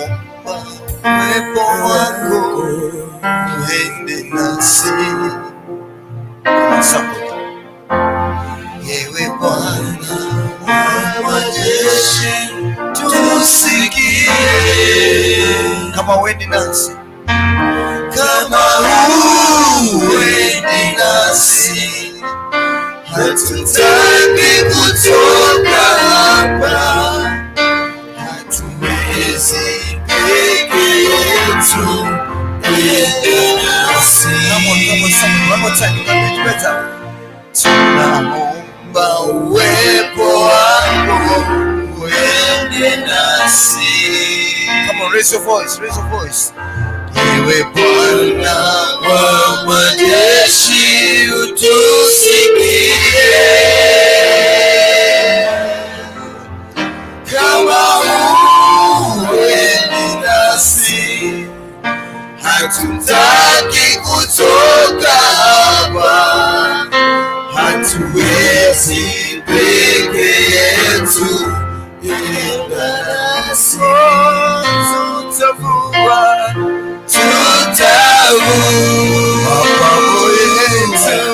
Mapango yetu, vitu vyote vya thamani kwetu, mioyo yetu twaleta mbele zako, tutakase na utembee nasi.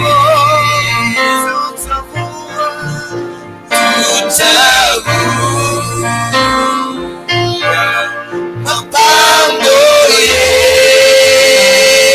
yetu, vitu vyote vya thamani kwetu, mioyo yetu tunaleta kwako Bwana, mioyo yetu twaleta mbele zako,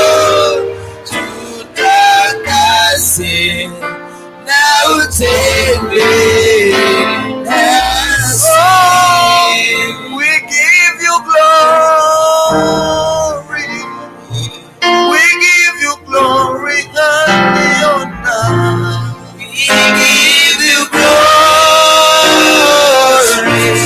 we give you glory and the honor. Master, we give you glory, we give you glory.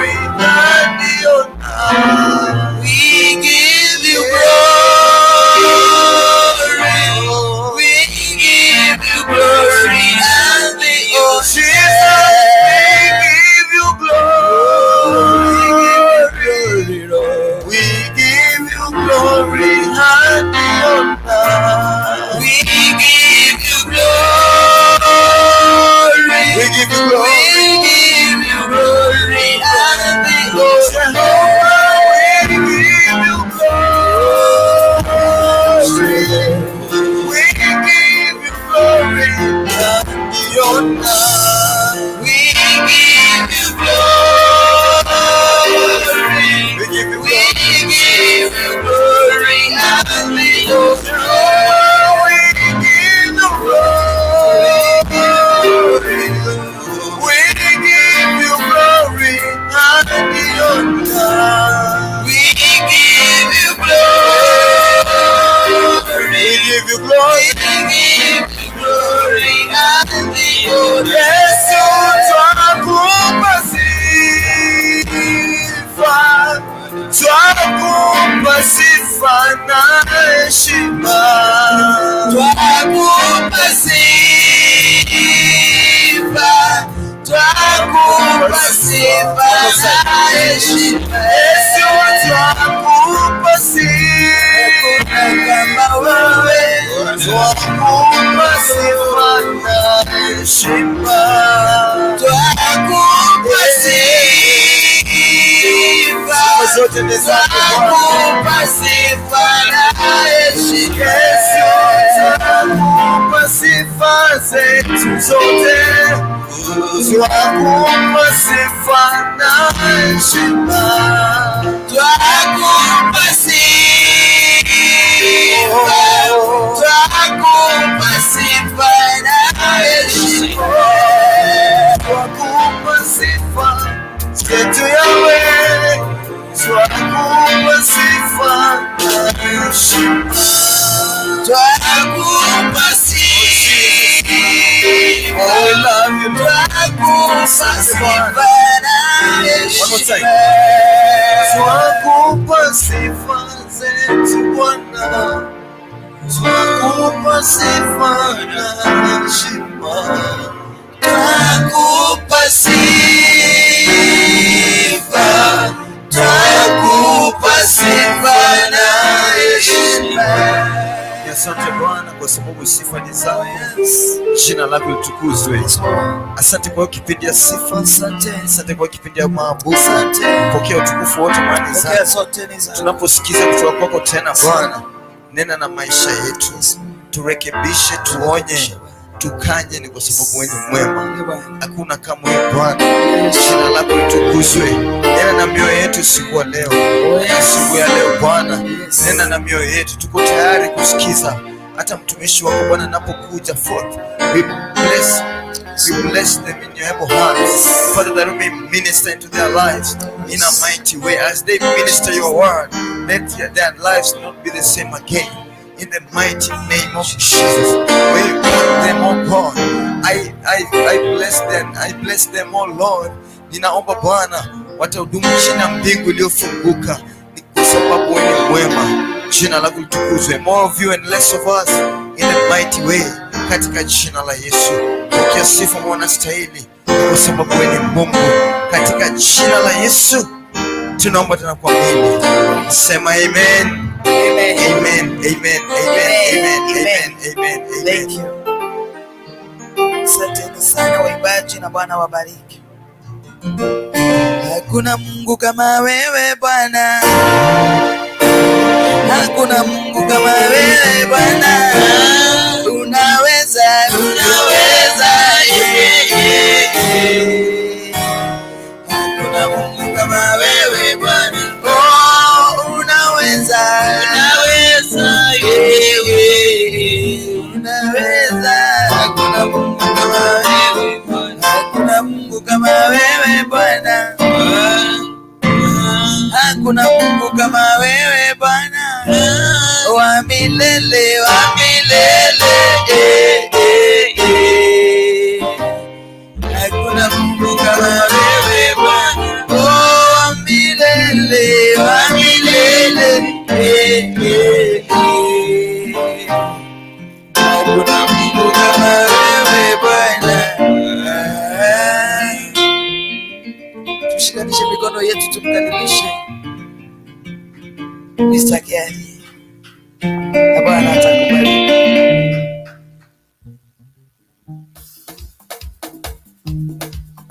Nasidwa aka kitu ni karefu ama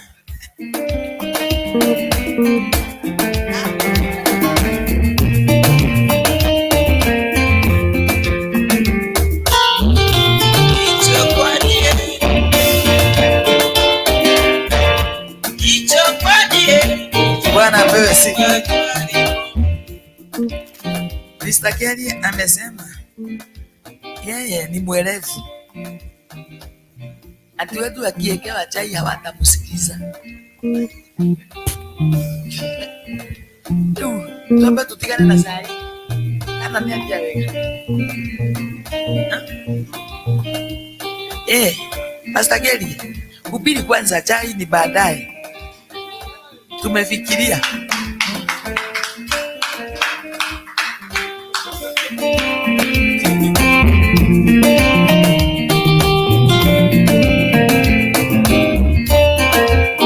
Bwana asifiwe. Ni asubuhi ingine jema ambalo Mungu ametufikisha. Kesha wetu naona unaendelea mzuri. Na ningewauliza tu, sitakuwa na mengi sana, lakini tafadhali tuambie usingizi aende. Usingizi uende, sababu usingizi naona usingizi naona ikitaka kuelemea wengine. Bwana asifiwe. Nataka nikienda kwa haraka kidogo tuangalie kitabu ya Yohana 11 ambao tutachukua mstari yake kidogo. Aya yake ndogo tutaichukua, inaitwa ni kitabu ya Yohana. Bwana asifiwe. Aba John.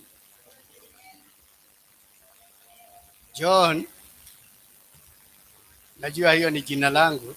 Nalipenda sana. Bwana asifiwe. Tutachukua muda kidogo tu, sio kubwa sana. Bwana asifiwe. Kwa hivyo usingizi iende kwao. Tasoma laini kidogo tu, alafu tuone mwelekeo.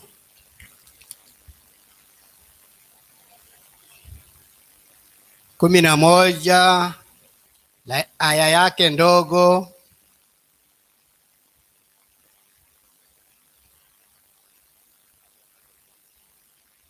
Hii kitabu yangu inakaa vizuri kweli. Aya yake ndogo, tutaanza na 38. Usome tu 38. Naanza na 38 na nitaenda kwa haraka kidogo. Kwa hivyo macho ifunguke. Bwana asifiwe. Macho, mtanipa macho ama mtanipa masikio? Masikio. Macho ni ya kuona. Macho ni ya kuona. Bwana asifiwe. Deeply moved once more, Jesus went to the tomb, which was a cave with a stone placed at the entrance. Take the stone away, Jesus ordered. Martha, the dead man's sister, answered, there will be a bad smell, Lord. He has been buried for 4 days. Bwana asifiwe. Tunaona ya kwamba Lazarus alikuwa ameaga, na wakati Yesu alipokuwa anataka kumfufua, Martha dada yake hakuweza kuelewa. Aliambiwa Yesu tu alisema tu, ondoeni hili jiwe. Cha kwanza alikuwa ameuliza, mumemweka wapi? Kaburini. Na wakati wamemfunika huko kaburini, dada yake hakuweza kuelewa ya kwamba Yesu ndio mwenyewe anabeba mambo yote. Ndio yeye mwenyewe, hakuna jambo ambalo hawezi kulitenda. Amen. Hawakuweza kumwelewa Yesu. Na wakati hawakumuelewa Yesu, Akamwambia, aliambia tu watu, unajua walikuwa mob. Unajua ni kama tu hapa Nairobi, pakitendeka jambo hapo mbele yenu, utaona mobu inajaa. Watu wanajazana, ni kuchungulia ni nini inaendelea, nini hiki kinaendelea. Sasa hapo walikuwa wengi, walikuwa wamejazana, lakini Yesu akasema, liondoeni hili jiwe. Maria anasema hapana, hii mtu ananuka sana. Sasa tutakaa wapi? Akifunguliwa itakuwa ni aje hapa? Na mtu ameshaoza. Hapo naona kama palikuwa na kaubishano kidogo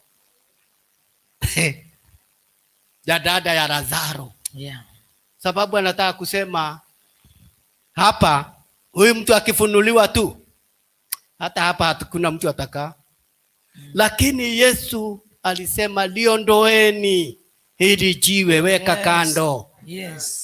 Aliweza kuinua mkono yake peke yake, akaitana, Lazarus, amka. Lazarus alikuja amefunga. Hebu tupige picha sasa tumuone vile alikuwa amefungwa hata miguu. Anatoka tu akisimama akija tu na amefungwa. Bwana asifiwe. Hey, Bwana asifiwe. Asubuhi ya leo iko mtu amefungwa na kamba, lakini atafunguliwa. Bwana asifiwe. Amen. Pako na mtu ako na shida, lakini Yesu anasema hiyo jiwe iko mbele yako itaondolewa. Hallelujah. Leo ni siku ingine njema ambao Yesu anafanyaga vitu. Amen. Na atafanya maneno. Bwana asifiwe. Hizo shida unaona ziko mbele yako. Oh yes. Hizo unaona zimekufungia njia. Oh yes. Siku ni leo. Amen. Ambao utapiga magoti na Yesu ataondoa hiyo. Amen. Tafakiriwa. Bwana asifiwe. Amen. Yesu ni muweza wa yote. Hallelujah. Nataka tusome kala nyingine kidogo tu. Na nitasoma sasa nikimalizia sababu nitaenda sana. Jesus said to her, "Don't I tell you that you would see God's glory if you believed?" They took the stone away.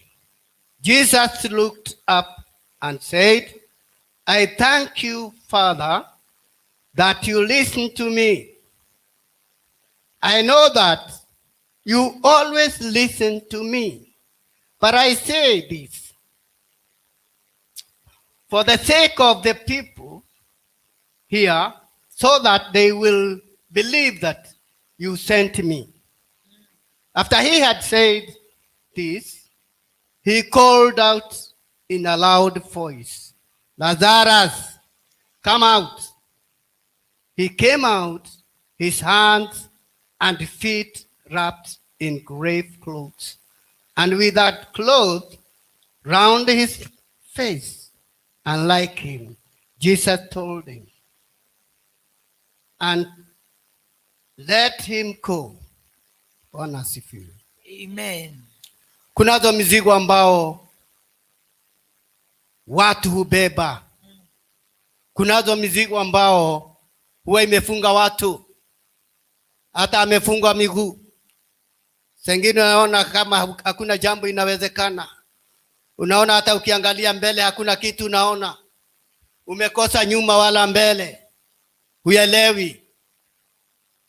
Wengine hata wanaenda kuiba vitu za watu sababu wamechanganyikiwa. Shida imewaelemea. Lakini nataka kuambia pako na umoja tu. Hallelujah. Ambao ukimulilia na upige magoti yako, hakika shida yote atakuondolea. Lakini hatukuagi na kugojea. Bwana asifiwe. Yes. Kama vile nasema sasa, jiwe litaondolewa mbele yako. Yes. Usije tu ukasema, "Oh, nimetoka na utajiri." No. Ni lazima utachoka. Utafanya kazi. Hiyo kazi yako ambayo imefungika. Ndugu yangu, dada yangu, ni lazima utalilia Mungu. Yes. Na utamlilia asubuhi hii njema. Na anaenda kufungua. Amen. Hiyo ambayo imefungika. Hakika atakufungulia. Hallelujah. Usiwe kama Maritha ambao hakuweza kuamini ati Yesu ndio anayeweza, mpaka akawa na doubt. Akaanza kusema hapana, hii mtu alikufa juzi nini mengi. Shika ile unaambiwa. Na uamini ya kwamba hiyo jiwe sasa liko njiani. Oh, yes. Limekufungia mipaka, limefunga kila kona. Ukipiga goti leo, ndugu yangu dada yangu, hakika litaondolewa. Hallelujah. Tunaona ya kwamba Lazarus alikuwa amefungwa. Yes. Alikuwa amefunikwa. Yes. Lakini aliweza kuamuka kutoka kaburini. Na akatokea. Amen. Na Yesu akaamuru afunguliwe. Yesu siku ya leo, hiyo minyororo umefungwa naye. Yes. Yesu anaenda kuondoa. Hallelujah. Bwana asifiwe. Amen. Hizo unaona zimefunga, zote zinaenda. Jesus name. Bwana asifiwe. Amen. Siku njema. Na sitaki kuwapeleka sana, sababu sitakagi watu wasikie kulala. Nikiona mtu akifanya kusinzia kidogo, natakaga ashike hiyo kidogo imepita. Bwana asifiwe. Kuna mambo nyingi ambao hapa ulimwengu inaumiza wengi. Bwana asifiwe. Amen. Na haya matatizo ni ya kila siku. Yes. Na ikosaji. Ndugu yangu, dada yangu, nataka ujue ya kwamba hakuna jambo lolote ambalo huwa ni ligumu. Lakini chunga, sababu iko ile kitu inafanyaga usitimiziwe. Yes. Na unalia ukisema hata hiyo. Nisikia mhubiri wa kwanza akisema vile dada yake alikuwa anauliza, huyu Yesu naye ni gani sasa? Bwana asifiwe. Sio huyu dada yake peke yake, ni wengi wanauliza, huyo Yesu mnatuambiaga ni Yesu mgani huyu? Na shida ndio hizi imenielemea, hata nililala njaa. Hata ukimwambia Yesu hatajua ni Yesu gani unamwambia. Na ndio sababu nataka kuambia kwamba Yesu anaye uwezo. Lakini unasikia kitu inaitwa lakini. Ni mpaka ufuate sheria. Amen. Za nani? Si sheria ya Kenya, sheria ya Mungu. Amen. Uenende na mienendo ile inayofaa. Sio ukiona kakitu kamtu unachukua unaficha. Nakwambia ukificha, jua kunaye mtu anakaona. Bwana asifiwe. Tujihadhari sana, sababu mnakaa na majirani na kitu yako tena ilichukuliwa, iliibiwa, ni kilio. Bwana asifiwe. Amen. Kitu ikichukuliwa, chunga usiwe na wewe ulichukua ya jamaa mwingine zamani. Amen. Bwana asifiwe. Amen. Kwa hivyo ningewaambia tu tufuate sheria ya Mungu. Amen. Na zaidi tupendane. Yes. Unajua kama iko sheria moja itakuja kuumiza watu wengi, upendo. Ni kumpenda jirani yako vile unavyojipenda. Bwana asifiwe. Amen. Na hiyo itafanya wengi waungue. Penda majirani yako, penda watu wote vile unavyojipenda. Na huwa mzito na ni ngumu sana. Ati sasa mtu amenikosea bado nizidi kumpenda. Ndio sababu wengine wanasemaga hapana, hata huyu Yesu naye amenisumbua, sasa nitamweka chini kwanza tuinuane na mangumi. Ukabiliane na yeye. Mungu atusamehe. Na atuongoze. Tukishika hizo amri kwanza ya upendo, tuweze tu kushika ya upendo. Yes. Hakika naye Mungu ataingia kati. Amen. ataanza kukutendea mema. Amina. Na utafaulu kwa jambo zote. Bwana asifiwe. Amen. Sitaki kuwashosha sana na Mungu awabariki. Amen. Amen. Tupigie mtumishi wa Mungu makofi.